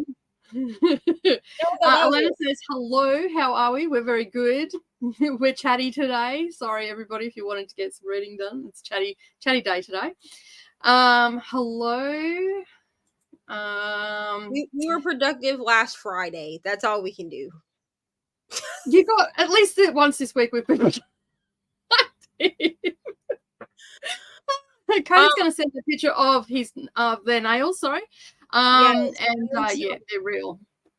Which also reminds me, I am going to be announcing the dates. I don't think I have everybody nailed down yet, but I'm going to be announcing the dates for November 24-hour sprints. And the reason what? All right, I'll be right up there to talk to you. Go. Okay, go. Go upstairs. I'll be up there in a moment. Go. Your dad is asleep on the couch, bro. If he sees you up at this hour. Okay, go. Goodbye. Anyway. What was I saying? Oh, I'm gonna announce the dates this time just because they will be Clue Readathon. Wow, I like my brain just like blinked. Clue Readathon themed. Yep. So I figure that this way people can get those into their calendar if y'all are planning ahead like everybody else. So is are the co-hosts are just going to get a clue like it was with Amazing Readathon? Probably, because I think that's going to be the easiest, and most of us that are, I think the only person that's not is Tina. I'm not opening it up. So the way that the behind the scenes for 24-hour sprints works, if anyone's wondering, is people ask, they inquire about being interested, or I ask them. It just kind of depends, whatever. And then they get added to, a chat or whatever. I'm not going to open the chat up this month. Usually I like send out like a call, like, if you want to be part of 24-hour sprints, let me know. But for November, I'm not going to do that. So it's going to only be Clue co-hosts or people that are already in the chat, because I know that, like, I don't think Tina is a host of any team. No, she's not. But she's already in there because she's already been involved and hasn't asked me to remove her. So that's how I'm going to do it. But I think that most of the people that have signed up to actually host have been Clue people. So I want to kind of keep it that way. And I did that, like you said, I did that for the Amazing Readathon sprints. Also, that's how Aoife ended up getting involved in the end. Yeah, because I wasn't part of that, the August 24-hour sprints, because I wasn't a co-host. So right, yeah, which is fair enough, because we are like we're pretty much doing a month of solid sprinting and all that sort of stuff. So again. So, but you might see me look like this at the beginning of the month, all put together. By the end of the month, I'm probably going to look like this. Me too. I'm going to be like, that's it. Hair everywhere, all disheveled looking. Here's my saving grace this month is that I learned. Here's the thing with Amazing Readathon is I learned my lesson. Me personally, this has nothing to do with anybody else. Me personally, I learned my lesson because I said it's fine. I have my Kindle. I can read all the time on the go, and I really didn't do that many audiobooks this month, unless it's a Kindle Unlimited book like the Door Smut. Okay, if it does not have an audio, it's not getting read, because I'm gonna have to also, like, I'm gonna have to fit this into work also, and the easiest way for me to read at work is with audio, because the boy, if I tell the boys, like, don't talk to me, listen to my book, they'll be like, okay, Miss G, you know what I'm saying, and then like they're only gonna interrupt me. Somehow they listen better than the people in my house. The people in my house will be like, yeah, I see you with your giant Hello Kitty headphones on, but let me try to talk to you anyway. I wear these around my house. Well, first of all, because they're fashion, But also, Rainy doesn't like doing wrap ups. Rainy, I'm not saying that you have to do this. I stopped filming wrap ups. I also stopped filming TBR videos. And I kind of have decided that TBRs are not really for me, which is also why, it's not the main reason. I'm not going to go into the main reason why I stopped doing my TBR game. There is a reason, but I'm not going to go into it. It was another channel. Yes. I'll say it. It was another channel. It was another channel. I'm not going to But we won't name and shame. There we go. But it was another channel, kind of just like took my game and went with it. So that's rude. fun. That's rude. So I was going to like invent a new game. I was gonna base it off Taco Bell, but then I was like, you know what? I don't stick to my TBRs. So I just kind of gave up because the setup, like, I don't think people realize, like, the setup for TBR games, there's like actual setup for that. Like, you have to be able to see the people have to be able to see the board and do all of that crap. So I stopped doing that, but I stopped doing wrap-ups months ago. Like, I was like, this is not, I was just kind of like, who is that? Marie Konda? Is that her name? Yeah. The like cleaning lady? I was like, Does this bring me joy? No, it doesn't. Mm-hmm. So I cast it aside. I stopped doing wrap-ups. I tried doing them vlog style and I couldn't keep up with it because I was finishing books faster than I could vlog. Well, you know what I started doing? Like, if you go back in the early parts of my channel, I'm sitting there in my little book corner and I'm talking about the books that I read in my weekly wrap-ups. Now, when I finish a book, I take some notes on my phone. I just talk into my notes, which my phone doesn't understand my Bogan accent. So we get some interesting words. Let's just put it that way. Okay. I read it. I don't know what I was saying there, but I know what I read. It's just to jog my memory. And then when I've got a couple of minutes, I've got the pile of books there. I'll just grab a book and I'll just put the camera up and I'll just start talking about, and then I just splice them all together. And it's essentially a vlog, except I might just put some stuff in from my crafting or whatever. And then I just slip that in there. Sometimes I don't even have that. I just go from book to book. That's a good idea. I think I decided that what I'm going to do is I am going to make my own pile. Like, I'm going to make my pile of hopefuls every month, which I do anyway. Yeah. And then what I'm going to do is I am going to screen record spinning the wheel, because people really do enjoy vlogs on my channel, and I don't want to stop doing that. But I need to come up with a way to do vlogs that doesn't stress me out. And doing weekly vlogs is starting to stress me out because I was like, oh my God, I missed 2 days of filming, because it's hard for me to film vlog footage if I'm having to work. Like on my days off, so Thursday, Friday, Saturday, I can film vlog footage because I'm home. But then most of my vlog footage is filmed in those 3 days. So I kind of just told myself, like, your vlog, like, I'm giving myself a whole month. So I think what we're going to get is you're going to get like one big monthly vlog where I spin the wheel. I might let Ari spin the wheel. She likes to spin the wheel.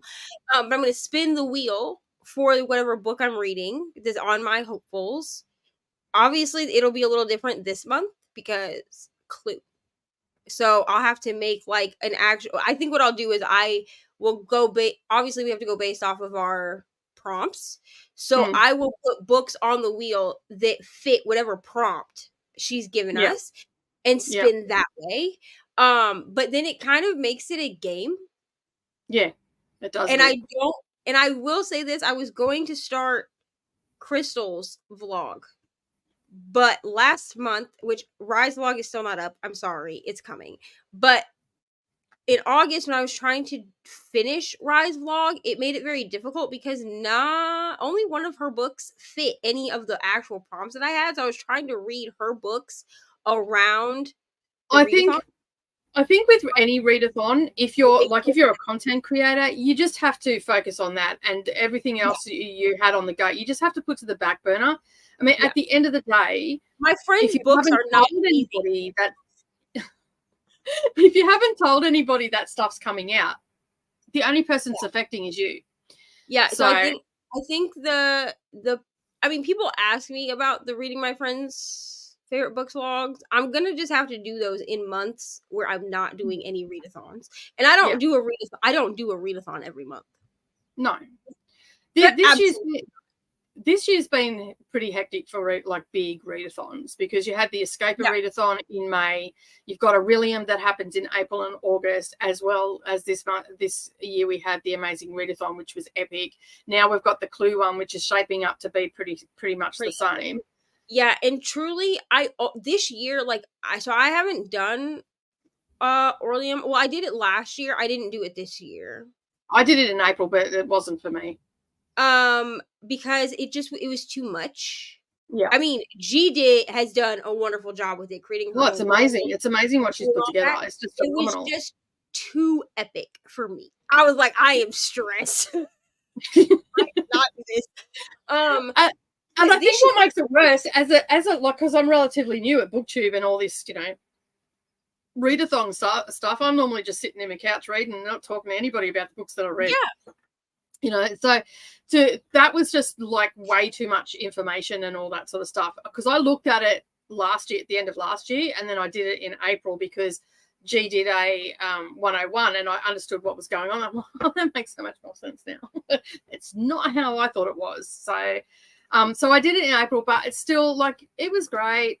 It was all right. It was and you watch other videos and then you're like, wow, they've put so much thought into this. And I'm like, I watch people's videos for it and I'm like, I can never. I mean, kudos to you, but I'm not doing it. And really this year I only participated in readathons that were run by my friends or run by me, because we did do the Stars Hollow readathon. We did that in April, I think. And then I did Rainy's Battle of the Boy Bands. So the Battle of the Bands kicked off. And then I did Amazing Readathon. But that's really, I think that's it for. And then I did Amazing Readathon, Escape the Readathon, and the one that Sarah had, which was Beachathon. Oh, Beachathon, yeah. I did Beachathon too because I was a host for that. Yeah, but I didn't do Aurelium. Yeah, I didn't do Aurelium, and I didn't do Cassidy's. That she did, and I didn't do Mel's because Mel did one this year. Mel from Eleanor Reed's, she did one, and then I didn't do Escape the Readathon. It wasn't, I don't know, it didn't seem like a thing I wanted to do. So basically it was pretty good. It was very, I think that's why I didn't have much trouble with the Amazing Readathon, not knowing the clues, because I had done the Escape the Readathon, because it was the same thing. You had to escape a room and you had to read the books, and when the team got to that many books, then you moved on or what, but no one knew what the threshold was or anything like that. Yeah. And I didn't do that one. And my thing was like, I don't know. Every readathon that I participated in 2023, I either hosted, which was the Gilmore Girls one, or someone asked me to co-host. So like either it was my idea or I was co-hosting it. So so I don't do them. I don't even do them every month. So I definitely have time to fit in like other content. I mean, later, like in other parts of the year. And we may or may not be working on something. Stay tuned. It's gonna be fun. That's all I'm gonna say. So fun! Oh my god, it's gonna be great. All right. Well, Christina is having a hard time focusing tonight, and thought that they could iron, but it's a bit late, and touched my ow. Bad move. Anyway, hurts to type, so I'm heading out and leaving you on for watch time. Awesome. Thank you very much for joining, and thank you for popping all over the place and liking and doing all the things. And don't touch her public service announcement is, remember, do not touch hot irons. They hurt. Gigra came over to like and support. Coda is saying good night. Thank you. Tanya, I'm still here having a little chuckle about the nail dilemmas. I can relate. Typing it's a hard thing to do when you've got long nails. Here's the thing. Okay, also like putting your hands like in your hair. Here's the thing. I will admit that I've never gotten my nails like done at the salon in a longer style. You know what I mean? So I feel like it could be different because they're more like attached. Yeah.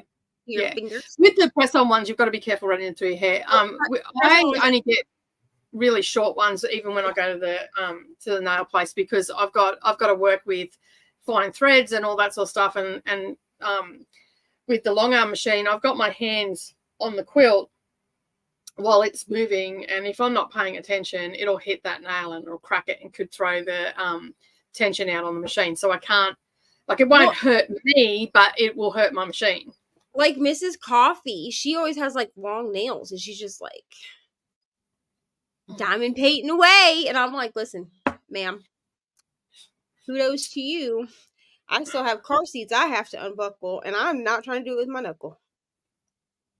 Doctor Who? Oh, we love Doctor Who. Okay. All right. All right. I'm not. I'm not. Someone that's good. So here's the thing. I'm not good with doctor numbers, but I can tell you who played my favorite doctor, which is David Tennant. Okay. And here's the thing.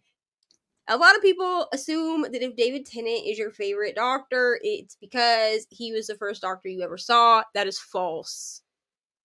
I've seen except like the newest ones. Like by newest, I mean like the last like 3 years.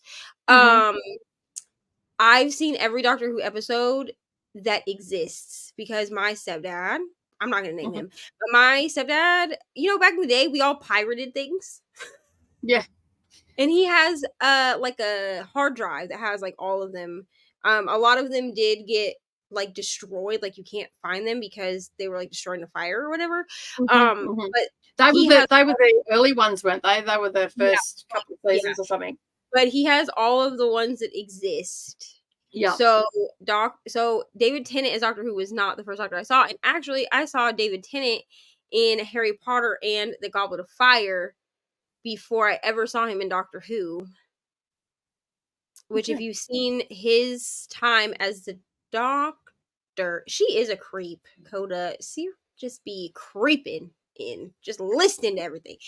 There are a lot of like nods to the Goblet of Fire in his time as the Doctor, which I've seen an episode here and there. It's not. I've never been much of a TV watcher, so it's not even surprising that I don't watch it because I've seen an episode here and there through friends and all that sort of stuff. Yeah. And my daughter's very much the same, Savannah. She's a reader, and so even at school, her teachers were going, "Oh, surely you've watched this movie, like recent time movies." And she's like, "No, I don't think you understand. I don't watch. I do not watch TV." We didn't watch a lot of TV, but Doctor Who was one that we were allowed to watch because it was on BBC, the BBC America. So, it was a show that because like the first episode of every new season, it like airs on New Year's Eve, I think it is. So that's what we would do. Like that was a family show. Like we would all watch Doctor Who as a family. Together. Yeah. My dad's thing was The World Around Us. So we all sat down every week and watched The World Around Us. So any random factoid, basically, someone will be talking about something. Oh, yeah, I've seen that. And, like I can talk about that. But as far as TV shows and stuff, we were, the news. Yeah, we were allowed to watch the news. Whoop-de-doo. But, yeah. Yeah. So, yeah, but I do love Doctor Who. I really, Actually, I think I'm in comment something because I don't know what this is for. Yeah, I think Shannon asked earlier on about if it was on the Women's Prize for Fiction, and I think I missed it. I may have missed it, but it was a couple of years ago. Yes. And Chris I did also not read. I haven't read it. I've not read it. I think Rainy's read it. I think she really did like it. I've not read it.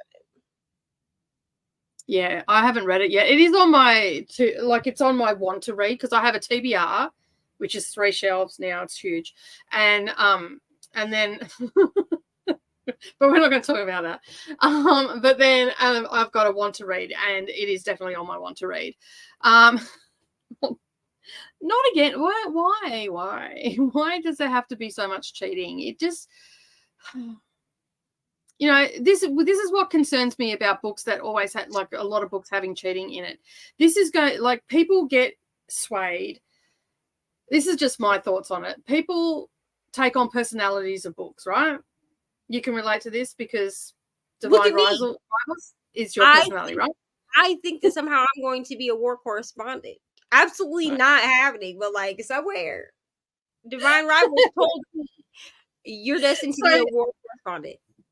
My problem with cheating, violence, and all that sort of stuff, if someone is constantly reading this stuff, do they, it's possible that this is going to be in their mind, and how,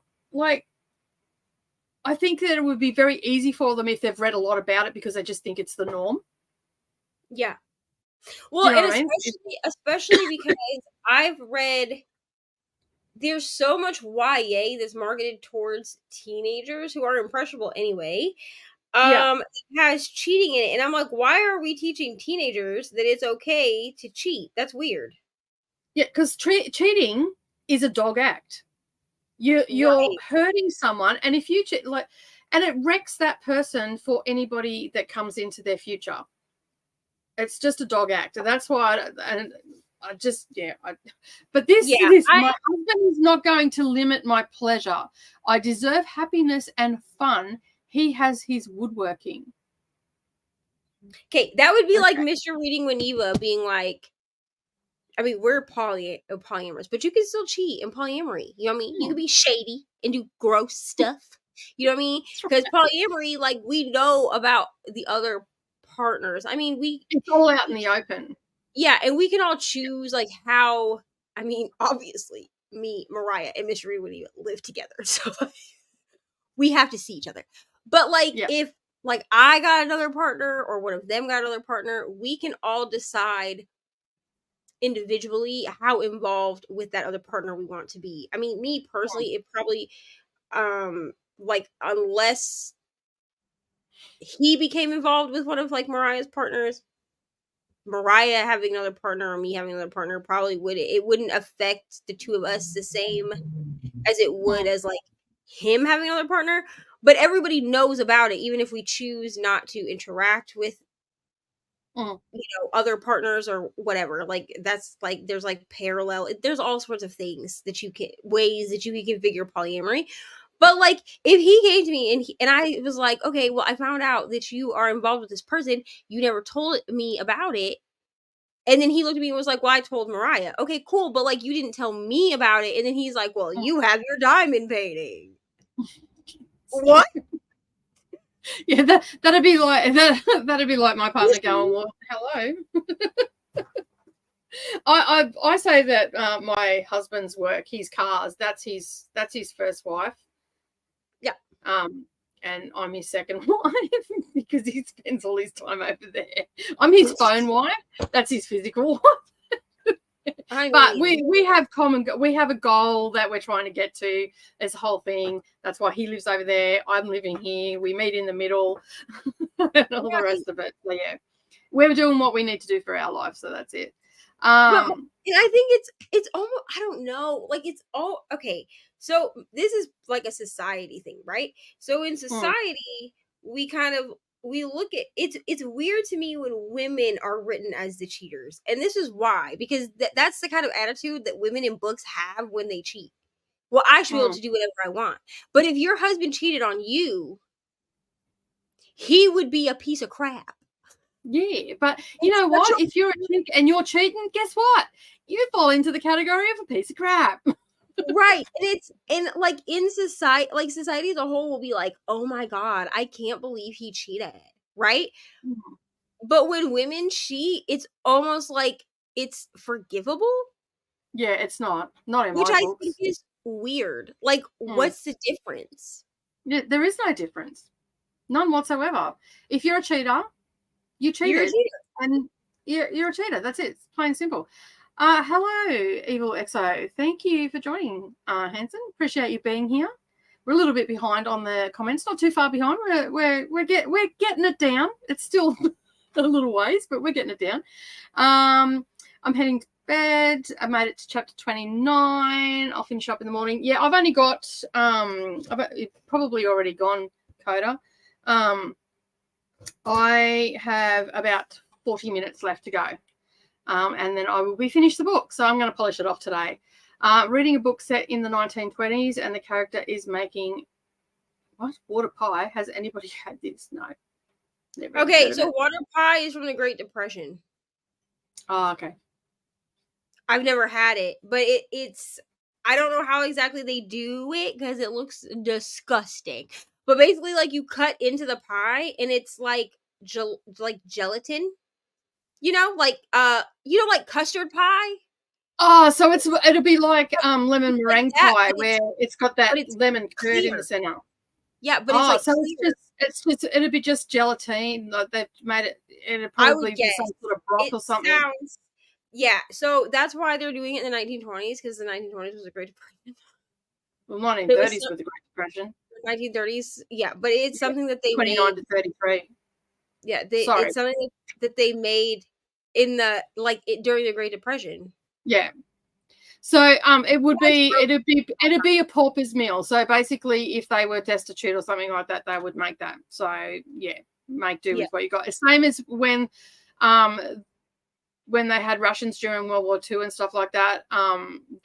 Through the wars and whatnot, they used to do the dipping, like the dripping, of the bread and fry the bread in leftover fat from their roast, from their cooking and stuff like that, and they'd use the dripping over and over again, and so they could get some nourishment. They would dip the bread in it, and then they eat that. It's my grandparents were still doing that in the 70s, and it's disgusting.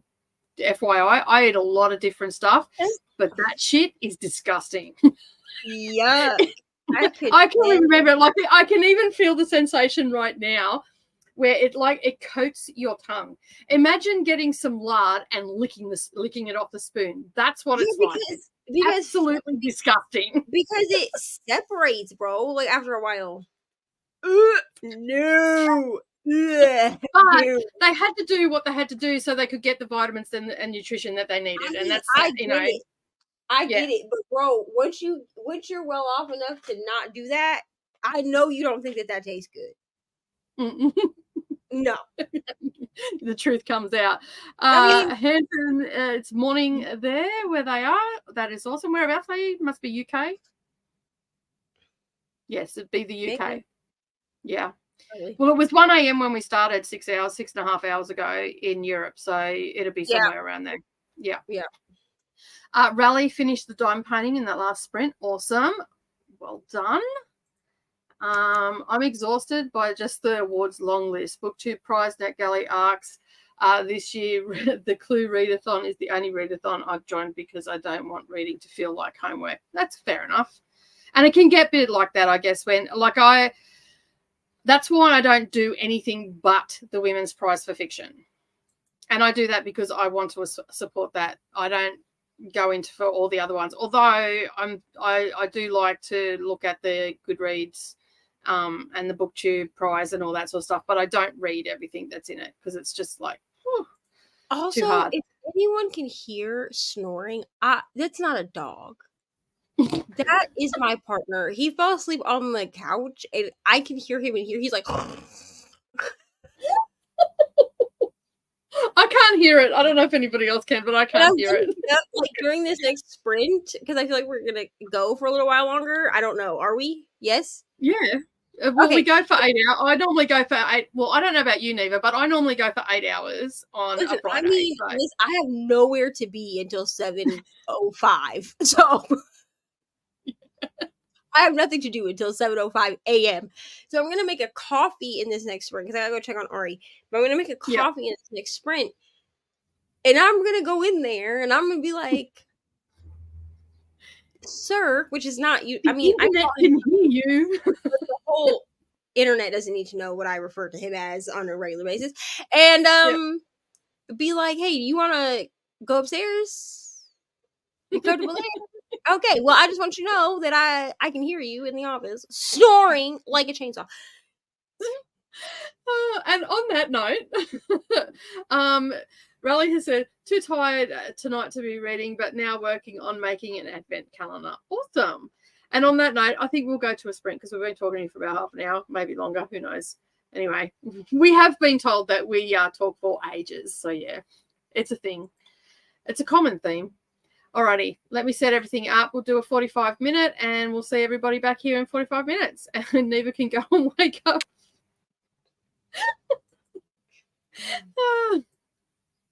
Happy reading, everybody.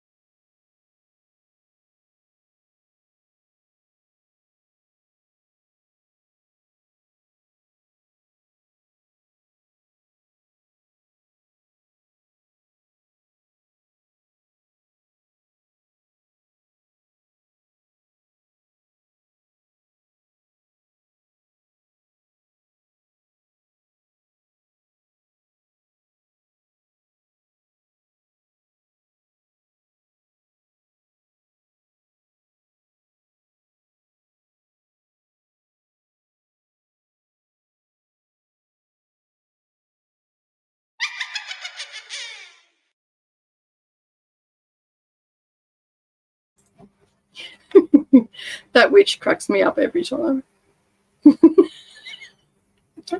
It sounds like me laughing.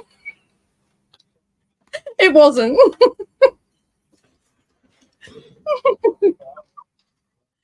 I might have to duck off just for a second because my partner's just turned up and he's got shopping for me. So I'll let you hold the fort.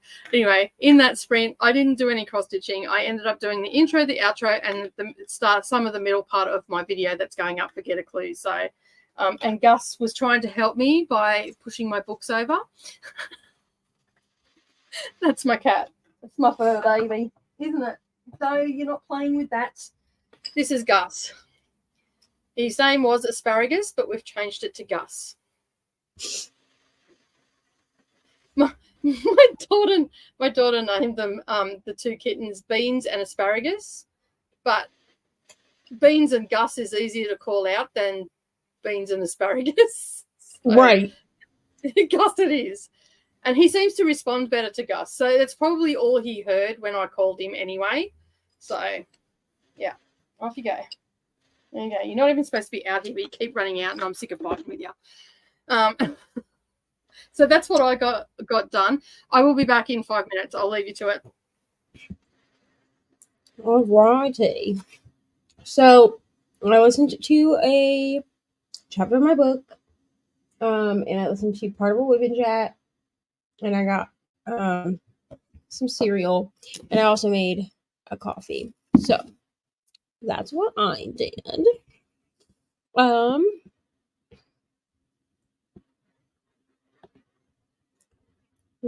me think. Let's see. When I read all the books about cheating, it just makes me think how much time and effort it takes. I'm too lazy to keep track of all the lives it would take. Cheating is way too much work. Amen. When take, absolutely.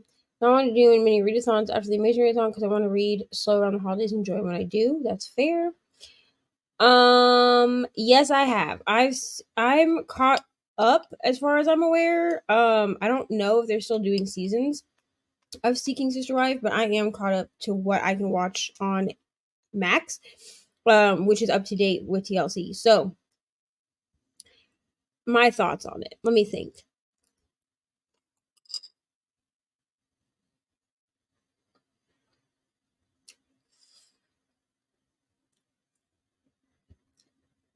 It's interesting because all of them practice polygamy. They don't practice polyamory.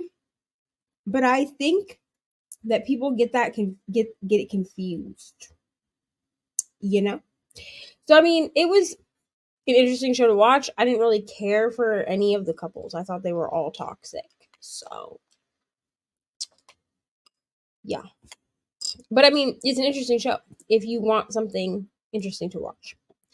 Wow. I am so sorry for that.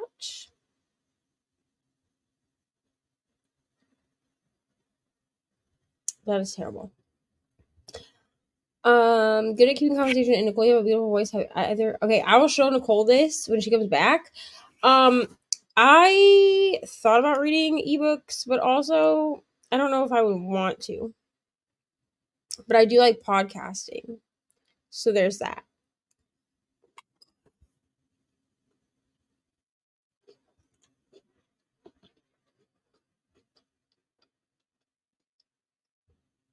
Yeah.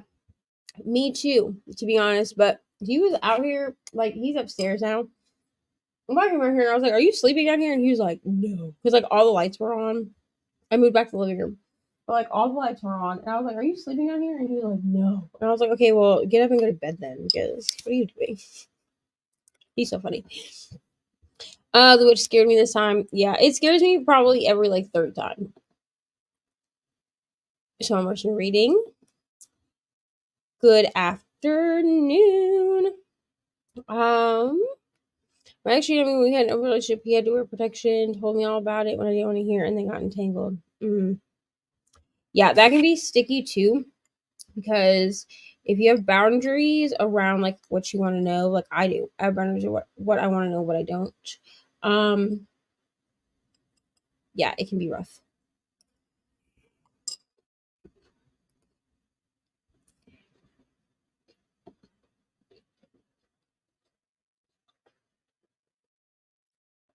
I will also show this to Nicole when she comes back.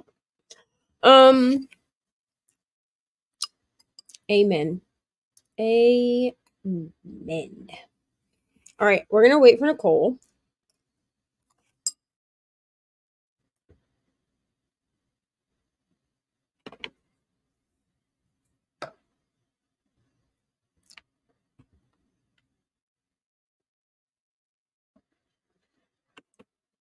Yeah, we're gonna wait for Nicole to come back because I can't start another sprint. So, how are we today, everyone? Listen to more of my audiobook and did some more of a bullet journal. Wonderful. What are you listening to? Because I probably have definitely forgotten. Oh, I also uploaded my first short because I wanted to see how it worked. I don't even know where my phone is, but that's fine. Here it is. So I uploaded my first short. Let me see with on my channel. Yeah, it's up there. It has 14 views apparently. It's just like a time lapse of me doing this diamond painting. I think I'm going to turn another time lapse on for this diamond painting during the next sprint. And maybe just do it. I think I might do a time lapse of me like finishing it because I only have 2.5 sections left.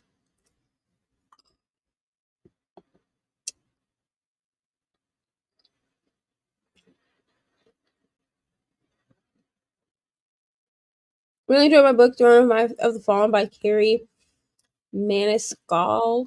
Wonderful. Welcome back, Nicole. Also, I have something you need to read. There was this one.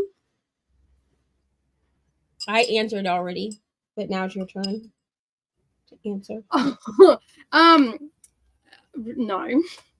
Thank you. That's so sweet of you to say so. But no, I have never thought about trying out for reading ebooks because I actually stutter when I start to read because I get very nervous. And yeah, I'm getting better at it because I'm doing sprints a lot. But if you're here at the beginning, you can hear how I become instantly dyslexic and can't read. And then, yeah, and I start stuttering and all sorts of stuff. But no, but thank you. Yeah, I like to podcast, but I don't know that I want to read books. You see, you know what I mean? Yeah, I've thought about doing podcasts and stuff like that because I'm not reading out loud. But then I suppose it would be a little bit different because you would treat it as a script. So you would read the section prior to actually recording. Like you'd probably read a chapter like in your head to get the lay of the land, sort of, so to speak, and then you would read out loud. If I do that, I'm a much better reader. But if I'm put on the spot to start reading, no, it doesn't work. Also, Shannon said she wishes that the witch was louder. Okay. I actually post-production had the volume down on that. It is pretty much up full on YouTube, so you'd have to crank up your volume. The other one's really loud. How many more sessions? As long as we need to go. Right, here we are. We just flying by the seat of our pants, to be honest. Yeah, most definitely. A private detective. I don't know. I think I could do it. I mean, I could. I was a true crime podcaster. Does that count? Yeah, my podcast that I did with my dad, which we're talking about bringing it back, so we'll see. But and I say we'll see because he says that he will bring it back with me, but he's been saying that for like 6 months, and here we are. So I think I could be good at it, but the thing with it, because I've actually wanted to work within like the field, you know what I'm saying? I don't want to be a cop. Okay, ew, no thanks. But I would like to be like, I don't know. I think that being like a CSI would be, which is crime scene investigator, that would be interesting. Like the only way that I would want to be a cop is if it was like Olivia Benson. You know what I mean? I'd want to be part of like a special unit. You know what I mean? Like Yeah. I wouldn't like a field cop. Absolutely No, not. I wouldn't want to be a beat cop. No way. Yeah. In forensics or something like that, my daughter that's at university becoming a teacher, that was originally what she wanted to do, was forensic science, so Yeah. she could do crime scene investigations. I've also had aspirations to be like to get my psychology degree. This would be, I would need a master's, which I mean, I'm not too old to get a master's, I don't feel. But I would actually want to work with drug addicts and at-risk youth because I feel like the at-risk youth would be harder for me, I think, because they're kids. I mean, but as far as working, people have asked me before why I want to work with drug addicts, and it's honestly because I am one. So like I feel like, you know, and I've run into like a lot, or I would want to work with birth mothers. Yeah. And like if you're going to have a much better understanding where that person's coming from and where they're at than someone that has never experienced it or lived it. And in an unprofessional capacity, I've worked with birth mothers. I actually have a friend who she's adopted a couple of children and she fosters, and she has gotten a whole, I mean, we have very differing opinions on things. She's very Catholic and I am not. And that's what you need to say. So we're like no longer friends on Facebook, but she'll text me sometimes if she has a mom that she feels like needs someone to talk to or whatever like that. They tend to open up to me a little bit better than they open up to her, which I think it makes her sad. But I've had to explain to her that like fostering, like people, like foster parents have like a bad rep. Like, and it's not the good foster parents' fault, it's the bad foster parents' fault. And unfortunately, we hear the horror stories, like especially as like birth parents. That's what we hear is like they're just using your kid for a paycheck, like that. You know what I mean? Yeah. And not every person is like that, but there are some that are. It's like with anything, there's good and bad in everything. So yeah, and I've had to explain to her before that like it's not that they don't want to talk to you, dude. It's just that what they see is that you are only there for the kids. They don't like, you have to prove. And like, as someone who went through this, like it took me a little while to open up to my son's mom, because I needed her to show me that she cared about me, not that she was just trying to get information on the kids, you know? And I mean, we have a great relationship now. Like, Ari knows who she is and all that stuff. But I mean, I think I think the thing with being a private detective is I would need someone to talk to, like in real life. And I don't want to go undercover, you know? No, I don't think I'd like to. I like private investigation. I'm down for the snooping. I can snoop. I mean, truly, like, here we go, okay? Because I have my. Isn't that what we do on YouTube every day? We snoop into other people's lives. Like, here's the thing, though. My car, bro. If I was a PI, snooping, just taking video pictures, bro, my car would be pimped out, okay? Because I would have like a space to diamond paint. I would take my Kindle. I mean, there's a lot of sitting. Yeah. With PI work. Yeah. Yeah, I'm down for snooping. Paint while I'm doing it, I'm down. Sign me up. Monica, sorry. Oh, my bad. Monica's reading an adult. I lent on. I just had my hand there and I pressed. Monica's reading adult romantasy and loving it. Wonderful. She's reading this book up here, Throne of the Fallen. Yep. Cool. So I am so glad that you're loving it. I speak this much German, but I can understand it better than I can speak it. But also, don't speak to me in full sentences because I'm not going to know what the hell you're saying. But I can understand it better than I can speak it. I mean, I can decipher the words. Like, I can read it better. You see what I'm saying? So Yeah. like I do use Duolingo because my brother has taught himself German. My stepdad, listen, my stepdad has dementia. He has early onset dementia. So the man is 52 years old, I think. But he has early onset dementia, so sometimes he will speak to me in German. So like I've had to teach myself German because sometimes he just starts rambling and like thinks that I understand what the fuck he said. I don't. I'm like, yeah, dad, yeah. Yeah. Two thumbs up. Got nothing. But I've been doing Duolingo now for like, I don't know, like 3 years or something, which you'd think that I would have mastered this by now, but I haven't. But like every time I go back into my Duolingo app, you know, they like quiz you. Like I always do really well on it. So like I know that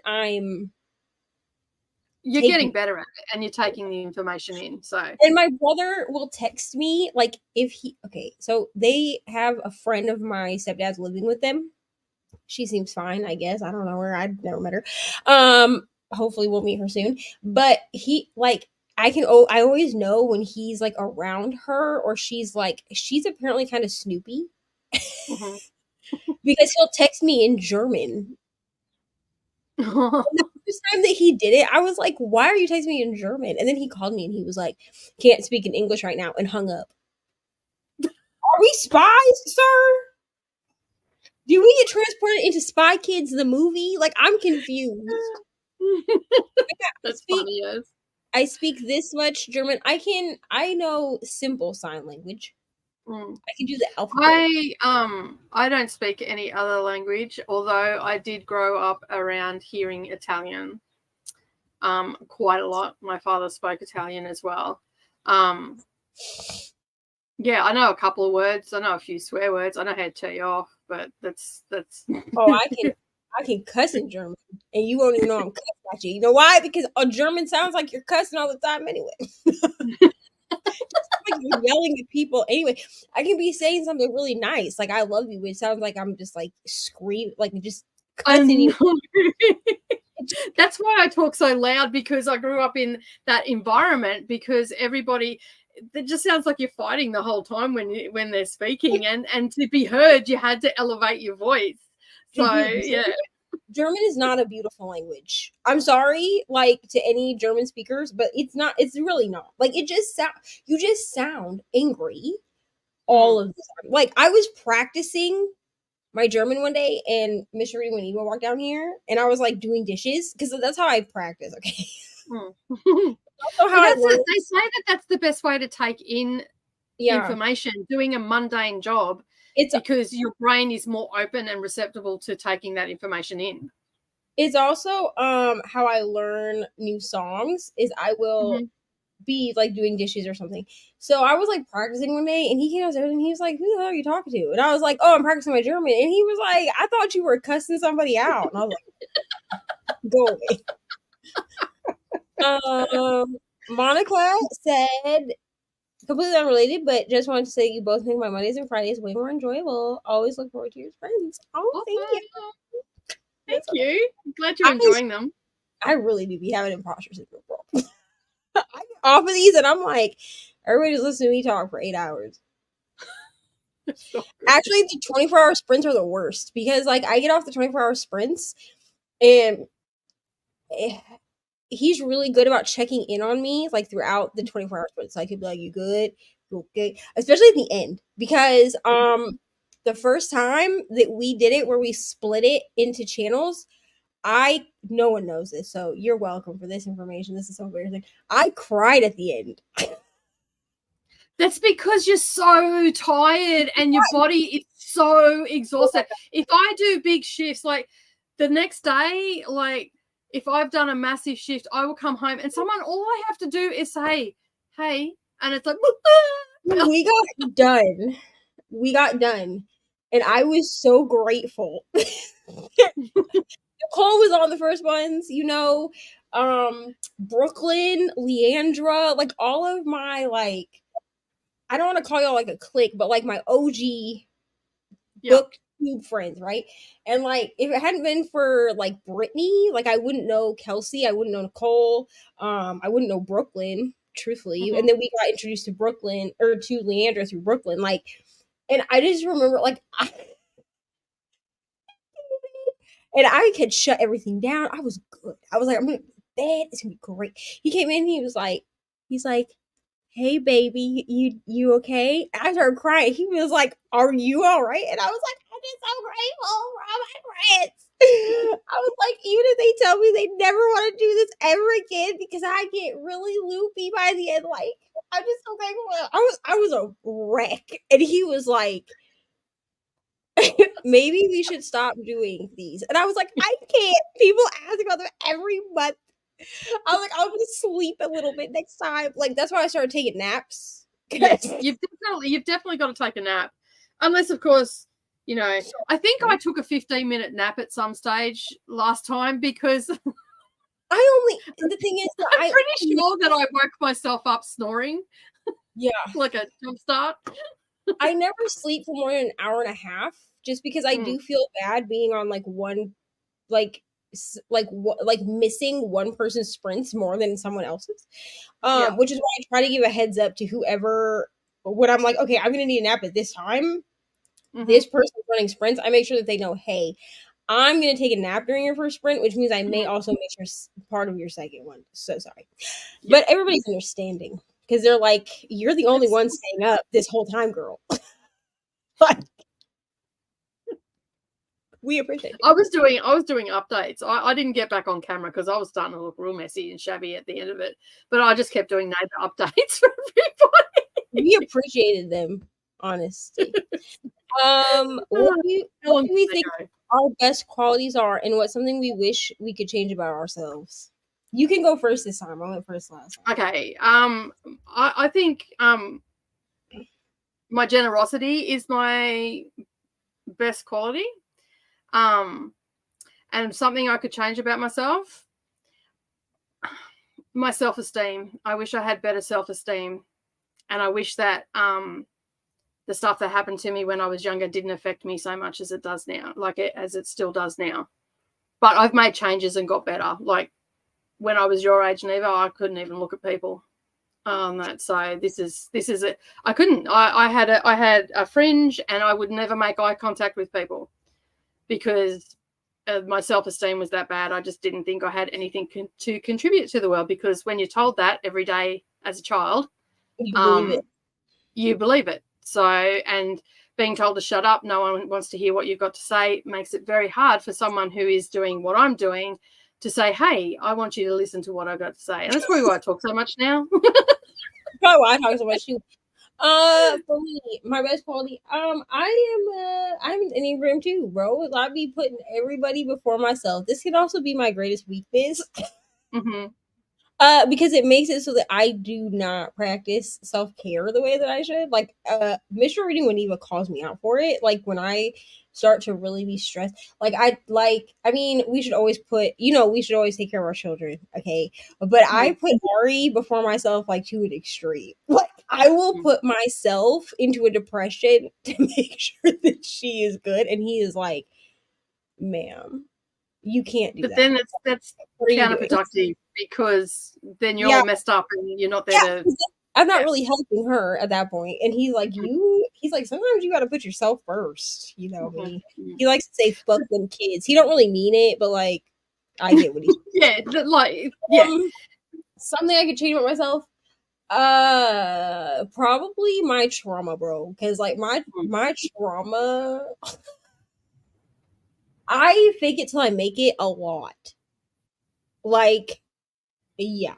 If I did not have like the support of people in my house to do YouTube, I would not do it. I'm just going to be frank. Yeah.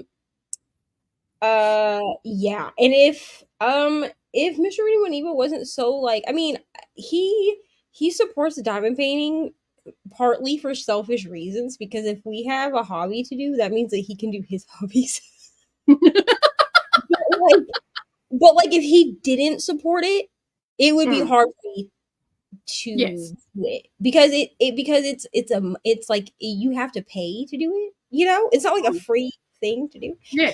YouTube is not necessarily free either. Like you can use free resources, but like I have to buy the books to read them. You know? Yeah, that's exactly right.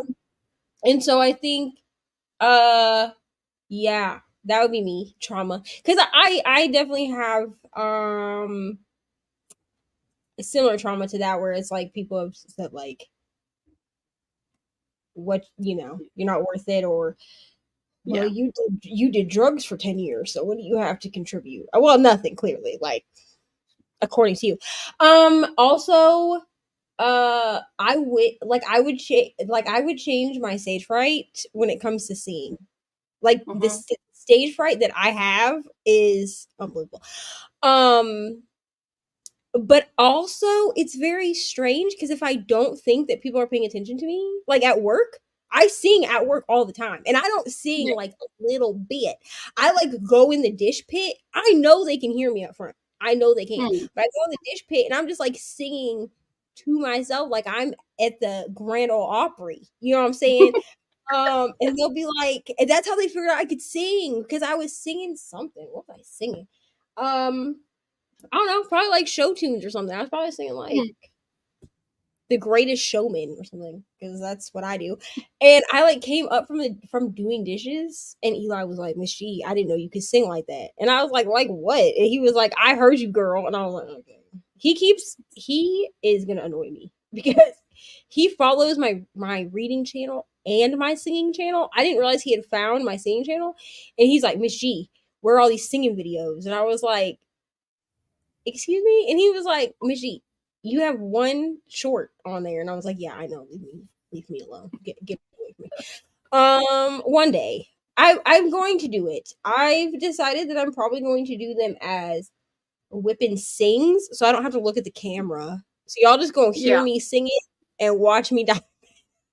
Because it's still looking at the camera that freaks me out. That's the thing. Because then I feel I'm like, well, people are looking at me now, and then I get scared.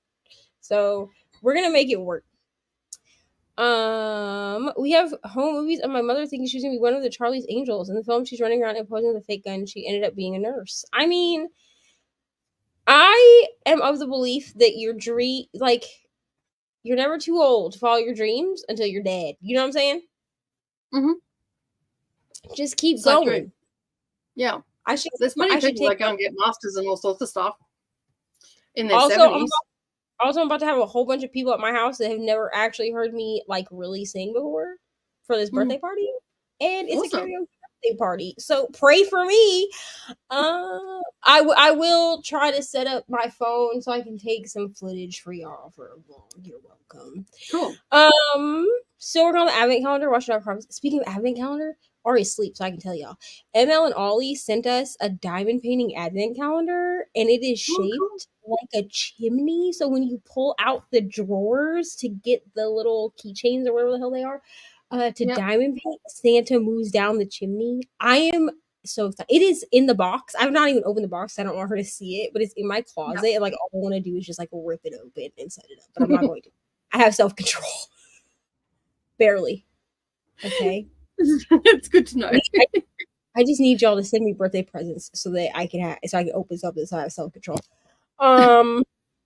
Speaking of cheating, there are detectives who only yes, I would love to be the PI on the show Cheaters. Yeah, I was gonna say, isn't there a reality show called Cheaters or something?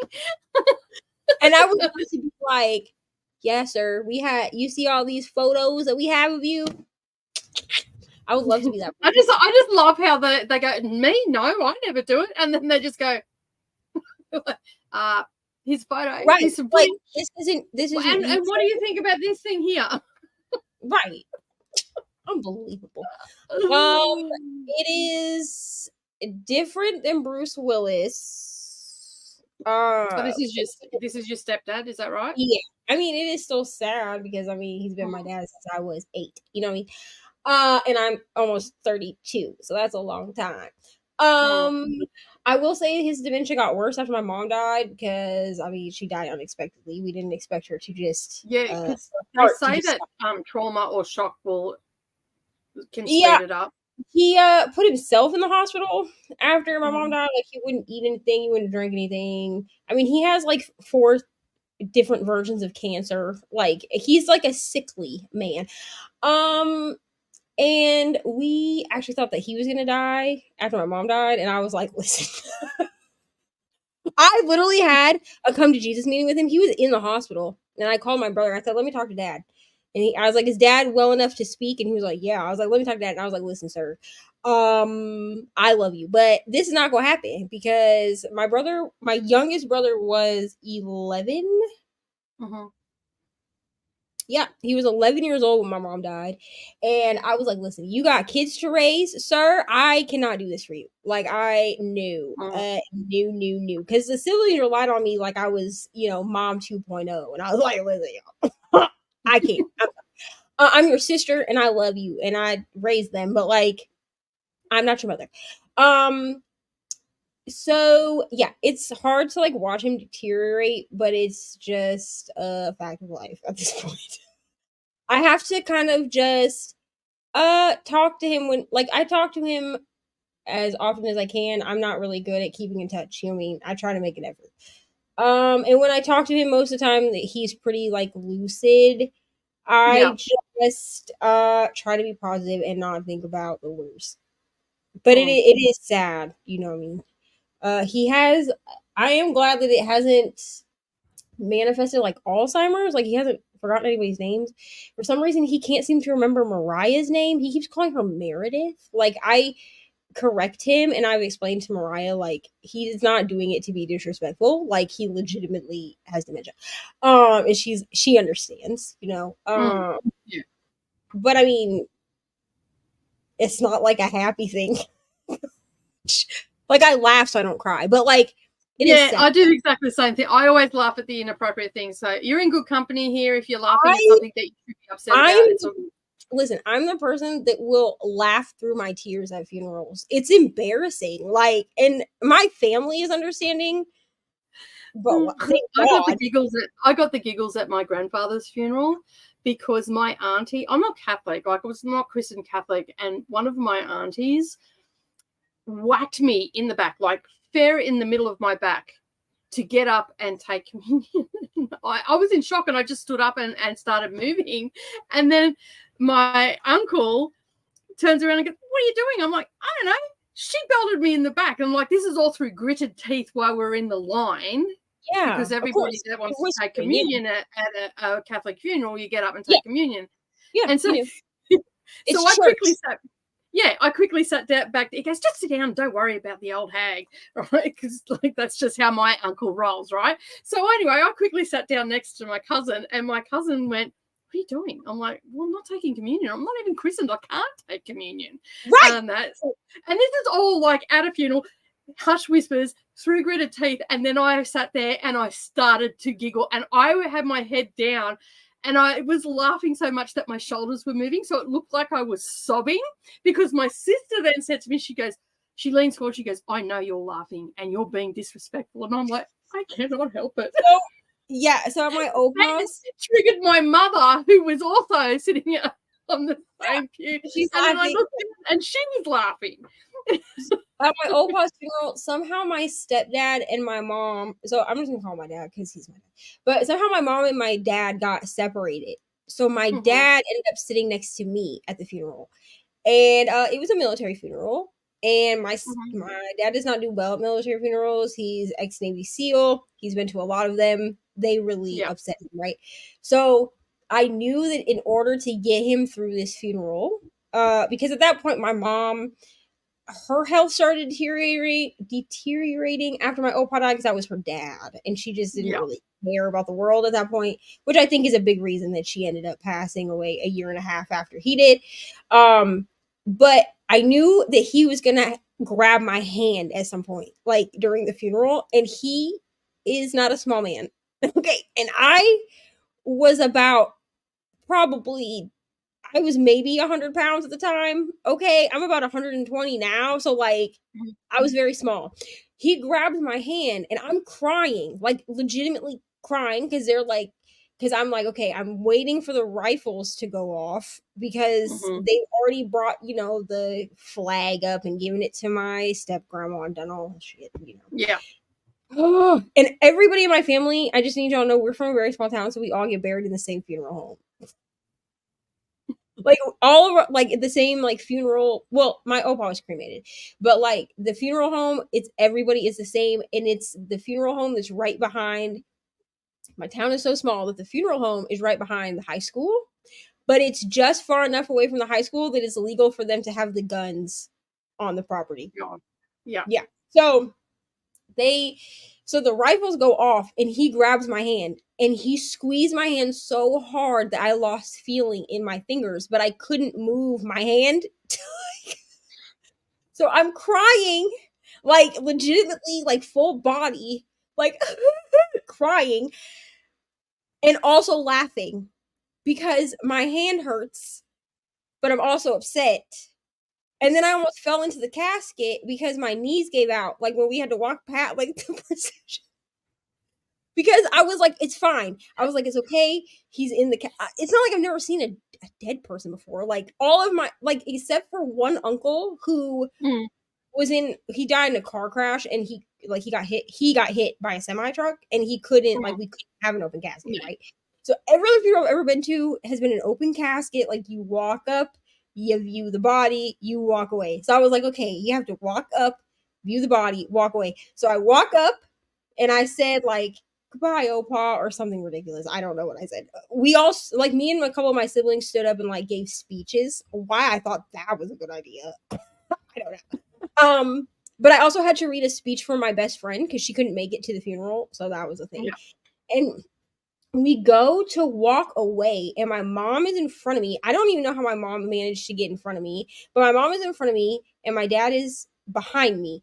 And I stopped and my dad put some like pins on my opa's overalls. He always wore overalls. So he was, casket in overalls and tie-dye. That was the theme for the funeral.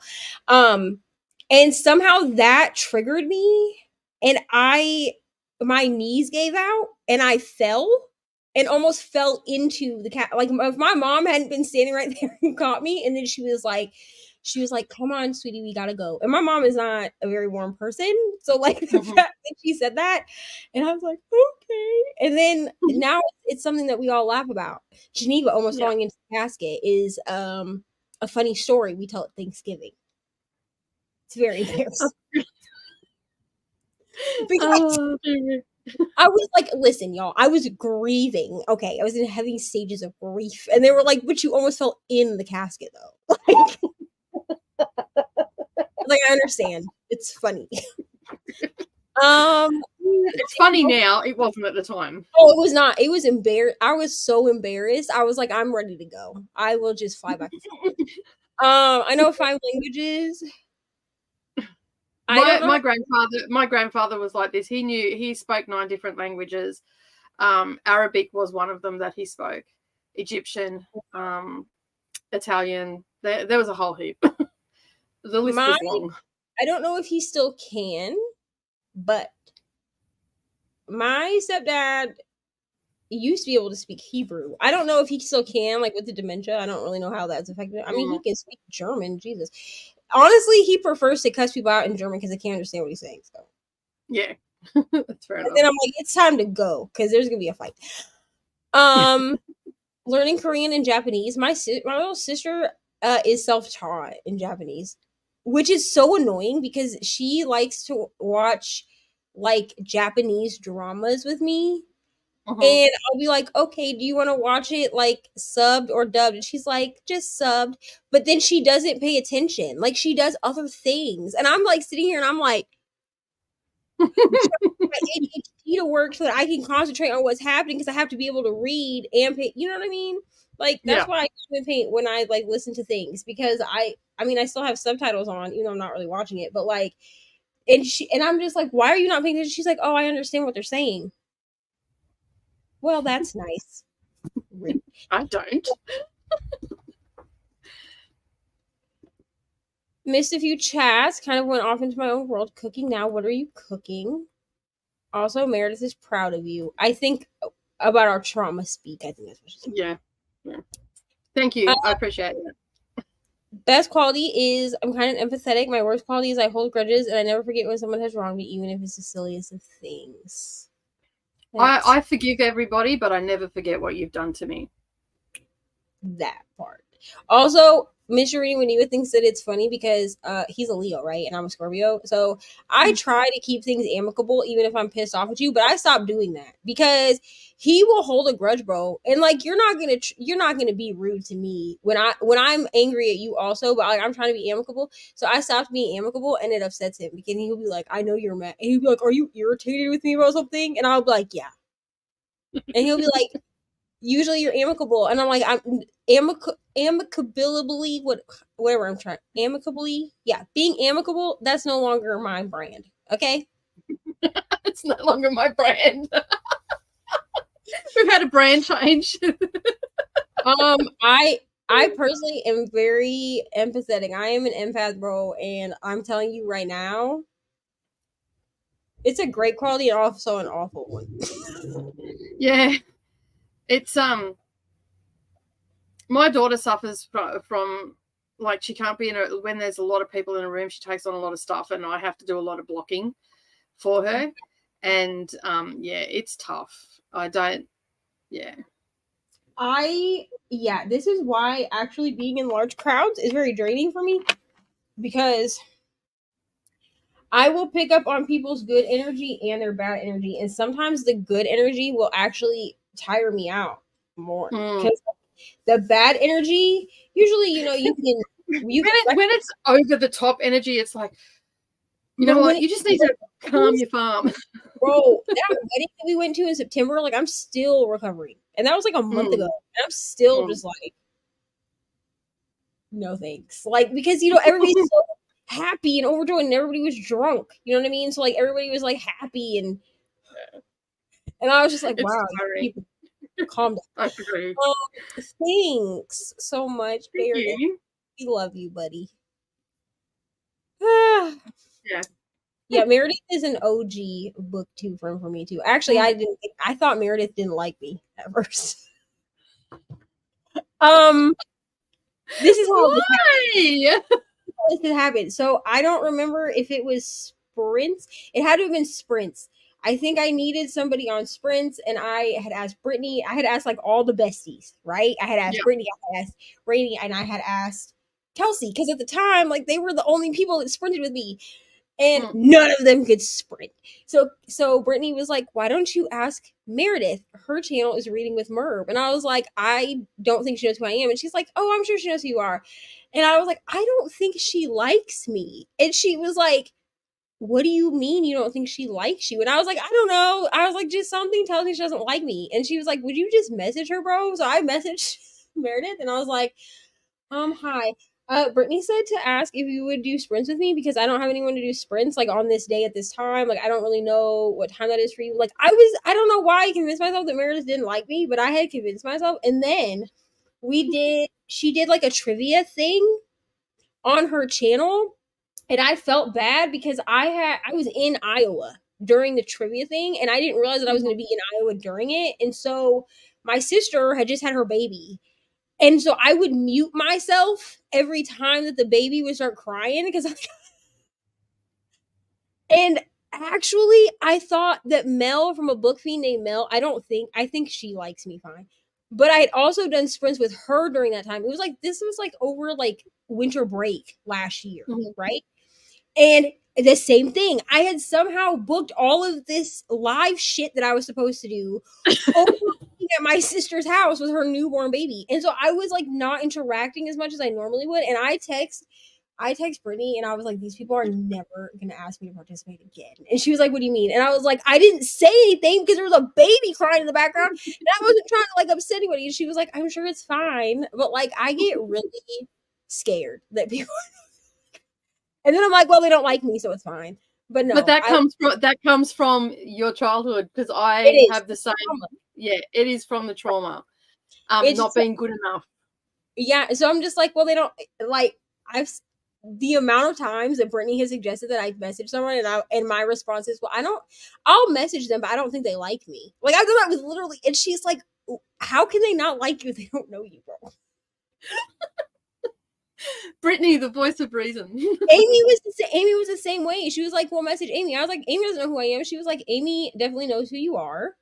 Because she had to like remind me that like Amy and I had been on sprints on Brittany's channel together. And I was like, okay, well, I was like, I just feel weird asking her because I don't think that she really likes me that much. And Brittany was like, what? She's like, she's like, people can't like you until they get to know you. And I was like, that's exactly right. That's exactly right. This is why let's cover either. Like, this is why Brittany is my best friend. She's like, shut the hell up and just message these people. But she says, you know, listen. Well, I'm glad you reached out to me because see, we would have become an impasse because I wouldn't have reached out to you, you wouldn't have reached out to me, and we needed Brittany to come in and interject and go, "Will you two stop being stupid?" She literally was like, because the first time that I joined sprints with you, it was because I had messaged Brittany and I was like, bro, I'm so bored, like I just want sprints, like so bored. And she's like, well, Nicole's doing sprints, and you had already added me to the Discord, but I hadn't participated in there at all. Like you had added me to the sprint channel, and I was like, I am not commenting on that. Absolutely not. And I was just like bitching to Brittany that I was bored, and she was like, she's like, why don't you tell Nicole you'll be on sprints with her? And I was like, I don't think so. And she was like, if Nicole didn't want you on sprints with her, she wouldn't have added you to the Discord, bro. Like, just ask her. So I just like put it in the Discord and I was like, I could be on sprints with you. And now look at us. Now you can't get rid of us. Thursday nights. Now you're stuck with us. Listen, I would diamond paint. But here's the thing. I've seen this pop up and I just started giggling. I would not do a full dime painting. I would do like a paint gym. That's how I would do it. But my thing is, I think that when I do paint gyms, because I think I will do them, I want to use them for like travel or like when I leave my house.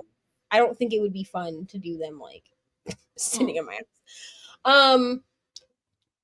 I've decided, I think that my approach to finishes with that is like the whole pack has to be done. Yeah.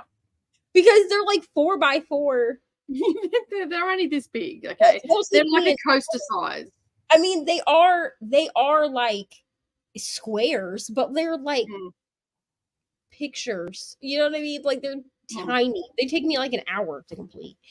Best quality is my perseverance through obstacles. My worst is I think of everyone before I think of myself. Yeah, me too. And I get yelled at for it, so that's great. Yeah. So here's my approach to this. I'm going to make a vlog. Like, there's going to be a month-long vlog of Ari opening each of the little paint things, whatever. But it's going to be in the membership only because it makes me uncomfortable to put her on the main channel. I know we did like her birthday unboxing last year, which is what made me uncomfortable. We did that, and then the longer it's still up, I think, but like the longer it was up, the more uncomfortable it made me, and I was like, I'm never doing this again on the main channel. That's fair enough. She's not old enough to give consent. Yeah, and Mr. Reading, when even I came to an agreement to not put her on the main channel anymore, like in sprints is like fine if she happens. But she's only there for a couple of seconds and then she goes. She says hello and then she leaves. To be like in a vlog or something, like she's in my Iowa vlog.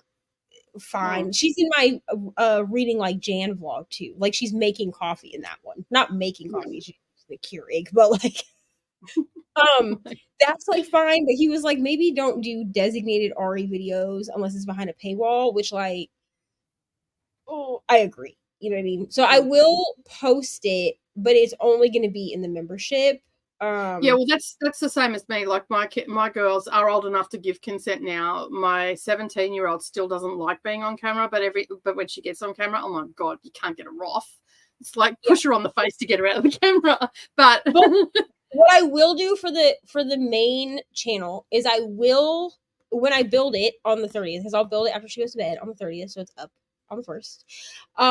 I will like probably maybe I'll do like a time lapse of me putting it together, and then like I'll show it to y'all, and I'll show you each of the pieces like as she completes them or whatever. She just won't be in any of the clips. Mm-hmm. That I feel like that's the simplest way, and rightly so, because she doesn't have the emotional maturity to consent to something like that being out in the world, and she should have the choice whether she wants to be on camera or not. You know, yeah. And that's why I've not put, like, I had one person, like my daughters have been on the channel from time to time when they've got older, and they've said, yeah, it's fine because I'm just doing a brief clip or whatever the case may be. But one of my subscribers actually said she feels like she should be looking away when she's watching the behind the scenes content, because my kids have never been on the channel. I talk about them, all that sort of stuff, you know, give updates, because everybody always asks me anyway, so I give updates and whatnot. But actually filming them, it is rare. But in the Patreon, they're there. Savannah's more inclined to get into it now because she's a crafter, so she's always with me, or she's doing something, and I say, is it all right if we film it, because it's content for people that know of you? And she's like, yeah, cool, no worries. Whereas I will say my older kids, I mean, Austin, he's not my kid, but like Austin, he likes to show up with no shirt on and like walk into my lives. I'm like, I'm live, and he's like, oh my bad, whatever. He's 17, okay, he isn't weird. But I will say that my 17-year-olds, they're a creature unto themselves. I will say that you like the internet. Well, okay, y'all have seen pictures of them, but they're not recent pictures, like old pictures from like adoption day. I share those because they're already on social media. But like if my older kids were here, like my other kids were here, you wouldn't see them. That's because their mom doesn't really want them on the internet, and that's fair. Ari doesn't know any better but to say their names, so their names have been said, but I don't say them. If that makes sense. So so unless you catch where Ari is like, my brother, blah blah blah, you don't know who she's, you know what I mean? Like, yeah. Is there a book genre you wish you read more of, or wish you liked? I guess I can go first for this one, unless you want to. Oh, you can go first. Yep. Okay, a genre I wish I read more of. I'm gonna say this year. I wish I read more fantasy this year. I read so much romance. I read so much romance and smut this year, y'all. It's embarrassing. We're not even going to talk about it. Like, when I look at my story graph, the most read genre is romance. Now, I can guarantee that 90% of it is smut. Because that's just what I prefer. You know? That's your brand, isn't it? It is. According to Mr. Reading with Neva, that's my favorite genre. Yeah. So... yeah, romance is the most I've read by like a long shot. I've read 54 romance books. So 54 books out of 95 have been romance. Probably at least 26 of those books have also been smut. A genre that I wish I liked. Truthfully, I wish I liked sci-fi more. I'm just like, sci-fi is so hit and miss for me. Like The Martian, was it The Martian? Mm-hmm. Or was it Project Hail Mary? I don't know which one of those I read. I think I read Project Hail Mary. Whatever. I've read both of them. I think wait, which one is the one? Okay. Project Hail Mary was released last year. Okay, here's the thing. I read one. This is the problem. Whichever one had the poop potatoes in it, he was like on the moon. That was The Martian.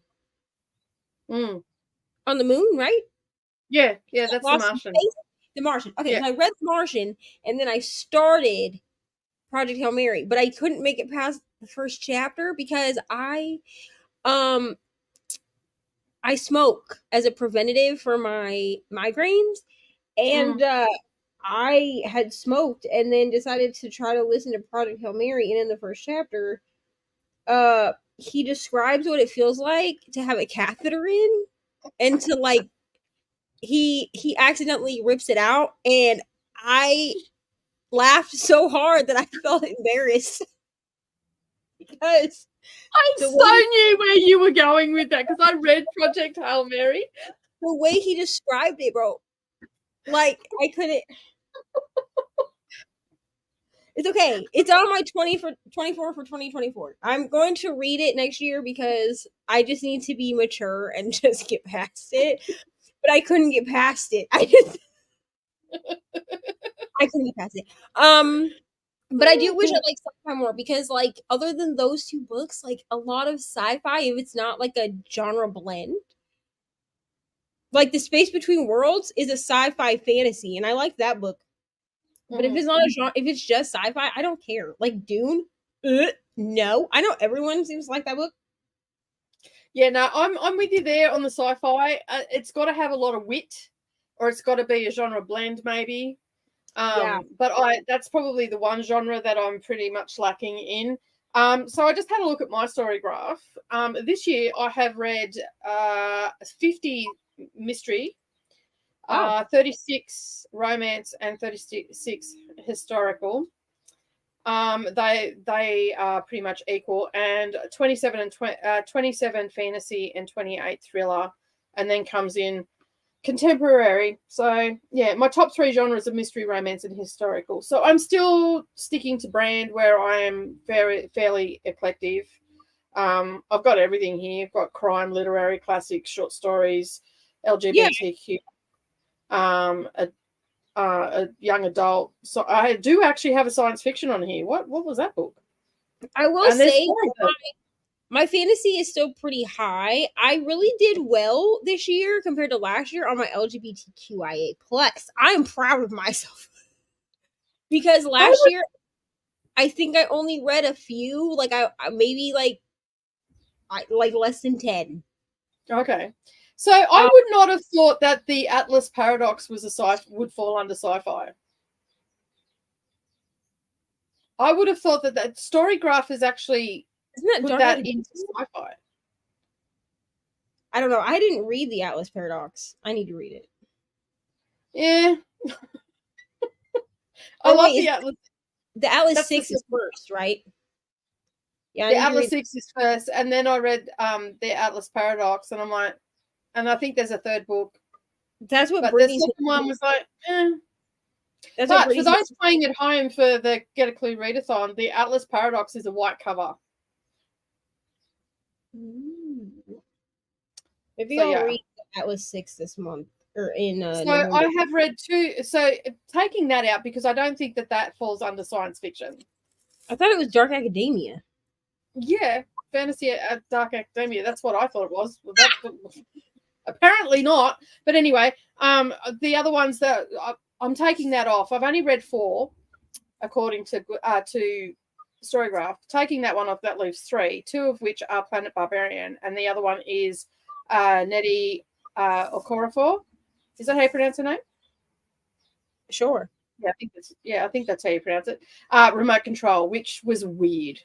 Like, It was out there. I closed that book. It was only a short book. It was only 4 hours and 7 minutes. And I closed my phone down and went, I'm not entirely sure what I just read then. I will say I read a bit of everything in this. I have romance is my biggest genre, and then followed by contemporary, and then fantasy. I read more fantasy than I thought this year because I read 15 LGBTQIA plus books, which is very good because last year I read like 2. I've only got 4 this year. Wicked and Wild Things, which is really good. The Atlas Paradox is on there as well. Crimes of Passion, which was a audiobook that I read in August, and then Cursed Bread, which I did not like that book. That was on the Women's Prize for Fiction, and it was if you go and watch the last blog of the Women's Prize for Fiction, I had a lot to say about Cursed Bread and how shit it really was. So it looks like now I'm wondering what they're counting as romance because so I'm looking at this and I have romance, but I also have erotica in here. And it says I've read 8 erotica books. And the books that I would have considered to be put into the romance category, they're all smut, right? So I have Priest, I have Midnight Mass, I have That One Night, which is the prequel novella to Pucking Around. Then I have Pucking Around. Then I have Pucking Ever After Volume 1. Then I have Praise, Hush Little Baby, which was terrible. And then Your Dad Will Do. Those are all being called erotica. So, but I'm looking through my romance and I feel like, so they put Priest in both erotica and romance. Same. But all of the Ice Planet Barbarians books, y'all put that just in romance. That's not erotica? It's definitely erotica. That's definitely erotica. Someone's. What did you say a couple of sprints ago? You smut radar is broken. What was it? Yeah, because you can't gauge. Their erotica radar is broken, bro. Yeah. I mean, sometimes I'm looking at and I'm like, okay, like I understand. Pucking Wild, which is the second book in the second full length novel in the Jacksonville Rays series. So it comes after Pucking Around, right? They only put that in romance. That is erotica, bro. Listen, they do things in the sauna that I didn't know you could do in the sauna. Like, I knew you could do them. I just didn't think to do them in a sauna. You know what I'm saying? So, sure. You read something, go, interesting take on that. Alrighty. It's interesting that they put both of the Beast of the Briar books, which is Bonded by Thorns, and I can't remember what the other one is. They put that only in romance. That is definitely erotica. Okay, I got punched in the face by our main female character watching 2 of our male characters get it on. Okay, I'm not complaining. It was a great scene. I'm just saying I wasn't expecting it. You know what I mean? Yeah. The rest of these, listen, Never, terrible book, and I wouldn't even call that a romance. It was. It's Colleen Hoover, so there you go. The rest you should have started with that, Colleen Hoover. Yeah, okay. Moving on. Yeah, see, the Vicious Lost Boys, I feel like if we're gonna say that something's erotica, those are erotica. Okay. In the 3rd book, they are doing it while they're flying. In the air. Yeah, that's erotica.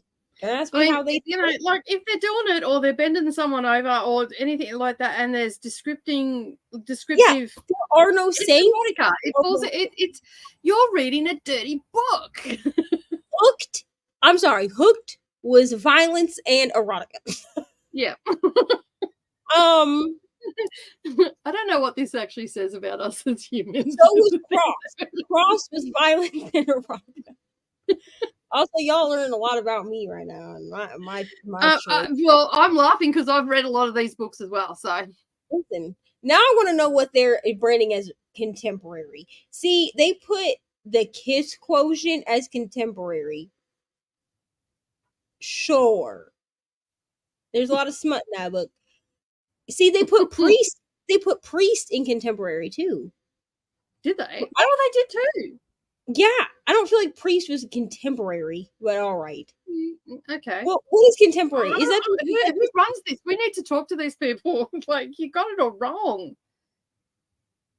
Like, but isn't Storygraph taken off what you as the reader put, like when you check things and whatnot? I don't think so because I don't do all that. So what I do is I just search for the book. I find no. I mean, isn't it reader based? Like when with everybody, and they take what other people have done. I don't do that either. I do reviews, but like my version of Magnolia Parks was a user added. Like it'll say user added. So some of these are added by them. But I mean, is contemporary just like a blanket term for like takes place in today's world? Like, is that all that means? I think so. Because I mean, then I suppose all of these that they're naming are technically contemporary. Yeah, because like I'm just looking at mine, and I've got like people like Jacqueline Crook's on there, Holly Ringland, Sally Hepworth, Andrew O'Hagan, Nora Roberts. This is all in contemporary. Laura Blakely, Alice Hoffman, Danielle Steele. So I'm guessing what they're classing, as you said, it's set in today's, and that's contemporary. All right. I'm not trying to be funny. Anybody read The Writing Retreat other than me? No, I haven't read it. Because this shit is saying it's LGBTQIA. I do not remember that. But also, The Writing Retreat was not very good. I only gave it 3 stars, so that might be why I don't remember. So how many books have you read off your shelf? So being your Kindle shelf, audio, or physical? Oh God, I don't know. Let me tell you. So I've read a total of 95 books, right? Mm-hmm. So as a Kindle shelf, are we counting books that I got off of Kindle Unlimited as being on my Kindle shelf? Well, see, I don't know if you can see this or not, but I see the tags that I do. Like, so I've got tags there. The biggest one there is off my shelf. That's my physical shelf. So I add my own tags, so I know at the end of the year what I've taken off my Kindle Unlimited, off my shelf, and audio shelf. So they're my 4 shelves that I have that I put on there.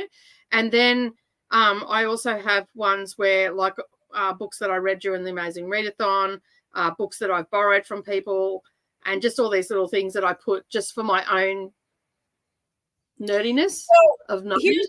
So here's what I usually do. What I do is, if they are off of my physical shelf, because I'm going to be real, I'm going to change this for next year because I would like to keep track of books that I'm reading that are on my Kindle shelf as well. Mm-hmm. Basically, if I own the book.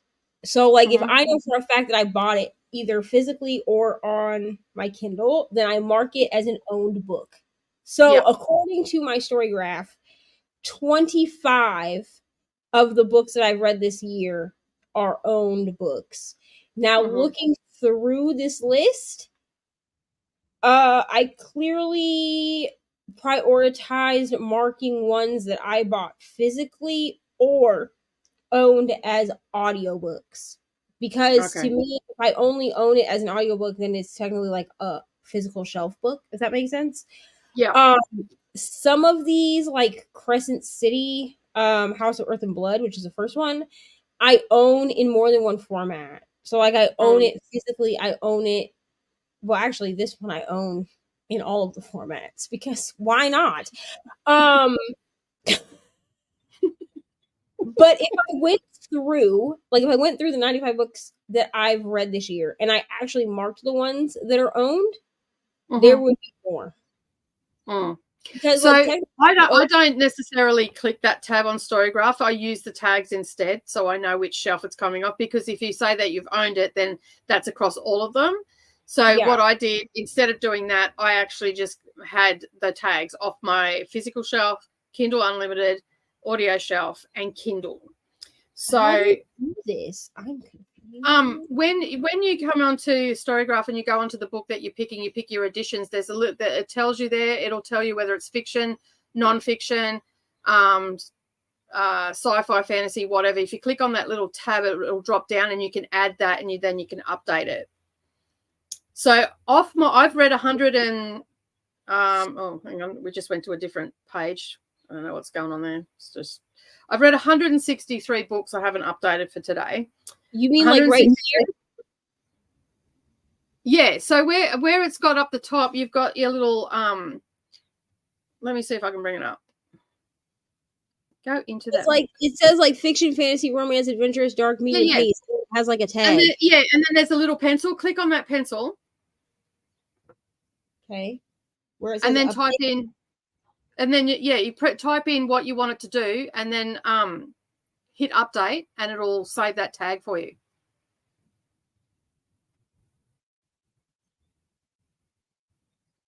Well, that's fun. You get what I'm putting down now, right? I'm gonna go update this in the next one. So so I've read 163 books, and then you've got, when you get to your stats, if you scroll all the way down, it'll come to tags. You'll have a section that says tags. Yeah. And then they're all the tags that I've used, right? So books that I've borrowed from Darvanalee, new to my bookshelf, all that sort of stuff, right? So out of the tags, that's fun. 87 are physical books that I've read off, but I've also included if I found an audio on the library app, it's still come off my physical shelf, but I've listened to it or I've immersive read because I mostly immersive read. And then my Kindle Unlimited, I wanted to do that one because I didn't think I was getting value for money for it and I was going to scrap it, but I actually have read 28 books this year off it. My audio shelf, I've only done 18, which I have no physical book here or a Kindle book for. And my Kindle shelf, I have only read 13 this year. And most of them were Women's Prize for Fiction because I couldn't get them in the physical copy. So, yeah. Oh, this has changed my life. Because here's the thing. That's the one thing about Goodreads, really the only thing about Goodreads that I kind of missed was being able to shelf books, right? Because like on Goodreads, like what I want is an app like Storygraph that takes the shelving capability of Goodreads. Goodreads, yeah. Yeah. Because the tag system is the way around that. That now gives you. Now I'm about to go through because I do want to shoot a video of like all the books I read this year. Am I going to hit 115? I don't know. I don't even know necessarily. I mean, I probably will hit 100. I don't have 5 left, like to get to 100. Yeah. I foresee myself hitting 115 simply because of the Clue readathon. But I'm like at peace with not hitting it. Yeah.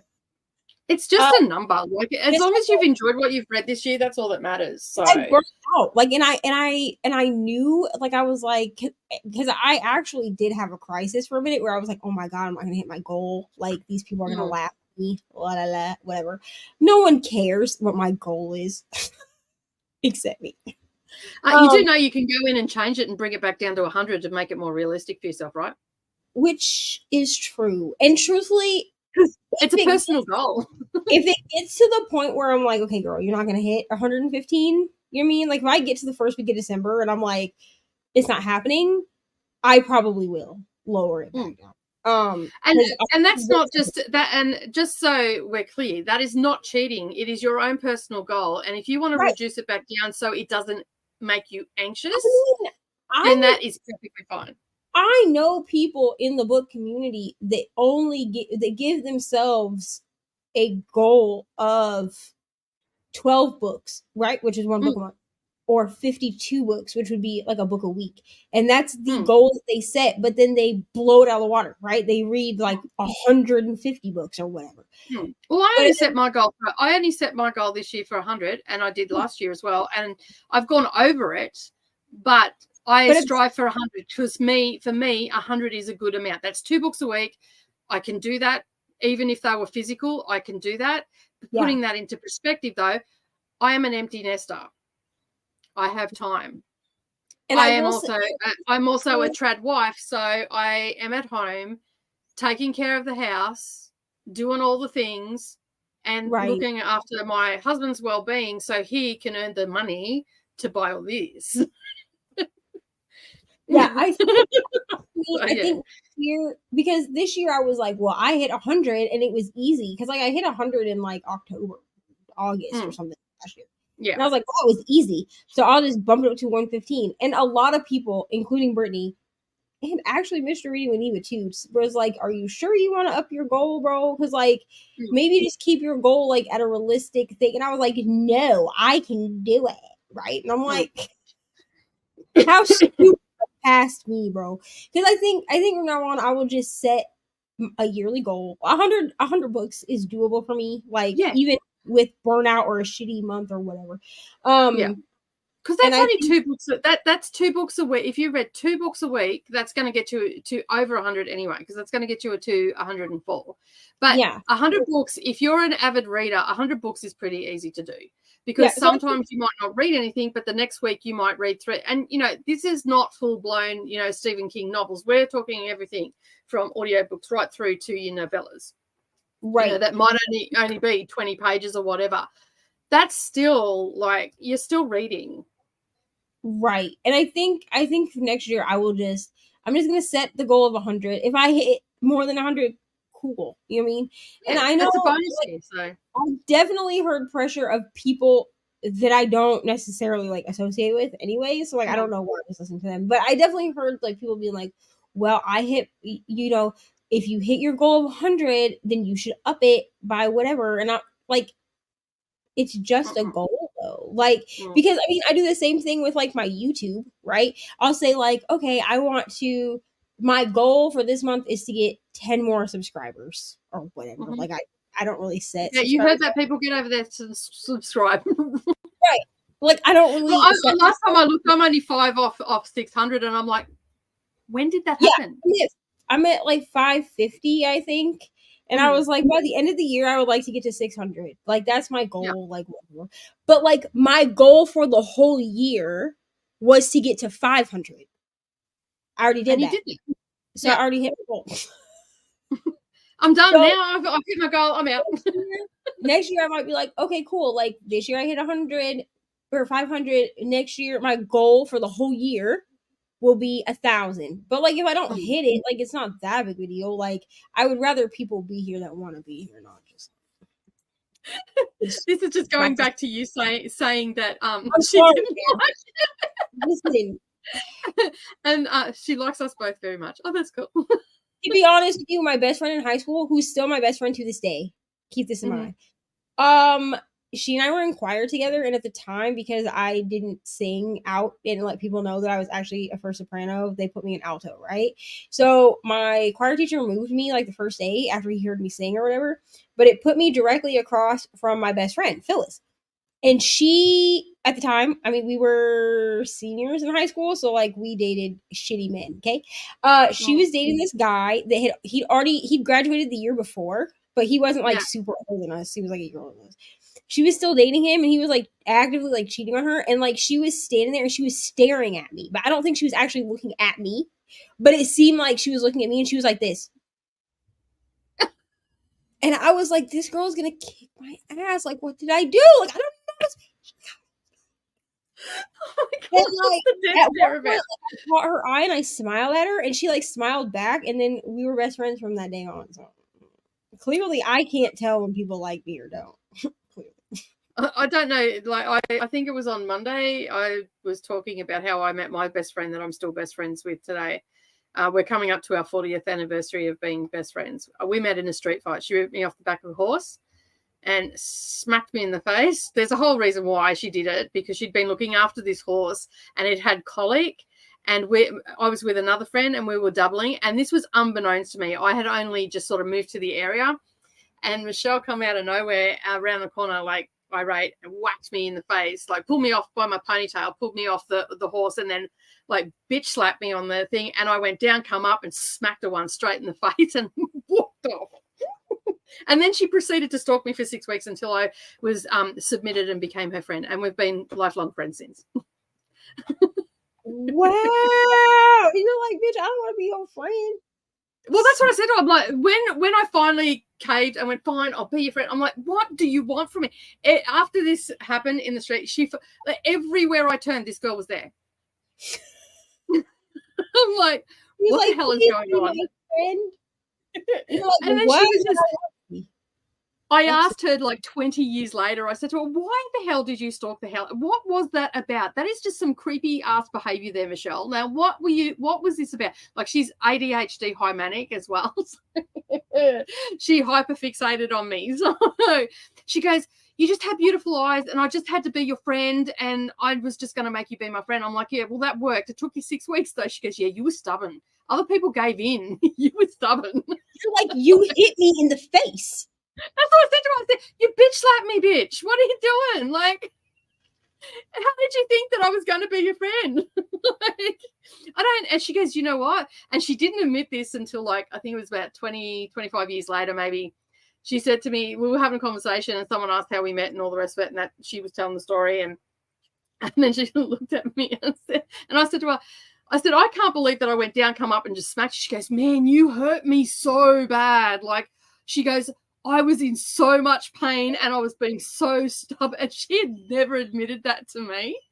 She always said to me, and you never hurt me. And then she turns around in a moment of weakness when we've got older, and she's gone, you hurt me so bad. I'm like, good, because you hurt me too. Right.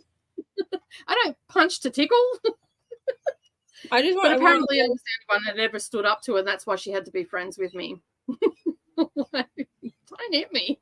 And because she blindsided me, like, and I had really long hair then, like it was down to it was bordering on like the middle of my back, and I'd always wear it up in a ponytail. So it was really easy for someone to just rip me off the back of a horse by just grabbing that and pulling me off. And I don't even know how I landed on my feet, but I did. I'm not gonna lie, I'm just over here updating all my tags because this is the greatest thing I've ever seen. Meredith says, I'm shy and worry. It makes sense. People. It makes people. People, yeah. Okay. I don't want to talk to them, but it's more I'm just an anxious being. Yeah. I just think people underneath it. Ow! I just like tore my skin open with these tweezers. Ow. If anyone's wondering, Diamond Art Club tweezers are very sharp. So yes, they are. They're extremely sharp. I like cut myself. I'm okay. Dave's gone for a shower about 40 minutes ago, so possibly back by now. Probably. Yeah, the next one down back. We still talk. Welcome to the craziness that is Friday. Because it's Friday now for you. Oh yeah, it's 3:40 in the morning. Yeah, cool. We'll be here for a while. We're going to go for a sprint though, because my daughter is about to go away for the weekend, and I'd like to say goodbye to her before she leaves. So we will go for a 45-minute sprint, and we'll be back for more of the chaos. See you soon.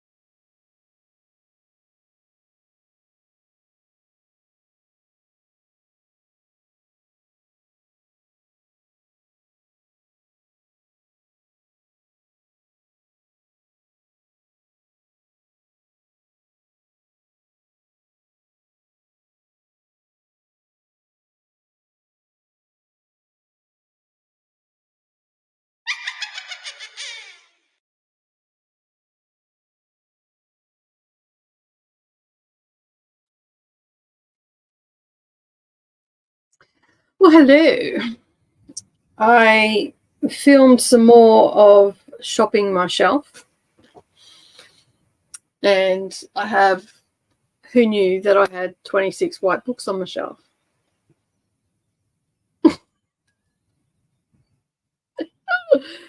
So I'm going to have to go through them, and I'm going to see what has audio on my library app and all the rest of it. So the pile's there. I'll probably do that a little bit later tonight. Sit there and just mark which one, and then I'm just going to create a shelf on my bookshelf which will have all those ones on it. And then I was just looking at the book of the month and seeing what I have on my shelves. So yeah. Oh shoot, I forgot that's a fucking prompt, isn't it? What was that, sorry? I forgot book of the month is a prompt, which is fine because I have a bunch of book of the month books that I haven't read. Well, we can't get book of the month here in Australia, so but I have several of the books that are on that book of the month. Yeah. They just have to have been featured, right? Yeah. Yeah, there's a list that you can go to, and it says all the books that. So you've got popular right now, October 23, what those books are. Yeah. And then you can view all the months. Yeah, you can go back literal years. Yeah. And you can go back. So yeah. And that's what I was doing. I'm just going back and having a look because I have a couple on my shelf, so I can pull them off and have them there and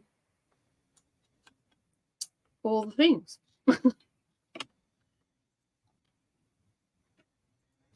So yeah, how'd you go in that spring anyway?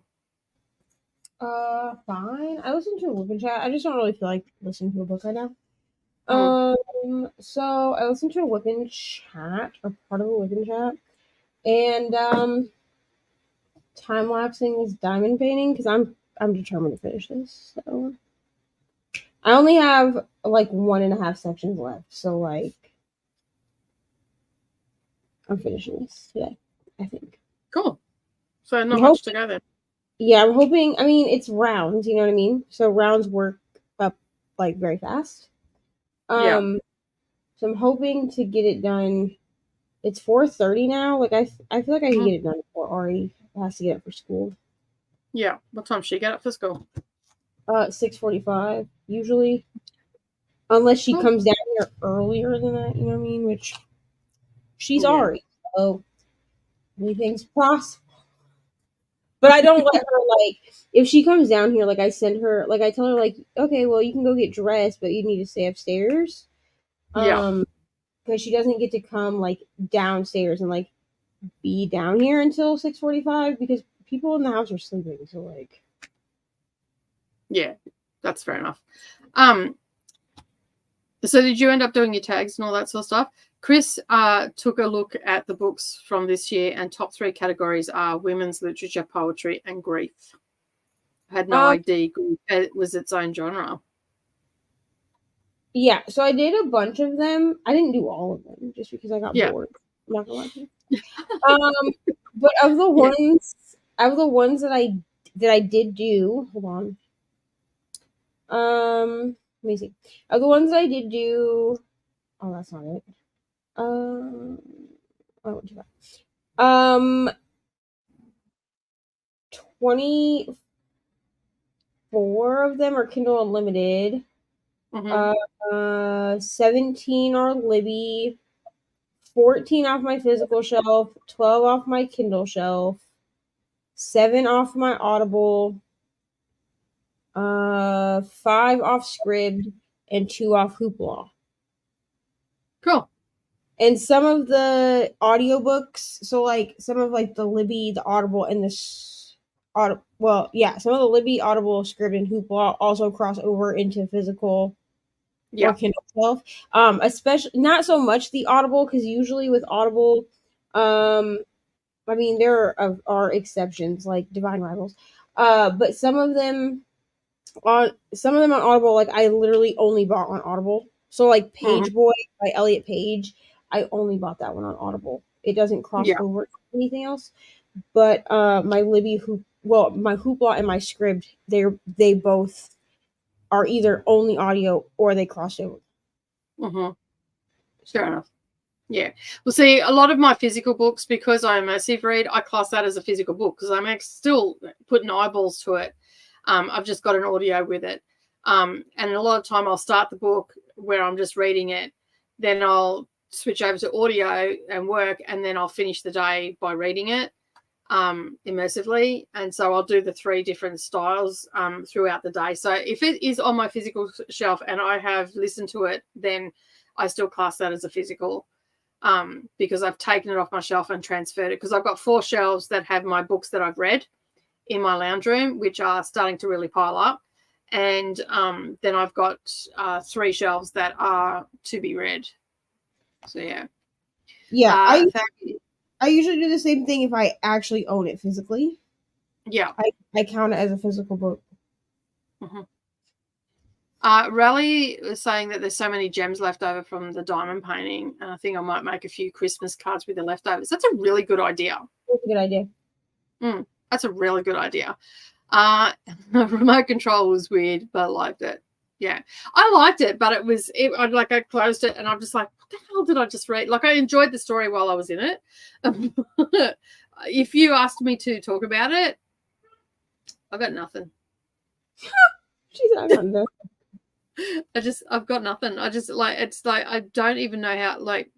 Anyway, it is probably a book that I will revisit again, because I think on a second reading I would probably comprehend it a little bit more, because I'll pick up different things from it. But it didn't go over my head, but it was just really weird. Zoe is dropped in. Hello, just got home from work, currently reading Choosing Theo. Awesome. Is that an Australian thing? You get into a fight with someone and they stop to establish a friendship. It was in my best friend's case. Yeah, no, it's not a thing. Not that I'm aware of. But I do know, well, actually, maybe it is a thing. I don't know about the stalking part, but I do know people that have got into fights before and ended up being friends. But yeah, I also know people that have done that, and I'm like, okay, but y'all literally beat the crap out of each other, and now you're friends. Yeah. But see, you know where each other stands. I mean, I guess, bro. I just don't know if I could be friends with somebody that bitch slap me. You know what I mean? Like, I don't know if I'd be able to. Yeah, I get what you're saying. Like, I didn't want to be her friend, and so she stalked me until I submitted, basically. But in saying that, I would not change it, because, like, it's a hell of a story. And, like, we've had some fat times together. Like, we've got up to some mischief together. Thankfully, it was all in the 80s when there were no cameras around. So, we've had some really good wild times. Like, we hitchhiked and up and down the New South Wales coast, and we did all sorts of things, back when it was obviously never safe to do that. But, when people thought it was okay to do that, a lot of people don't do that these days. It was, and that's just the thing, is like, it was never safe to do it. There was just a time when it felt safe to do it. Yeah. We didn't know any better, like, both of us come from a traumatic background and all that sort of stuff. So we were like 16 and living out of home, and we were just, no parentals. We've just come out from, the full-on aggressive situation where you're domineered by parents and all that sort of stuff. So, like, you come out of it and you just go crazy. Like, for 12 months, I went back to, because I left school. Like, I'm a high school dropout. And I went back to school to get my school certificate and all that sort of stuff through TAFE, which is like, it's like community college, I guess, sort of thing. And so a lot of apprenticeships get done through TAFE and all that sort of stuff here.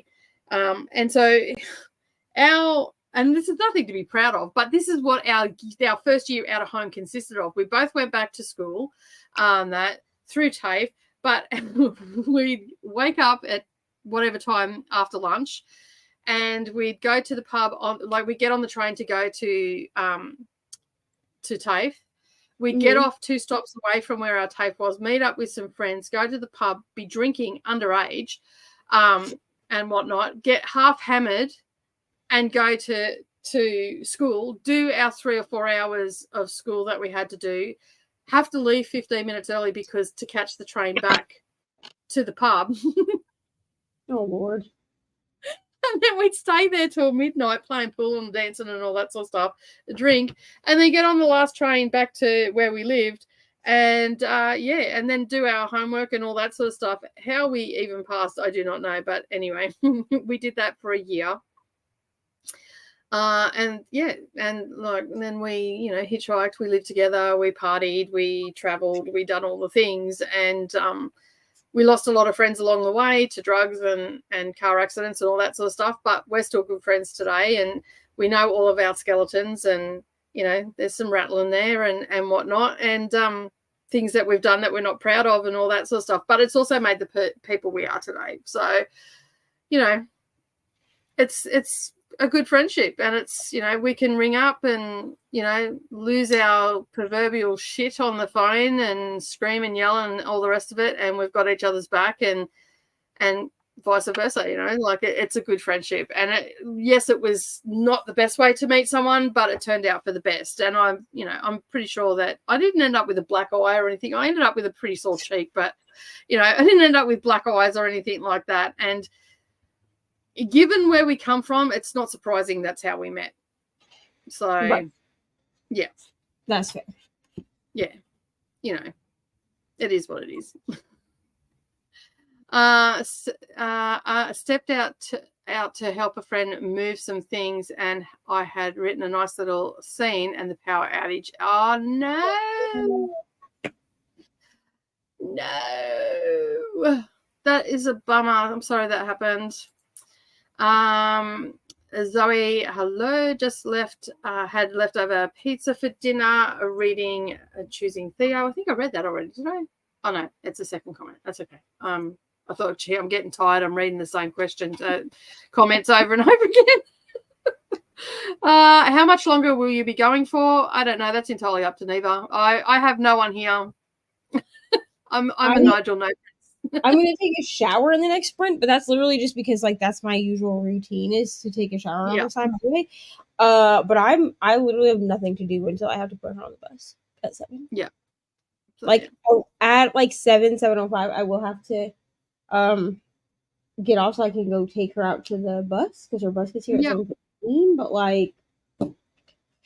otherwise, I'm just here. You know what I'm saying? Same. But see, this is your normal hours anyway, because you're normally working the night shift. You're getting home around this time.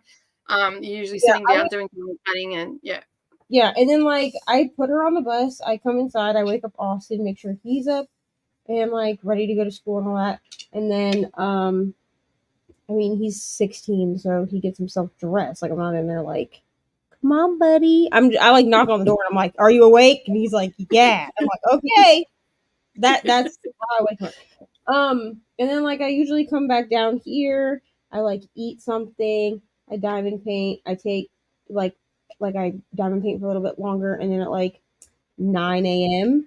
I do my migraine prevention, and then I go to bed until 2. Cool. Yeah. So we'll probably be here for a while, unless there's a power outage or something, or one of us disappear. But Neva actually has control of StreamYards as well. So if I disappear, because we do have storms blowing around at the moment, but it seems to be just blowing past us. It's really windy and all that sort of stuff. So it's not smoky today, which is good because we've had a lot of fires out west, where we used to live out at Geelong. Which is about an hour from where I live out west. They just because we used to live out there, we still get the evacuation notices to the phone number, and they just got told to leave. So, and that's quite scrubby out there. There's hundreds and hundreds and hundreds of acres of scrubland out there. So, and it's so dry. Zara just picked up Dracula by Bram Stoker. I finally. It's really intriguing. I actually really like it. There's some issues with it, but for what it is, I like it. I think it's a good book. I think it's enjoyable. It's a good one to read in the spooky season. If you like that one, I suggest that you read Camilla. It's also a classic from that time. I actually preferred Camilla over. It's a female vampire in Camilla. I actually preferred that over Dracula. But it was I think it was actually written before. It was the OG of like vampire stories, if my memory serves me correctly. Meredith says, one of my best friends used to be my enemy. I say enemy because I was like 8 at the time. And that's what I called her. Yeah. I'll just be out here making friends with enemies, bro. That is so funny. Our 9-year-old enemy stories are always entertaining. Yeah, they are. It's still quite an amazing friend story. Yes, it is. Definitely is. We've had a lot of fun together. Got up to so much mischief. Michelle is great. Like, I could say, we should do this. And then she'd go and do it. And then I'd sit there and watch. So I don't know how much of a good friend I really was back then. But, yeah. So, yeah. It's all good. As I say. Whoops, Friday night brain. Yeah, that's okay. I thought I read it twice because, like, we have been on here for nearly 10 hours, so I thought I was reading it twice. But generally, I get better at the end of the day. that does sometimes happen. You know, we'd be reading stuff twice, and we're like, okay, well, that's our sign to go. But it wasn't me this time. Thanks. I literally have nothing to do but write. I'm on staycation. I like staycations because I have all my stuff here. I miss my stuff when I go away. Not necessarily enjoy going away and whatnot. I've still got a few things to do. I do have to cut some fabric tonight, ready for tomorrow. I'm doing a massive fabric dyeing session tomorrow because I have the house to myself. Told everybody to stay away. Told Savannah, don't come and visit. Go and visit your dad instead. I've got to take over the whole kitchen, and there's nothing worse when you've got fabric and everything all ready to dye, and you've got big pots and all that sort of stuff, and then people come in and go, oh, I want to make something to eat. And you look at them and go. And you're like, where? Where do you plan to make something to eat? I usually go. Not right here, surely. The takeaway kitchen's down the road. Off you go. So yeah, because I've got to have I've got it's cross stitch fabric that I'm dyeing, so I've got a whole heap of different counts, so I can't get it mixed up, and all that sort of stuff. So I have all the stuff soaking in the solution to help it color fast and all that sort of stuff. And so yeah, that's my day. And then I've got to hang it all out on the clothesline, and then like I've got to rinse it, wash it, and all that sort of stuff, and then hang it out. And then bring it in and then iron it all, then package it all up. And I really don't need people interrupting me tomorrow. So that is pretty much a 12-hour day tomorrow. Here's what I'm going to say about this kit. Okay, there's color blocking in this kit. Don't get me wrong. Like I wouldn't even call this kit like confetti heavy because there's just too many of like one color. You know what I mean? Like in a yeah. Listen, Randall Spangler is my favorite artist, okay? But I'm just gonna say he really tricked me with that jack-o'-lantern kit, bro. He really tricked me. Because this thing is 44 colors. I'm so scared of this.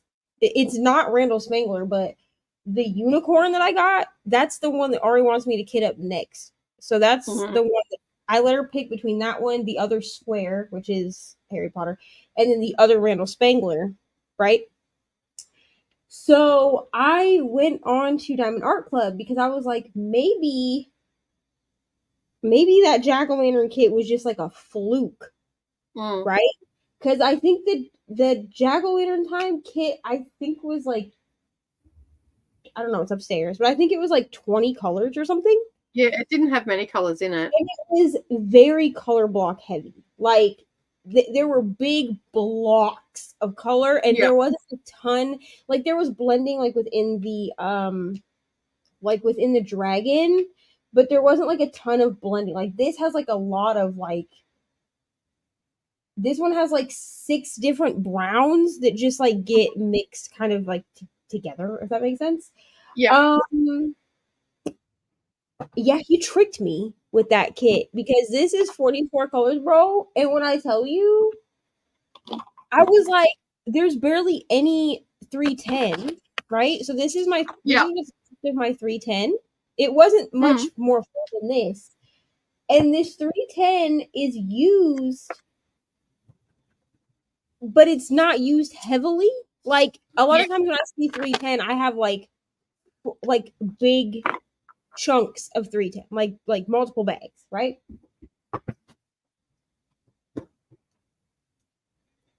Randall Spangler tricked me with that jack-o'-lantern kit, bro. Like, cause this sucker, like, what's taking me so long is that I have to, I have had to do this one like in the order that I have. So I organize my colors by symbol. So I do all my numbers and then all my letters, and then I line it up like arrows, dots, lines. Like I do it like that. Yeah. And the way I had to work through this kit is instead of like finding a symbol and just doing all of that symbol, I've had to go down the line in the order that I have these kitted up because otherwise I'm missing symbols. So you're just, as you come to them, you're just doing them, and like yeah. And I'm just following them the way that I have them kitted up in my container instead of like, because a lot of times what I do is I like hunt, like I'll be like, oh, okay, A is what stands out to me, then I'll do all the A's like that. But that's what I do. With this kit, like I'm finding that kind of difficult to do. So listen, me and Randall Spangler, we're still buddies. I mean, but I will not. So I'm going to do a little bit of diamond painting because I haven't done any, and I want to finish this by the end of the month. But this is the one I'm doing because I'm crazy like doing big ones. So there's a few new people on here. So I'm going to do a section at the top there because that's peeling off. So I'll get that done. But I generally, I don't put the symbols on mine. I generally just, I just have them numbered because Diamond Art Club has a number that goes down the side of the thing, and so I just do the numbers, and that works for me. So I don't worry about symbols or anything like that. And I just, sometimes I miss some of the symbols in the cluster that I'm doing. So, I've got to go back to it and all that sort of stuff. But that's where those nail pencils come in handy because you just drop one into the lid and you can just pick one up and it's good to go. So, and these just looking at your screen and it looks like that you've got a hair going down it because I'm sitting so far back. It looks that's the cord. I'm like, what is that on your screen? Yes, my phone cord. That like these containers are, except for when I get to like the big containers like this. Yeah. But like the containers that are like this size, and then the smaller one, that's like this size, are really easy for me to just pop them open and just like, that way. So that's what I do. I do that sometimes too. Mine are little tubes. I'm using a different system, so I'm using like little clear tubes that hold them, and so it's quite easy to just stick the nail art pencil in it, and because I don't have to I've already sharpened it, and then all I do is just run it between my index fingers, and it puts it back into a point again. So I don't even have to sharpen it all the time. It's just when I end up running out of that and it gets flat again, then I'll have to sharpen it. So these are going to last me forever. Yeah. Because it came in a pack of 6. And this is half of one. Like I cut, because it was huge, and I cut it in half. So I've got 2 out of 1. That works. So because they're just like the size of a small pencil, like when you like that's a decent size. You don't need it any bigger. So yeah. So that's what I did. And now I have 2. And yeah. But I think I will do some diamond painting now, which I haven't done today or yesterday or the day before. I don't think I did any either. And I haven't done any updates over on Instagram or anything because I'm almost finished this, so I'll just update it then. And so, yeah. But I'm not like Neva. I don't have all the putties. I just have the standard issue putty. That's all I use. And because, you know, like a lot of them are overseas and stuff like that, and you have to sell your soul to get them if you're here in Australia. And they take a long time to get here and stuff like that. So and these pencils are really good. Like these ones I really like using for the AB drills. They just work better. I will say, like, I mean, like, for my, you know, typical pen, not the pen that I use for ABs, but like the Randa's Crafty Corner putty, like I don't really foresee, like I see other creators that are like, yeah, I try to buy from as many small shops as possible. Like people, I am a creature of habit. Okay, if I find something that works, I'm just gonna stick with it. Like I'm not trying to find. Like, I mean, I'll buy like new scents and stuff. I mean, obviously, like I said, like I have a Hermione's Cauldron on the way to me, is what it's called. But like if I find something that works, like I'm just gonna stick to it. Like I'm not out here trying to like. I don't know. Me personally, like I get it if like you like when you're a creator, like or whatever, and you want to like try new stuff. My thing is like I'm gonna try things until I find something that works, and then that's it. Yeah. Yeah, well, see, I'm the same. Like, because I do so many crafts, like I'm quilter, cross stitcher, all the rest of it. There are so many bells and whistles that you can get for all these crafts. If I got every bell and whistle that was out there, oh my God, I'd need another house to store this stuff in. Right, because see, I bought the patty wax for my single placer. I didn't buy the patty wax for my multi-placer. And honestly, for me personally, it doesn't work very well for either one. The super sticky is supposed to only be for your single placer. I have this little tiny like sampler that she sent me, and I've been using that, and that works fine, like for your single placer, but you're not supposed to use it for your multi-placer because it is very sticky. Like it's sticky that when I stick it to my to the edge of my canvas to get rid of the excess, my pen will stand straight up.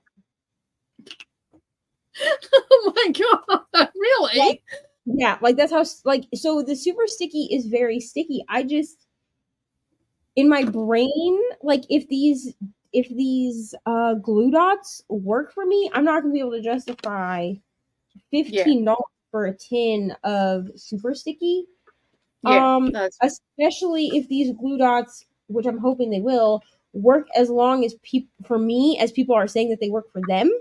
And these are people in like different climates, which is what makes me think that maybe the glue dots will work a bit better for me. Well, that when you were saying the other day about the it being really hard, that's why I asked you, is it cold where you are? Because it may be. And you said that the creator of that is in Florida, right? Yeah, so I'm pretty sure she made it like for her environment so that it won't melt. Yeah, because there's certain waxes putties that I have here that have been gifted to me and whatnot. I can't use them in winter because it gets so cold here. And like I essentially have to sit there with it in my hand to get it to warm up, and then I can use it. But but then the problem is it's out in the environment in the placer, and it gets a little bit. How you going? Yeah, and we keep our house relatively cool. And Randa's putty is soft. Like her putty, like even just straight out of the pack, is soft enough. Yeah. Like it's soft enough that I don't think in the wintertime that it's going to get super hard on me. But also in the summer, it's not going to melt. It's like that good in between consistency. And I'm just kind of like, okay, well, I'll stick with Randa's putty. the only thing I don't like about Randa's putty is it doesn't work well for ABs. It tries Yeah. to rip the coating off. Yeah, and that's where these are great. Like I know that I can pick this up and just start using it and know that it's not going to pull that coating off the ABs. Yeah, and so when these glue dots come, if they don't work well for ABs either, I'm gonna try those pencils and see if those work. I mean, I'm sure they will, but I'm gonna see. I can't say anything about the glue dots because I have no idea.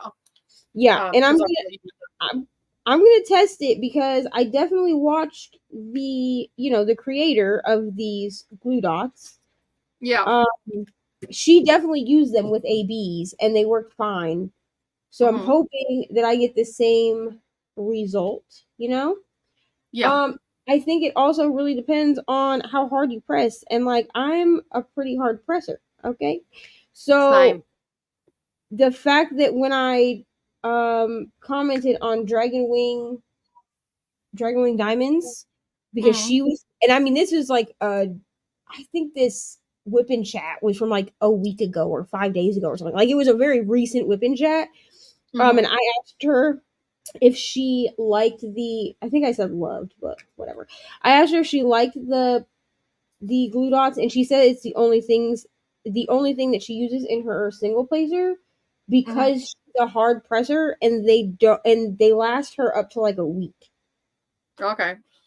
And then she just moves them around, which I know that people do that with like the regular glue dots too. Like you just like take your tweezer and you kind of like dig it out and then like flip it around and replace it in there so that you can use all sides of the, which listen, for $6 you get like 12 on a sheet. Yeah, I ordered 36 of these things, like 36 on a sheet because I ordered 3 packs. Actually, that's roll, right? I actually ordered 6 packs because I ordered 3 in each scent because I was like, I need to get the $35 free shipping. Because like the standard shipping was $4. That's a false economy there. But then if you like them, you don't have to buy for such a long time.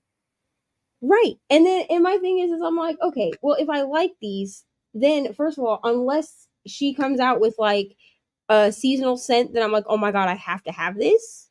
Yeah. I have enough to last me, especially if I can move that sucker around. And that means that I could probably get like 2 weeks worth of use out of it. Which that would be great. That's amazing. I mean, if you can are they expensive? One side. Huh? Are they expensive? They're $6.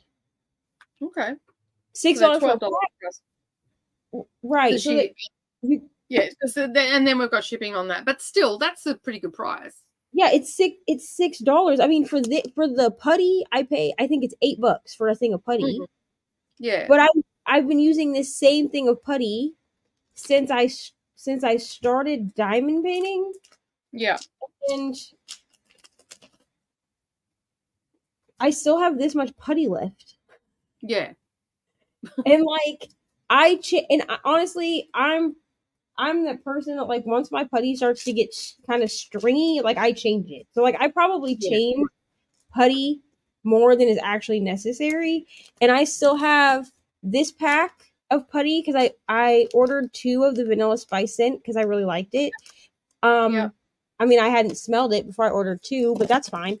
So I have 2 of these, and then I have the Hermione's Cauldron coming. So I still have 3 things of putty if I run out of 1. And you use the putty in your multiplacer, right? Yeah. Yeah. I tried using it in my single placer because somebody in the Diamonds and Washi group said that she uses Randa's putty in both, and I commend her. But absolutely not. It is first of all, it's way too stringy. Yeah. It works in the multiplacer, I think, because it's like thinner in the multiplacer. You know what I mean? Like, like you're picking up more than 1 drill. In the single placer, it like wants to stick to your drills, and I'm just no. Yeah. I found that with some of them that it's really, really, really tacky, and it's not good. But in the multiplacer, it's great. Yeah. You need it to be tacky for the multiplacer because otherwise it's not going to pick up multiple drills. Well, that's it. And the good news is it's taken us 9 hours and 58 minutes. Well, it was 9 hours and 45 minutes to get to the end of the comments. We did it, y'all. We did it.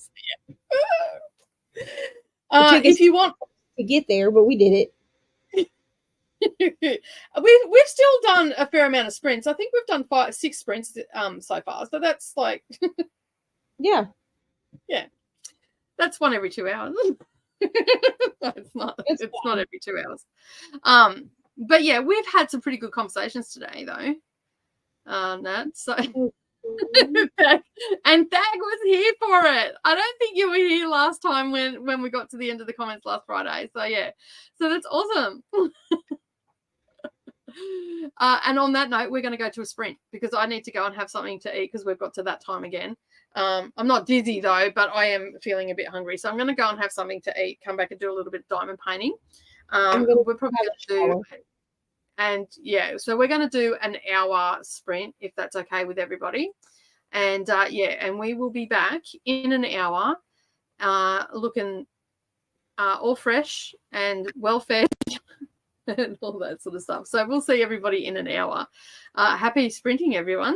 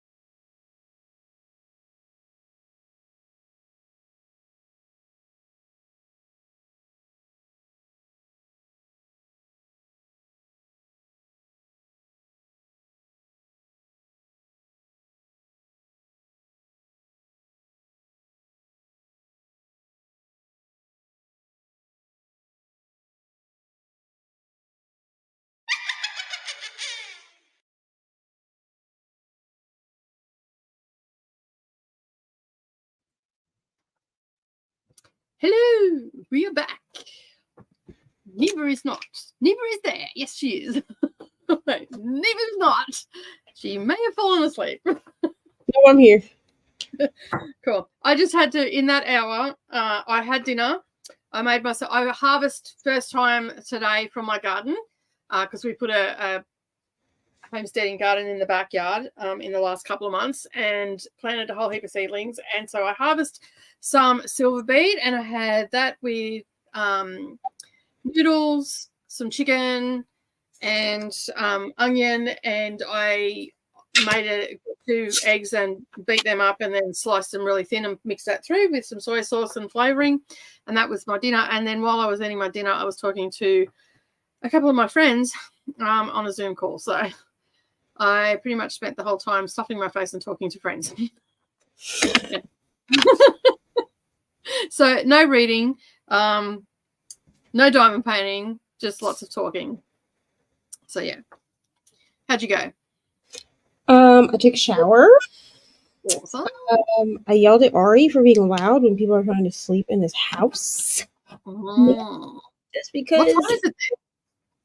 Early as hell. It's like 6 o'clock. Okay. 6:05, but she's been up since like 4:30. Oh, is that because she can hear us, or? No, for some reason she has been getting up at that time. I don't know what is going on because like it's still dark outside. But she can't sleep without her like nightlight projector. Yep. So she's not like sleeping in the dark, if that makes sense. Yeah. But she will get up between like 4:30 and 5 and come downstairs and think that she's gonna like be loud and like talk and stuff. And I'm like, bro, people are sleeping. And also, like, you shouldn't even be awake. This is mommy's quiet time. This is my zen time. But yeah, until today, then it's like just craziness talking to people on the internet. I mean, that's fine. It's still zen. You know what I'm saying? Yeah, it's still zen. Wow. So I took a shower. I filmed clips for this video on Friday or Saturday because I finished, tomorrow now. I finished my last book from Brittany. Yep. I only have like 20 minutes left or something. So I was like, you know what? I'm going to sit in this, I showered and then I like sat in the bathtub. Mm-hmm. Let me just finish this. Okay. So I finished that and then I filmed, I did not film vlog clips in the bathtub. That'd be weird. I filmed it out. Do you think? That's a little bit too much of a collab. And then I came in here and I watched Welcome to Plathville for the last like 3 minutes of the sprint. Mm-hmm. This show is bonkers, dude. Like wow. You do hear me talk about it a little bit, but I don't have like a ton of information because I couldn't remember anybody's names. Which is why in 2 weeks when I come back to talk about reality TV, I'll give you a break. You know, I'll do it every other week. When I come back to talk about it, I actually have like all of their names like saved in a note and like what order they're born in. Because I couldn't remember the mom and the dad's name, which like how hard is Kim and Barry? Not very hard at all, but yeah, I can see why. Like the only person I could remember what their name was like the third oldest daughter whose name is Lydia. I feel like I only remembered that because it reminded me of Beetlejuice. Oh, yeah, okay. I was going to say, I can see, yeah, okay. Like, it's fine. Yeah, and then I'm still fighting with this stupid vlog because it doesn't want to give me my... This is the one that you've got the missing section, yeah? Yeah, and like I have the clip, it just doesn't want to like upload to files.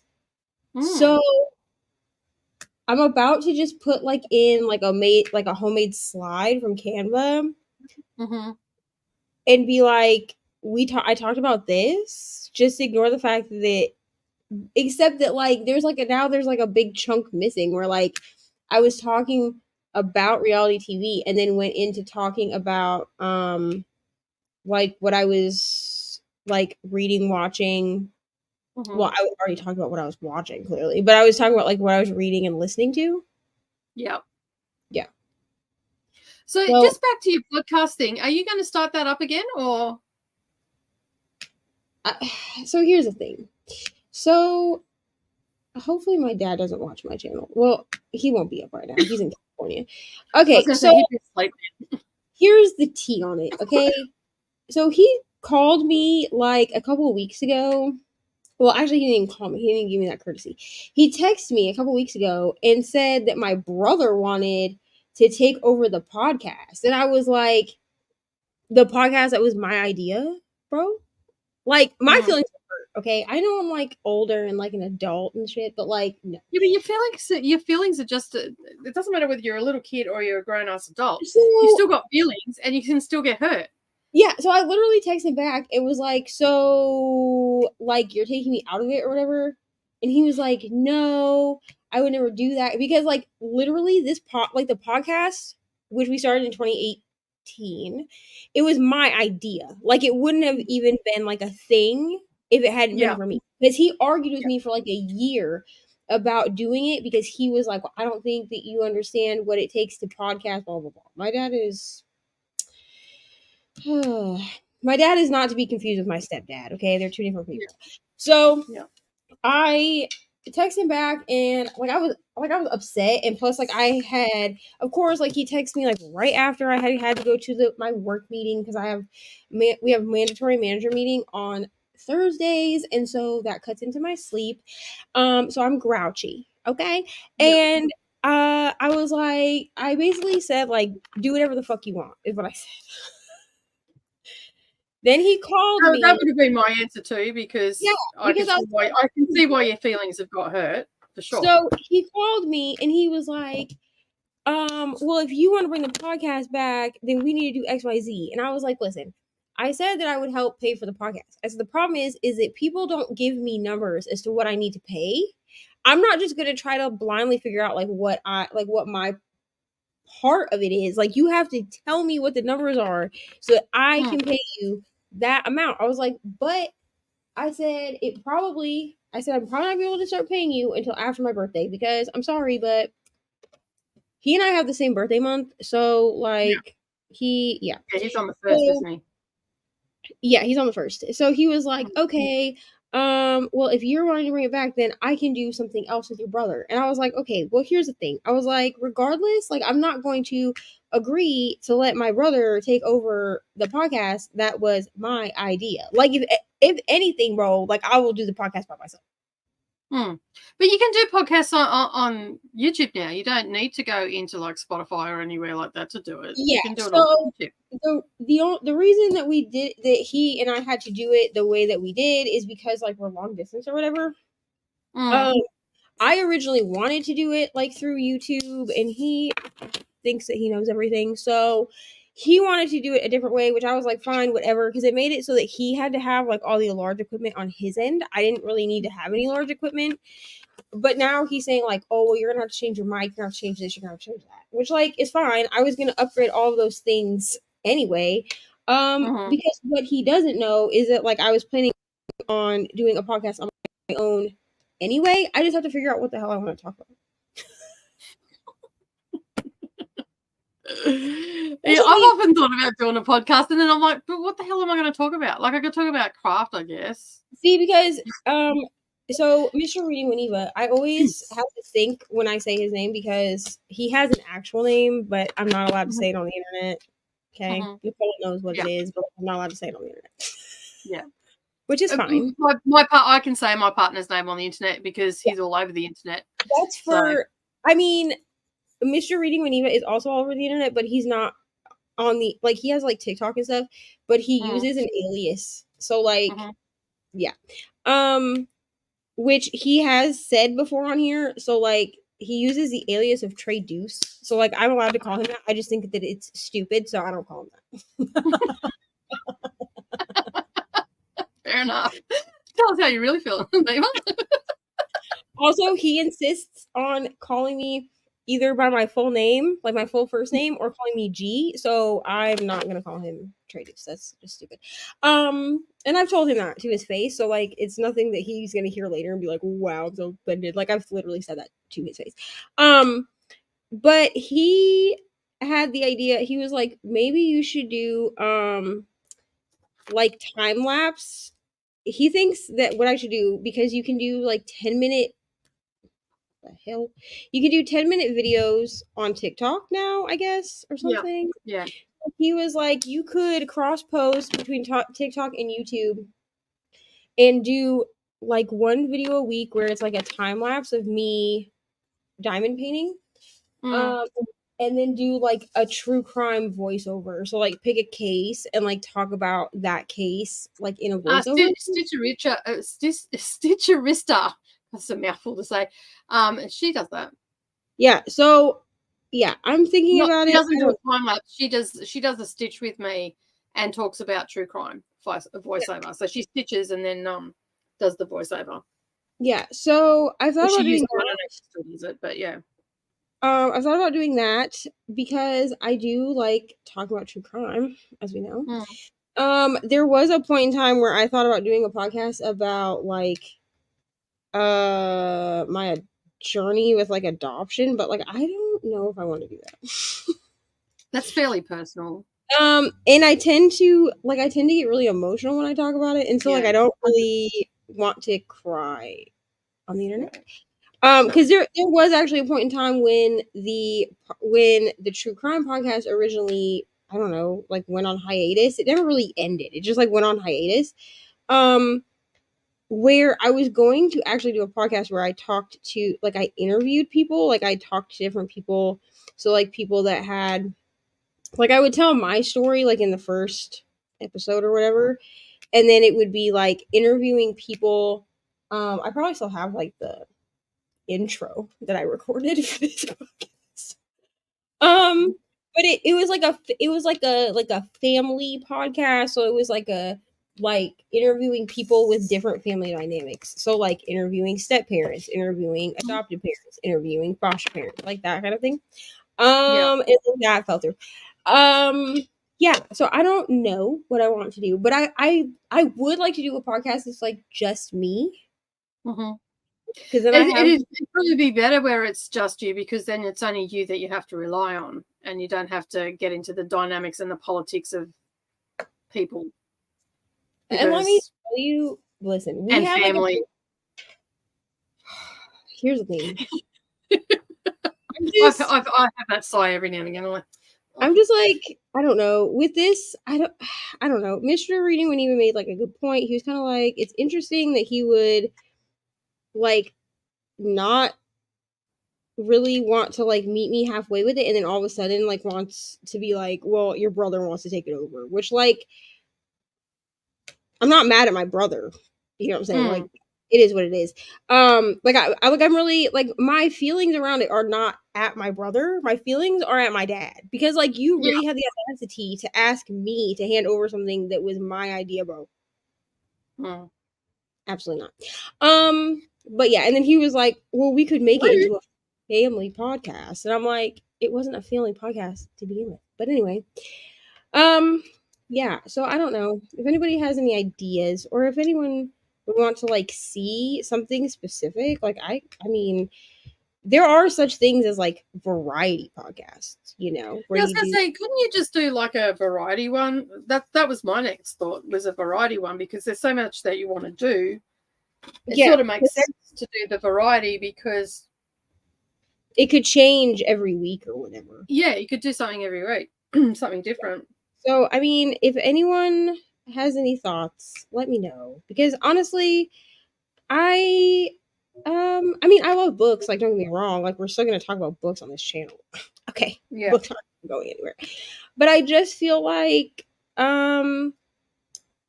I don't know. I know that like to have a niche, like it's like people say that it's like better for the algorithm or whatever to like have like a specific niche. But like I'm also just kind of like, okay, great, but also like people will watch whether you have a specific niche or not if they want to watch. Well, my craft channel is a classic example. It's a multi-craft channel, right?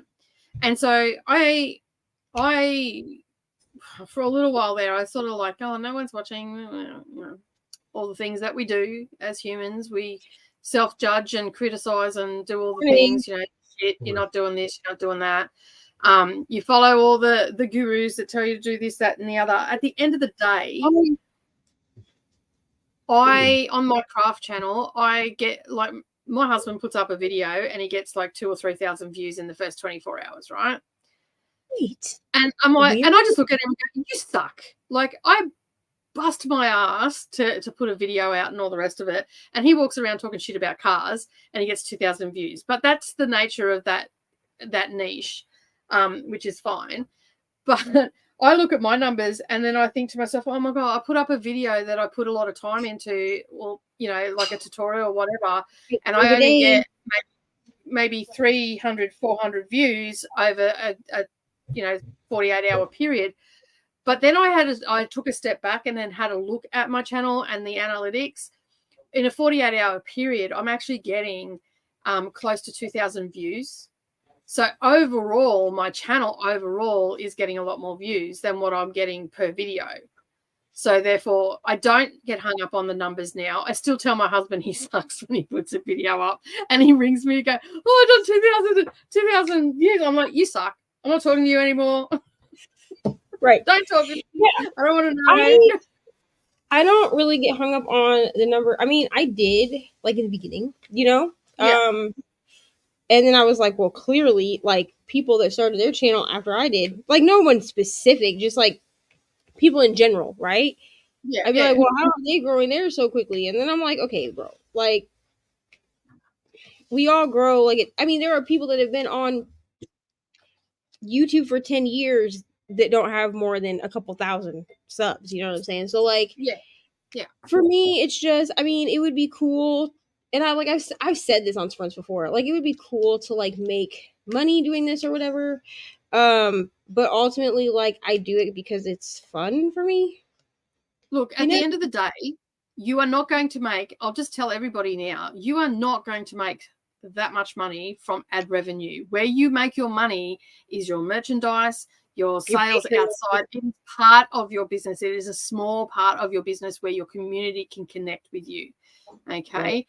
Yes, there are people out there that make thousands of dollars. You know, they've also got millions of subscribers and stuff like that. Like, they've got the base there, but small YouTubers do not make money from off ads. It is elsewhere that you do it. If you build a community and you've got memberships and you get the super chats and you've got merchandise and you're building that business in the background, that's where you're going to make your money. Because I can tell you now, I have 30,106, I think 16 maybe, I don't know, subscribers on the craft channel.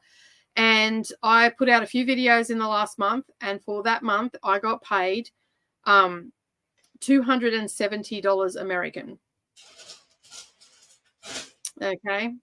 And I put hours and hours of time. So with my Patreon, though, I have made about $150 more than that, because I'm still building that. That's relatively new.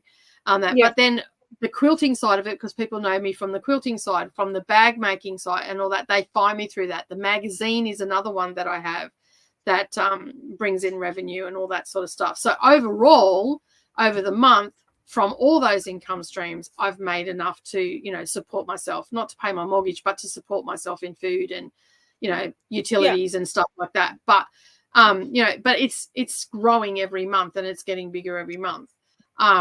So yeah, like, you have the potential to grow, and you also have the potential to have a viral video that will pay you X, Y, or Z. And of course, it is also different depending where you are in the globe, how much you get paid per 1,000 views. So I don't know how long you've got to stay on a video to get classed as a view. I've heard it's 30 seconds. I've heard it's a minute. Like, I've heard all different sorts of things. Just, you know, click on the video. If you need to walk away, but just leave it on. So that's what I do. I'll just let that. I'll let it play on my computer or my iPad or whatever. Yeah. But there's not much money in the ad revenue. It's pretty minuscule. I mean, you do have the potential to make money, It's not a dead end thing, but yeah, it's not as easy as people think to get a viral video when you've got, 4 billion people almost on the platform, like, that's an exaggeration. I don't know what the exact number is of the people that use YouTube. But it's a huge number. So, and there's a huge number of creators as well. So yeah. It's a definitely a bit of a slog. But I will say, like, if what you want out of YouTube is like community, bro, like, yeah, it's a great place to build a community. Yeah, like I wouldn't have like the friends and stuff that I have without you. You know what I mean? Yeah, same. And it's the same over, like, it's here on Booktube. I've got friends that talk about books and stuff like that, and then there's the craft side of it. I've got friends from there. I've actually made some really good friends from YouTube that we've ended up being friends in real life because we've ended up at a retreat together, and we meet up every week and all that sort of stuff. So, like, yeah, there's lots of positives to it. But yeah, you've just got to keep working at it, basically. And eventually it comes, I guess. As long as I'm not going backwards, I'm okay with it. Yeah. So, but my husband still sucks because he does 2,000 views on one video. Misery when Neva got, it was like he was like, yeah, I'm just trying to get 1,000 subscribers on my TikTok. And I was like, for what? And he's like, so I can go live, bro. And like, I was like, how did you? I was like, I have been working on freaking Instagram now for like since 2020, so like 3 years. Like the book, I mean, I've archived a lot of the posts, like you can't find them, but like I was like, I've been working on building my Bookstagram since 2020, and I just hit 1,000 subscribers like a month ago. I was like, I hate you, bro. I've had my Instagram on my craft channel since probably a year after Instagram became a thing, and I've only got 2,500 people on my craft channel. I don't actively put stuff up there anymore. So I'm like, what is it about men that makes things grow? Because it's weird, No.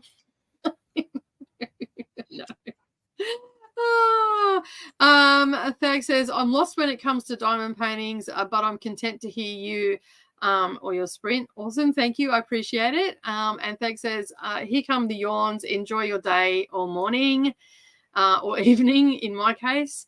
Has anyone ever made you a diamond painting? No, not at all. No. No. I'm not sure why Raleigh was laughing, but it was obviously something. It's something that we said. And good morning, Brittany. Hello. You were here last night and you're here again this morning. We've officially been on so long that Brittany got a full night's sleep. That means Christina will pop in soon. So yeah, we've been on for 11 and a half hours. It's fine. It's been a while. I officially have the house to myself. And I haven't done it. I started doing some diamond painting, but my eyes are actually quite sore. So I'm just like, I've been doing a lot of, like, I did needlework earlier, and I've been doing a lot of fine stuff over the last couple of days. So I figured, no, I won't do that because I'll probably start putting stuff in the wrong place, and then her head will look a little bit weird. Because it's her head and her face. I'm like, it's probably not a good place to mess things up. The background, yeah, you can get away with it. On a face and an eyeball, not so much. No, it needs a face and an eyeball needs to look how it's supposed to look. You know what I mean? Yeah, true. So yeah, if I place a couple of diamonds in the background, I can be like, yeah, I just use the wrong color. In a face, it might look a little funny. It's gonna look questionable for sure. Alrighty, are you up for another sprint, or do you want to? Yep, you're good. All right. Because I've got to go to the loo, and I'm going to go and get my hoodie on because, like, we've gone from 40-degree heat yesterday to 14 degrees today. It's unbelievable, dude. Like, this is why, like, I literally say in my Whippet chat, I'm like, wow, these drills are so staticky. And then I'm like, because I have noticed that there are a few creators that, like, blame Diamond Art Club for their drills being staticky. And I'm like, I don't blame Diamond Art Club. My weather is off the chain. So. Well, we've got bushfires. Well, they're probably under control now. But 2 days ago, we had bushfires that were out of control about 2-3 hours away from where I live, west. And yesterday, the wind changed direction. It was blowing this way, and it was really smoky, and the sun was what they call like blood red because of the fires and all that sort of stuff, all the smoke and everything going into the sky. And it was like, I think it was like 33 degrees at 4 o'clock on Monday afternoon. It was the same on Tuesday. And this is Celsius. So this is up like in the 90s, I guess, 80s, 90s. That's like a high temperature. Yeah. And so basically Monday was the same. Tuesday was the same. Wednesday, while I was filming and having to hold my camera to the air conditioner to cool it down, it was 39 degrees, and I do not normally sweat, and I was standing here with the air conditioning on and sweating, and it was so flipping hot. And then today I'm standing outside going, I need a jumper on. It's freezing. Like the wind's blowing. It's like, what is going on with this weather? It's just madness, absolute madness.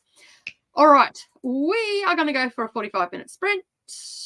Morning. And I'm going to go get warm, and we will be back shortly. Happy reading, everybody. Happy morning coffee to those that have just woken up, and we'll see you soon.